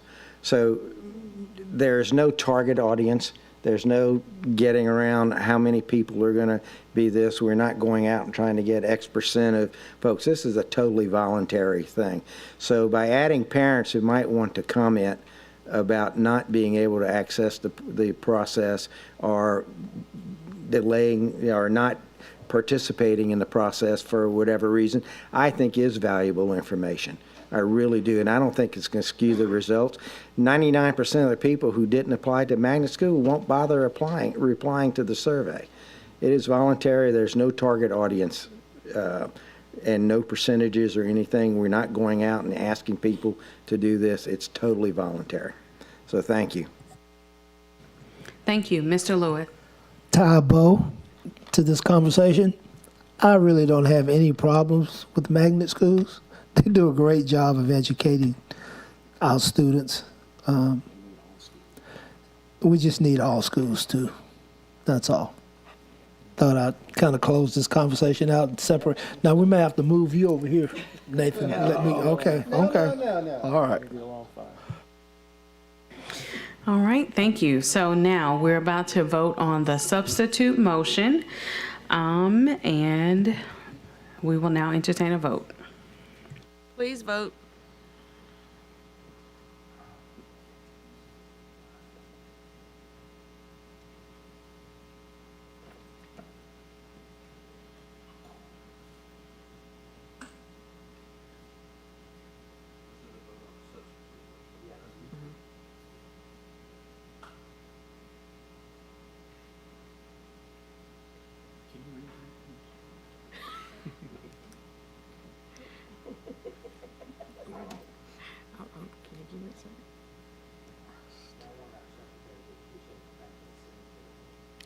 I do, Mr. Gode. The motion fails. Right. So we will now, I guess, do we return to the original item? All right, and we go through board comment. It should be in the, it should be public. You went to the board first already. Yeah, we should go back to the public. Okay, so public comment. Thank you. Okay, Ms. Matthews. Just for my last point of clarity, I just wanted to say, to a comment that was made about the magnet schools, I teach 7th grade and one of my children reads on the 2nd grade level, so it ain't all cream of the crop, but I love all my babies. Thank you, Ms. Matthews. Seeing no other public comment, we will return to comments from the board. Mr. Baloo. Yeah, I just want to compliment Mr. Rust and Mr. Goday for explaining their positions. I think they both did a good job because I went back and forth each time one of them spoke which one I was going to say. But I appreciate that, the debate. Thank you. Seeing no other board comment, we will now entertain a vote on the original item. Please vote.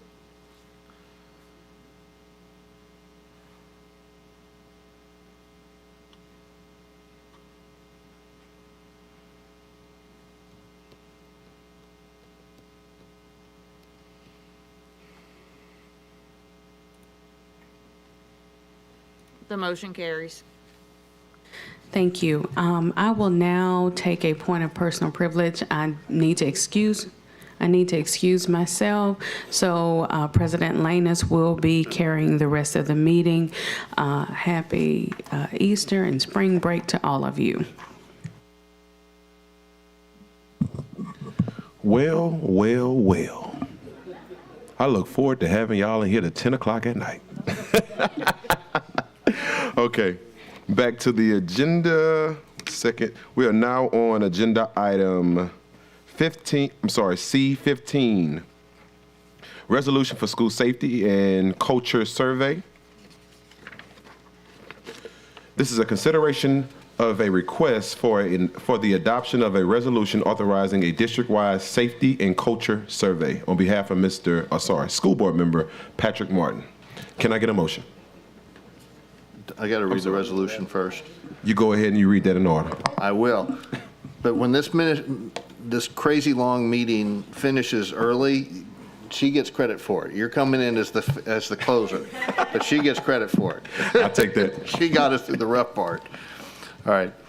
A resolution of the East Baton Rouge Parish School Board authorizing the superintendent to undertake a survey of school site personnel using a reputable firm with expertise in conducting such surveys. Whereas the East Baton Rouge Parish School System serves as the primary weekday location for nearly 40,000 students and approximately 6,000 employees, and whereas the safety of those students and employees is of utmost importance to the EBR School Board, and whereas the school system has a set of robust school safety practices in place, and whereas student discipline and community engagement play a part in school safety, and whereas it is a priority of the school board's strategic plan to increase the number of East Baton Rouge Parish School System employees that state the district provides a positive and productive work culture by 3 to 5% annually, and whereas measuring perceptions of school site culture will yield actionable data for school administrators in their pursuit of ensuring positive and productive work culture. Therefore, be it resolved that the school board authorizes the superintendent to undertake a survey of school site personnel using a reputable firm with expertise in conducting such surveys. The survey shall, 1, guarantee the anonymity of the respondents, with the contract providing that the firm conducting it shall not share with the school system any data which could connect the survey responses to the school system employee providing the response. 2, be sufficiently detailed to provide the board with a deeper understanding of the actual conditions in the classroom and other school environments. 3, be broad enough to measure perceptions of the culture, safety, and control of the classroom and school environment at each school in the system. 4, attempt to identify any discrepancies between official measures of discipline issues in schools, such as detention and suspension data, and the actual level of disruptive or dangerous behaviors in those schools. 5, be developed by the superintendent and system staff in close coordination with the school board president and vice president. 6, be designed to gather actionable information that will aid the district in 1, meeting its strategic plan goals regarding employee development, and 2, refining its strategic plan by identifying potential objective metrics for school safety, discipline, and culture. Be it further resolved that the school board authorizes the superintendent to execute a contract after following applicable procurement processes with a reputable firm with expertise in conducting such surveys in an amount not to exceed $30,000 without further vote of the board, provided that the superintendent shall report the details of the resulting contract to the board at its May meeting. I so move. Right?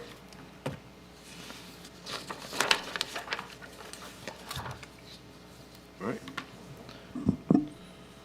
This time, we'll now go to the board for public comment. Yeah, I have a second. I got him down. This time, we'll now go to the board for public comment. I see School Board Member Mark Ballou is in the queue.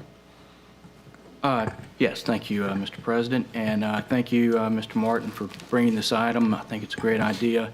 I just want to make sure, Superintendent Narcisse, I know that we don't have any surveys being done that identical, but do we have any overlap that covers any of this? Any surveys that are currently independent surveys being done? I just want to make sure we're not.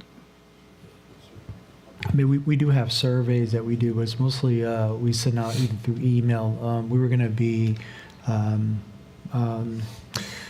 the surveys. Sometimes we send out more like culture and climate surveys, those pieces. But I think the But goal. it's not an independent. Okay, that answers my question. Yeah, so we've actually I did speak to Board Member Martin, but we already actually are going down this road. We've in the process of securing an independent group that is not from here to be able to do that and to follow through all the rules. So.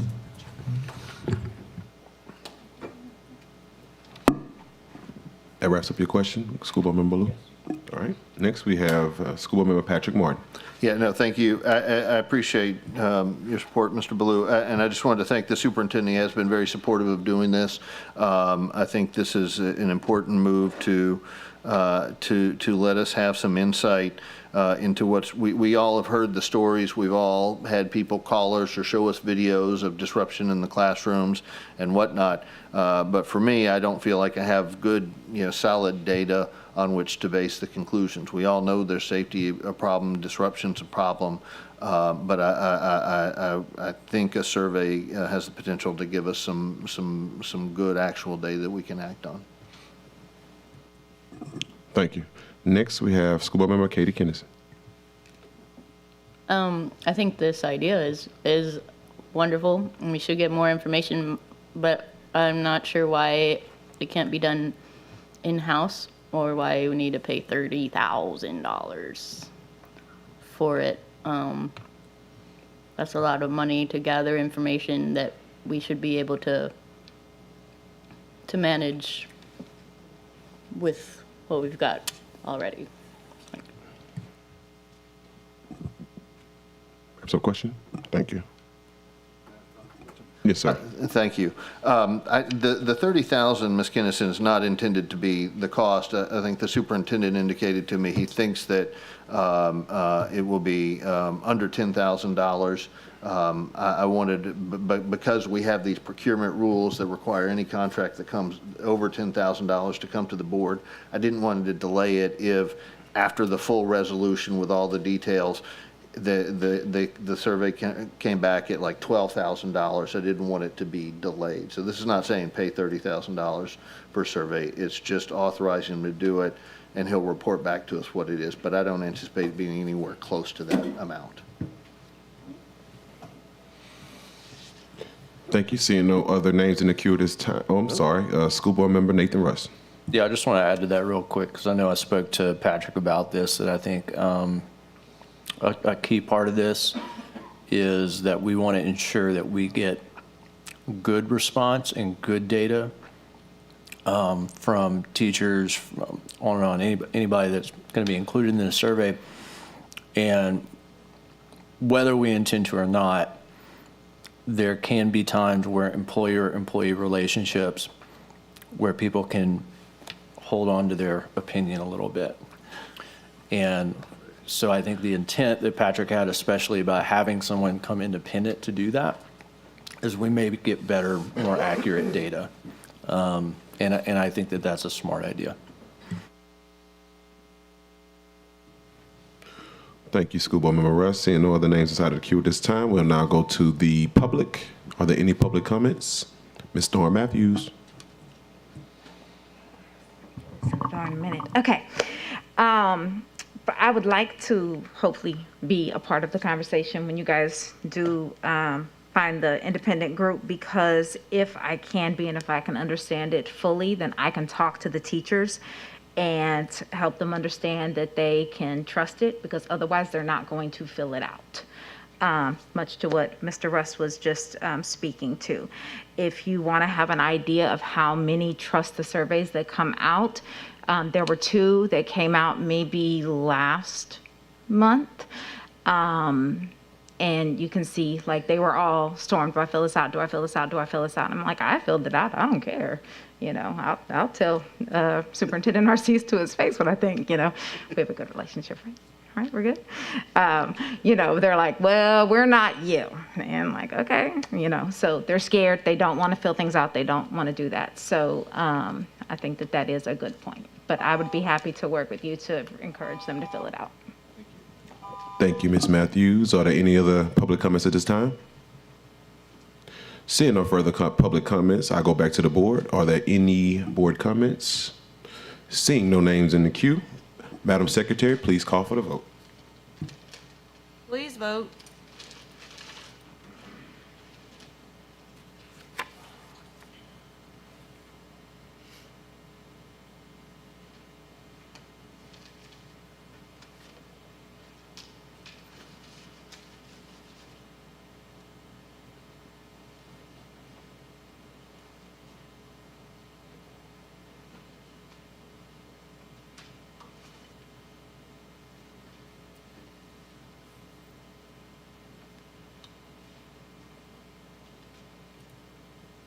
The motion carries.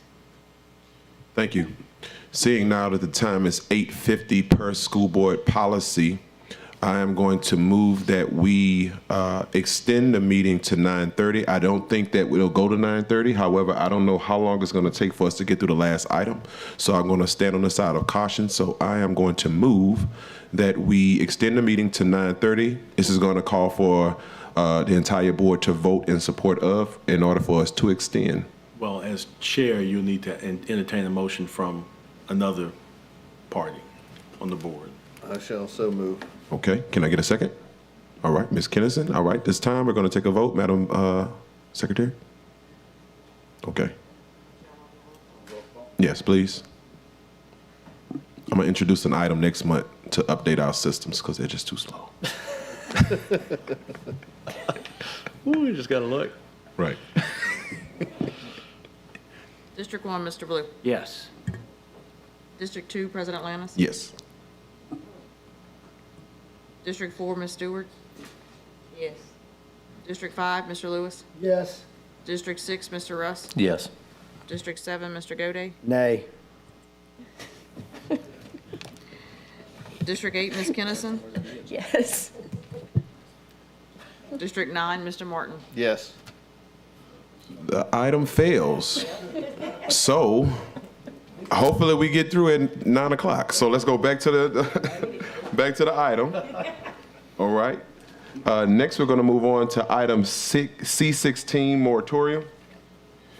This is a consideration of a request to impose a 6-month moratorium on all ceremonial resolutions of the East Baton Rouge Parish School Board expressing appreciation or honors or having no declarative legal effect, and to request a recommendation from council on an alternative method for the adoption of such future ceremonial resolutions. Can I get a move? Can I get a motion? All right. Moved by School Board Member Nathan Russ, seconded by School Board Member Mark Ballou. Let's see. It's time to go to the board. I see no names inside of the queue for public comment. Oh. School Board Member Goday. Oh. Yeah, I'm going to be quick. I just think that, I don't know if this is really necessary because the board president and the board vice president control the agenda. And if we want to cut down on the number of these things, it's totally within their purview to do that. So to me, this is, again, getting to be a little bit superfluous and getting into the details that really we should let our leadership run the meetings. And you can turn down any resolutions you can, or unless a board member wants to put it on, but, you know, I just feel that we don't really need to have this. We as a board either decide that we don't want to do these kinds of things, or we rely on you to do it, because if a board member wants to put an item on the agenda, which is our policy, I don't know how the policy works with this and how everything goes. So I just think it's again, it's keep it simple. You know, we can just tell each other we don't need to have a bunch of these things coming up, and we can rely on our board leadership to help guide us through it. So I just think we got to keep it simple and don't quit passing resolutions against resolutions. I mean, you know, it just gets to the point where we're over managing this thing. So that's my only thought. Thank you, and I like that word, superfluous. All right, next, school board member Shoshone Stewart. Yeah, I wanted to ask Board Member Russ to kind of give a brief explanation of your just behind this. Yeah. Kind of go along like Board Member Gode said, you know, just kind of explain it so that Absolutely. We can So after last meeting, I texted our council Chamberlain and I said, we got to do something about the time that we're spending on some of these adoptions of, you know, ceremonial holidays and things, not because they don't serve a purpose, but because we spent so much time on some of those items that it took away from important business of the board. And so I brought that idea to a number of different people, including our leadership, to see if there was support of doing something about it. What I did hear was a lot of ideas of how we could do it better, which I think was great, and I think that we can come up with a way to continue to do those in a way more efficient and thoughtful manner. Introducing this motion is, for lack of a better way of putting it, kind of taking the kids' toys away, right? Till we can do it better, I think that we should put a squash on it, because between now and August, we have a lot of really important work to do. And I don't think that the board needs to spend time debating school breakfast week or anything else when we're trying to adopt a budget, figure out how to give teachers raises, how to keep schools safe, on and on and on and on. I completely agree with Mr. Gode that it's certainly within the realm of the leadership to protect our time in that way. And if the motion fails, I'm sure that they'll do the same thing. Thank you. Okay, so my question is, so implementing this policy or, you know, approving this actually does what? Does it stop that? Does it hinder that? Does it limit that? What are you actually trying to do? Because, I mean, we, as a board, we can still implement and facilitate, you know, do those things, so. Yeah, this would prevent anything coming on our agenda of the regular meeting that is ceremonial resolutions, meaning, okay, we're adopting so-and-so month and we're going to make it blah, blah, blah week for 6 months and then asking essentially our executive team to come and say, hey, give us a recommendation for a better process to do that in the future.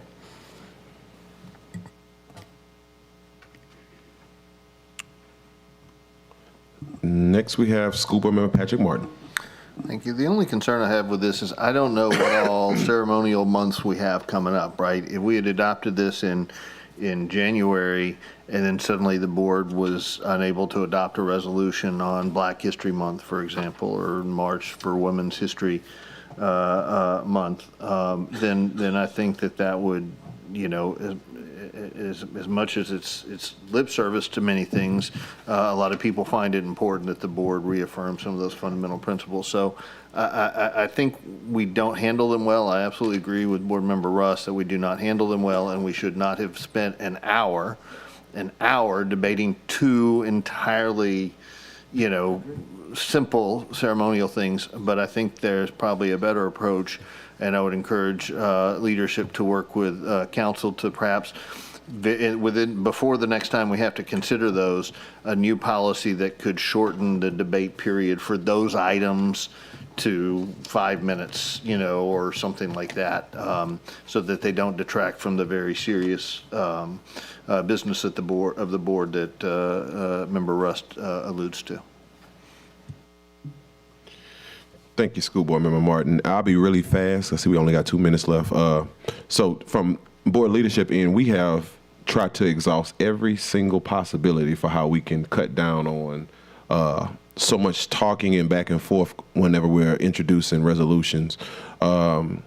Sometimes a lot of these resolutions are time sensitive. And when we're inside of leadership meetings, literally try to kick the can down the road and say, look, let's spread them out. And sometimes we can't because some of them are pertinent to certain months of the year, obviously like Black History Month, Women's History Month. So we have discussed possibly cutting the time down and speaking time in terms of resolutions because they have to go to the public and it has to come back to the board. But we're currently working through that. I'll just stop there for the sake of time. At this time, I see no other names inside of the queue. We will go to the public. Are there any public comments at this time? All right, back to the board. Seeing no names inside of the queue, Madam Secretary, please call for the vote. Please vote.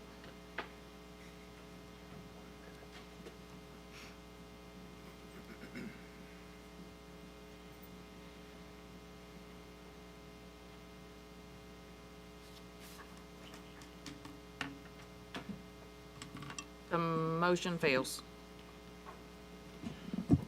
Okay, next we have the next meeting dates and announcements. Who calls for these? Okay, so she would originally call for them, so I'm calling for. Okay, I'll just make sure. All right, announcement of the meeting.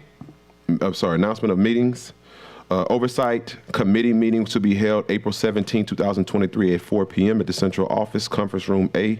Some or all board members may attend. Regular board meeting is to be held on April 20, 2023 at 5 p.m. in the Central Office Boardroom. Board workshop to be held on May 4th, 2023 at 4 p.m. in the Central Office Boardroom. Committee of the Whole to be held May 4th, 2023 at 5 p.m. in the Central Office Boardroom. Can I get an adjournment?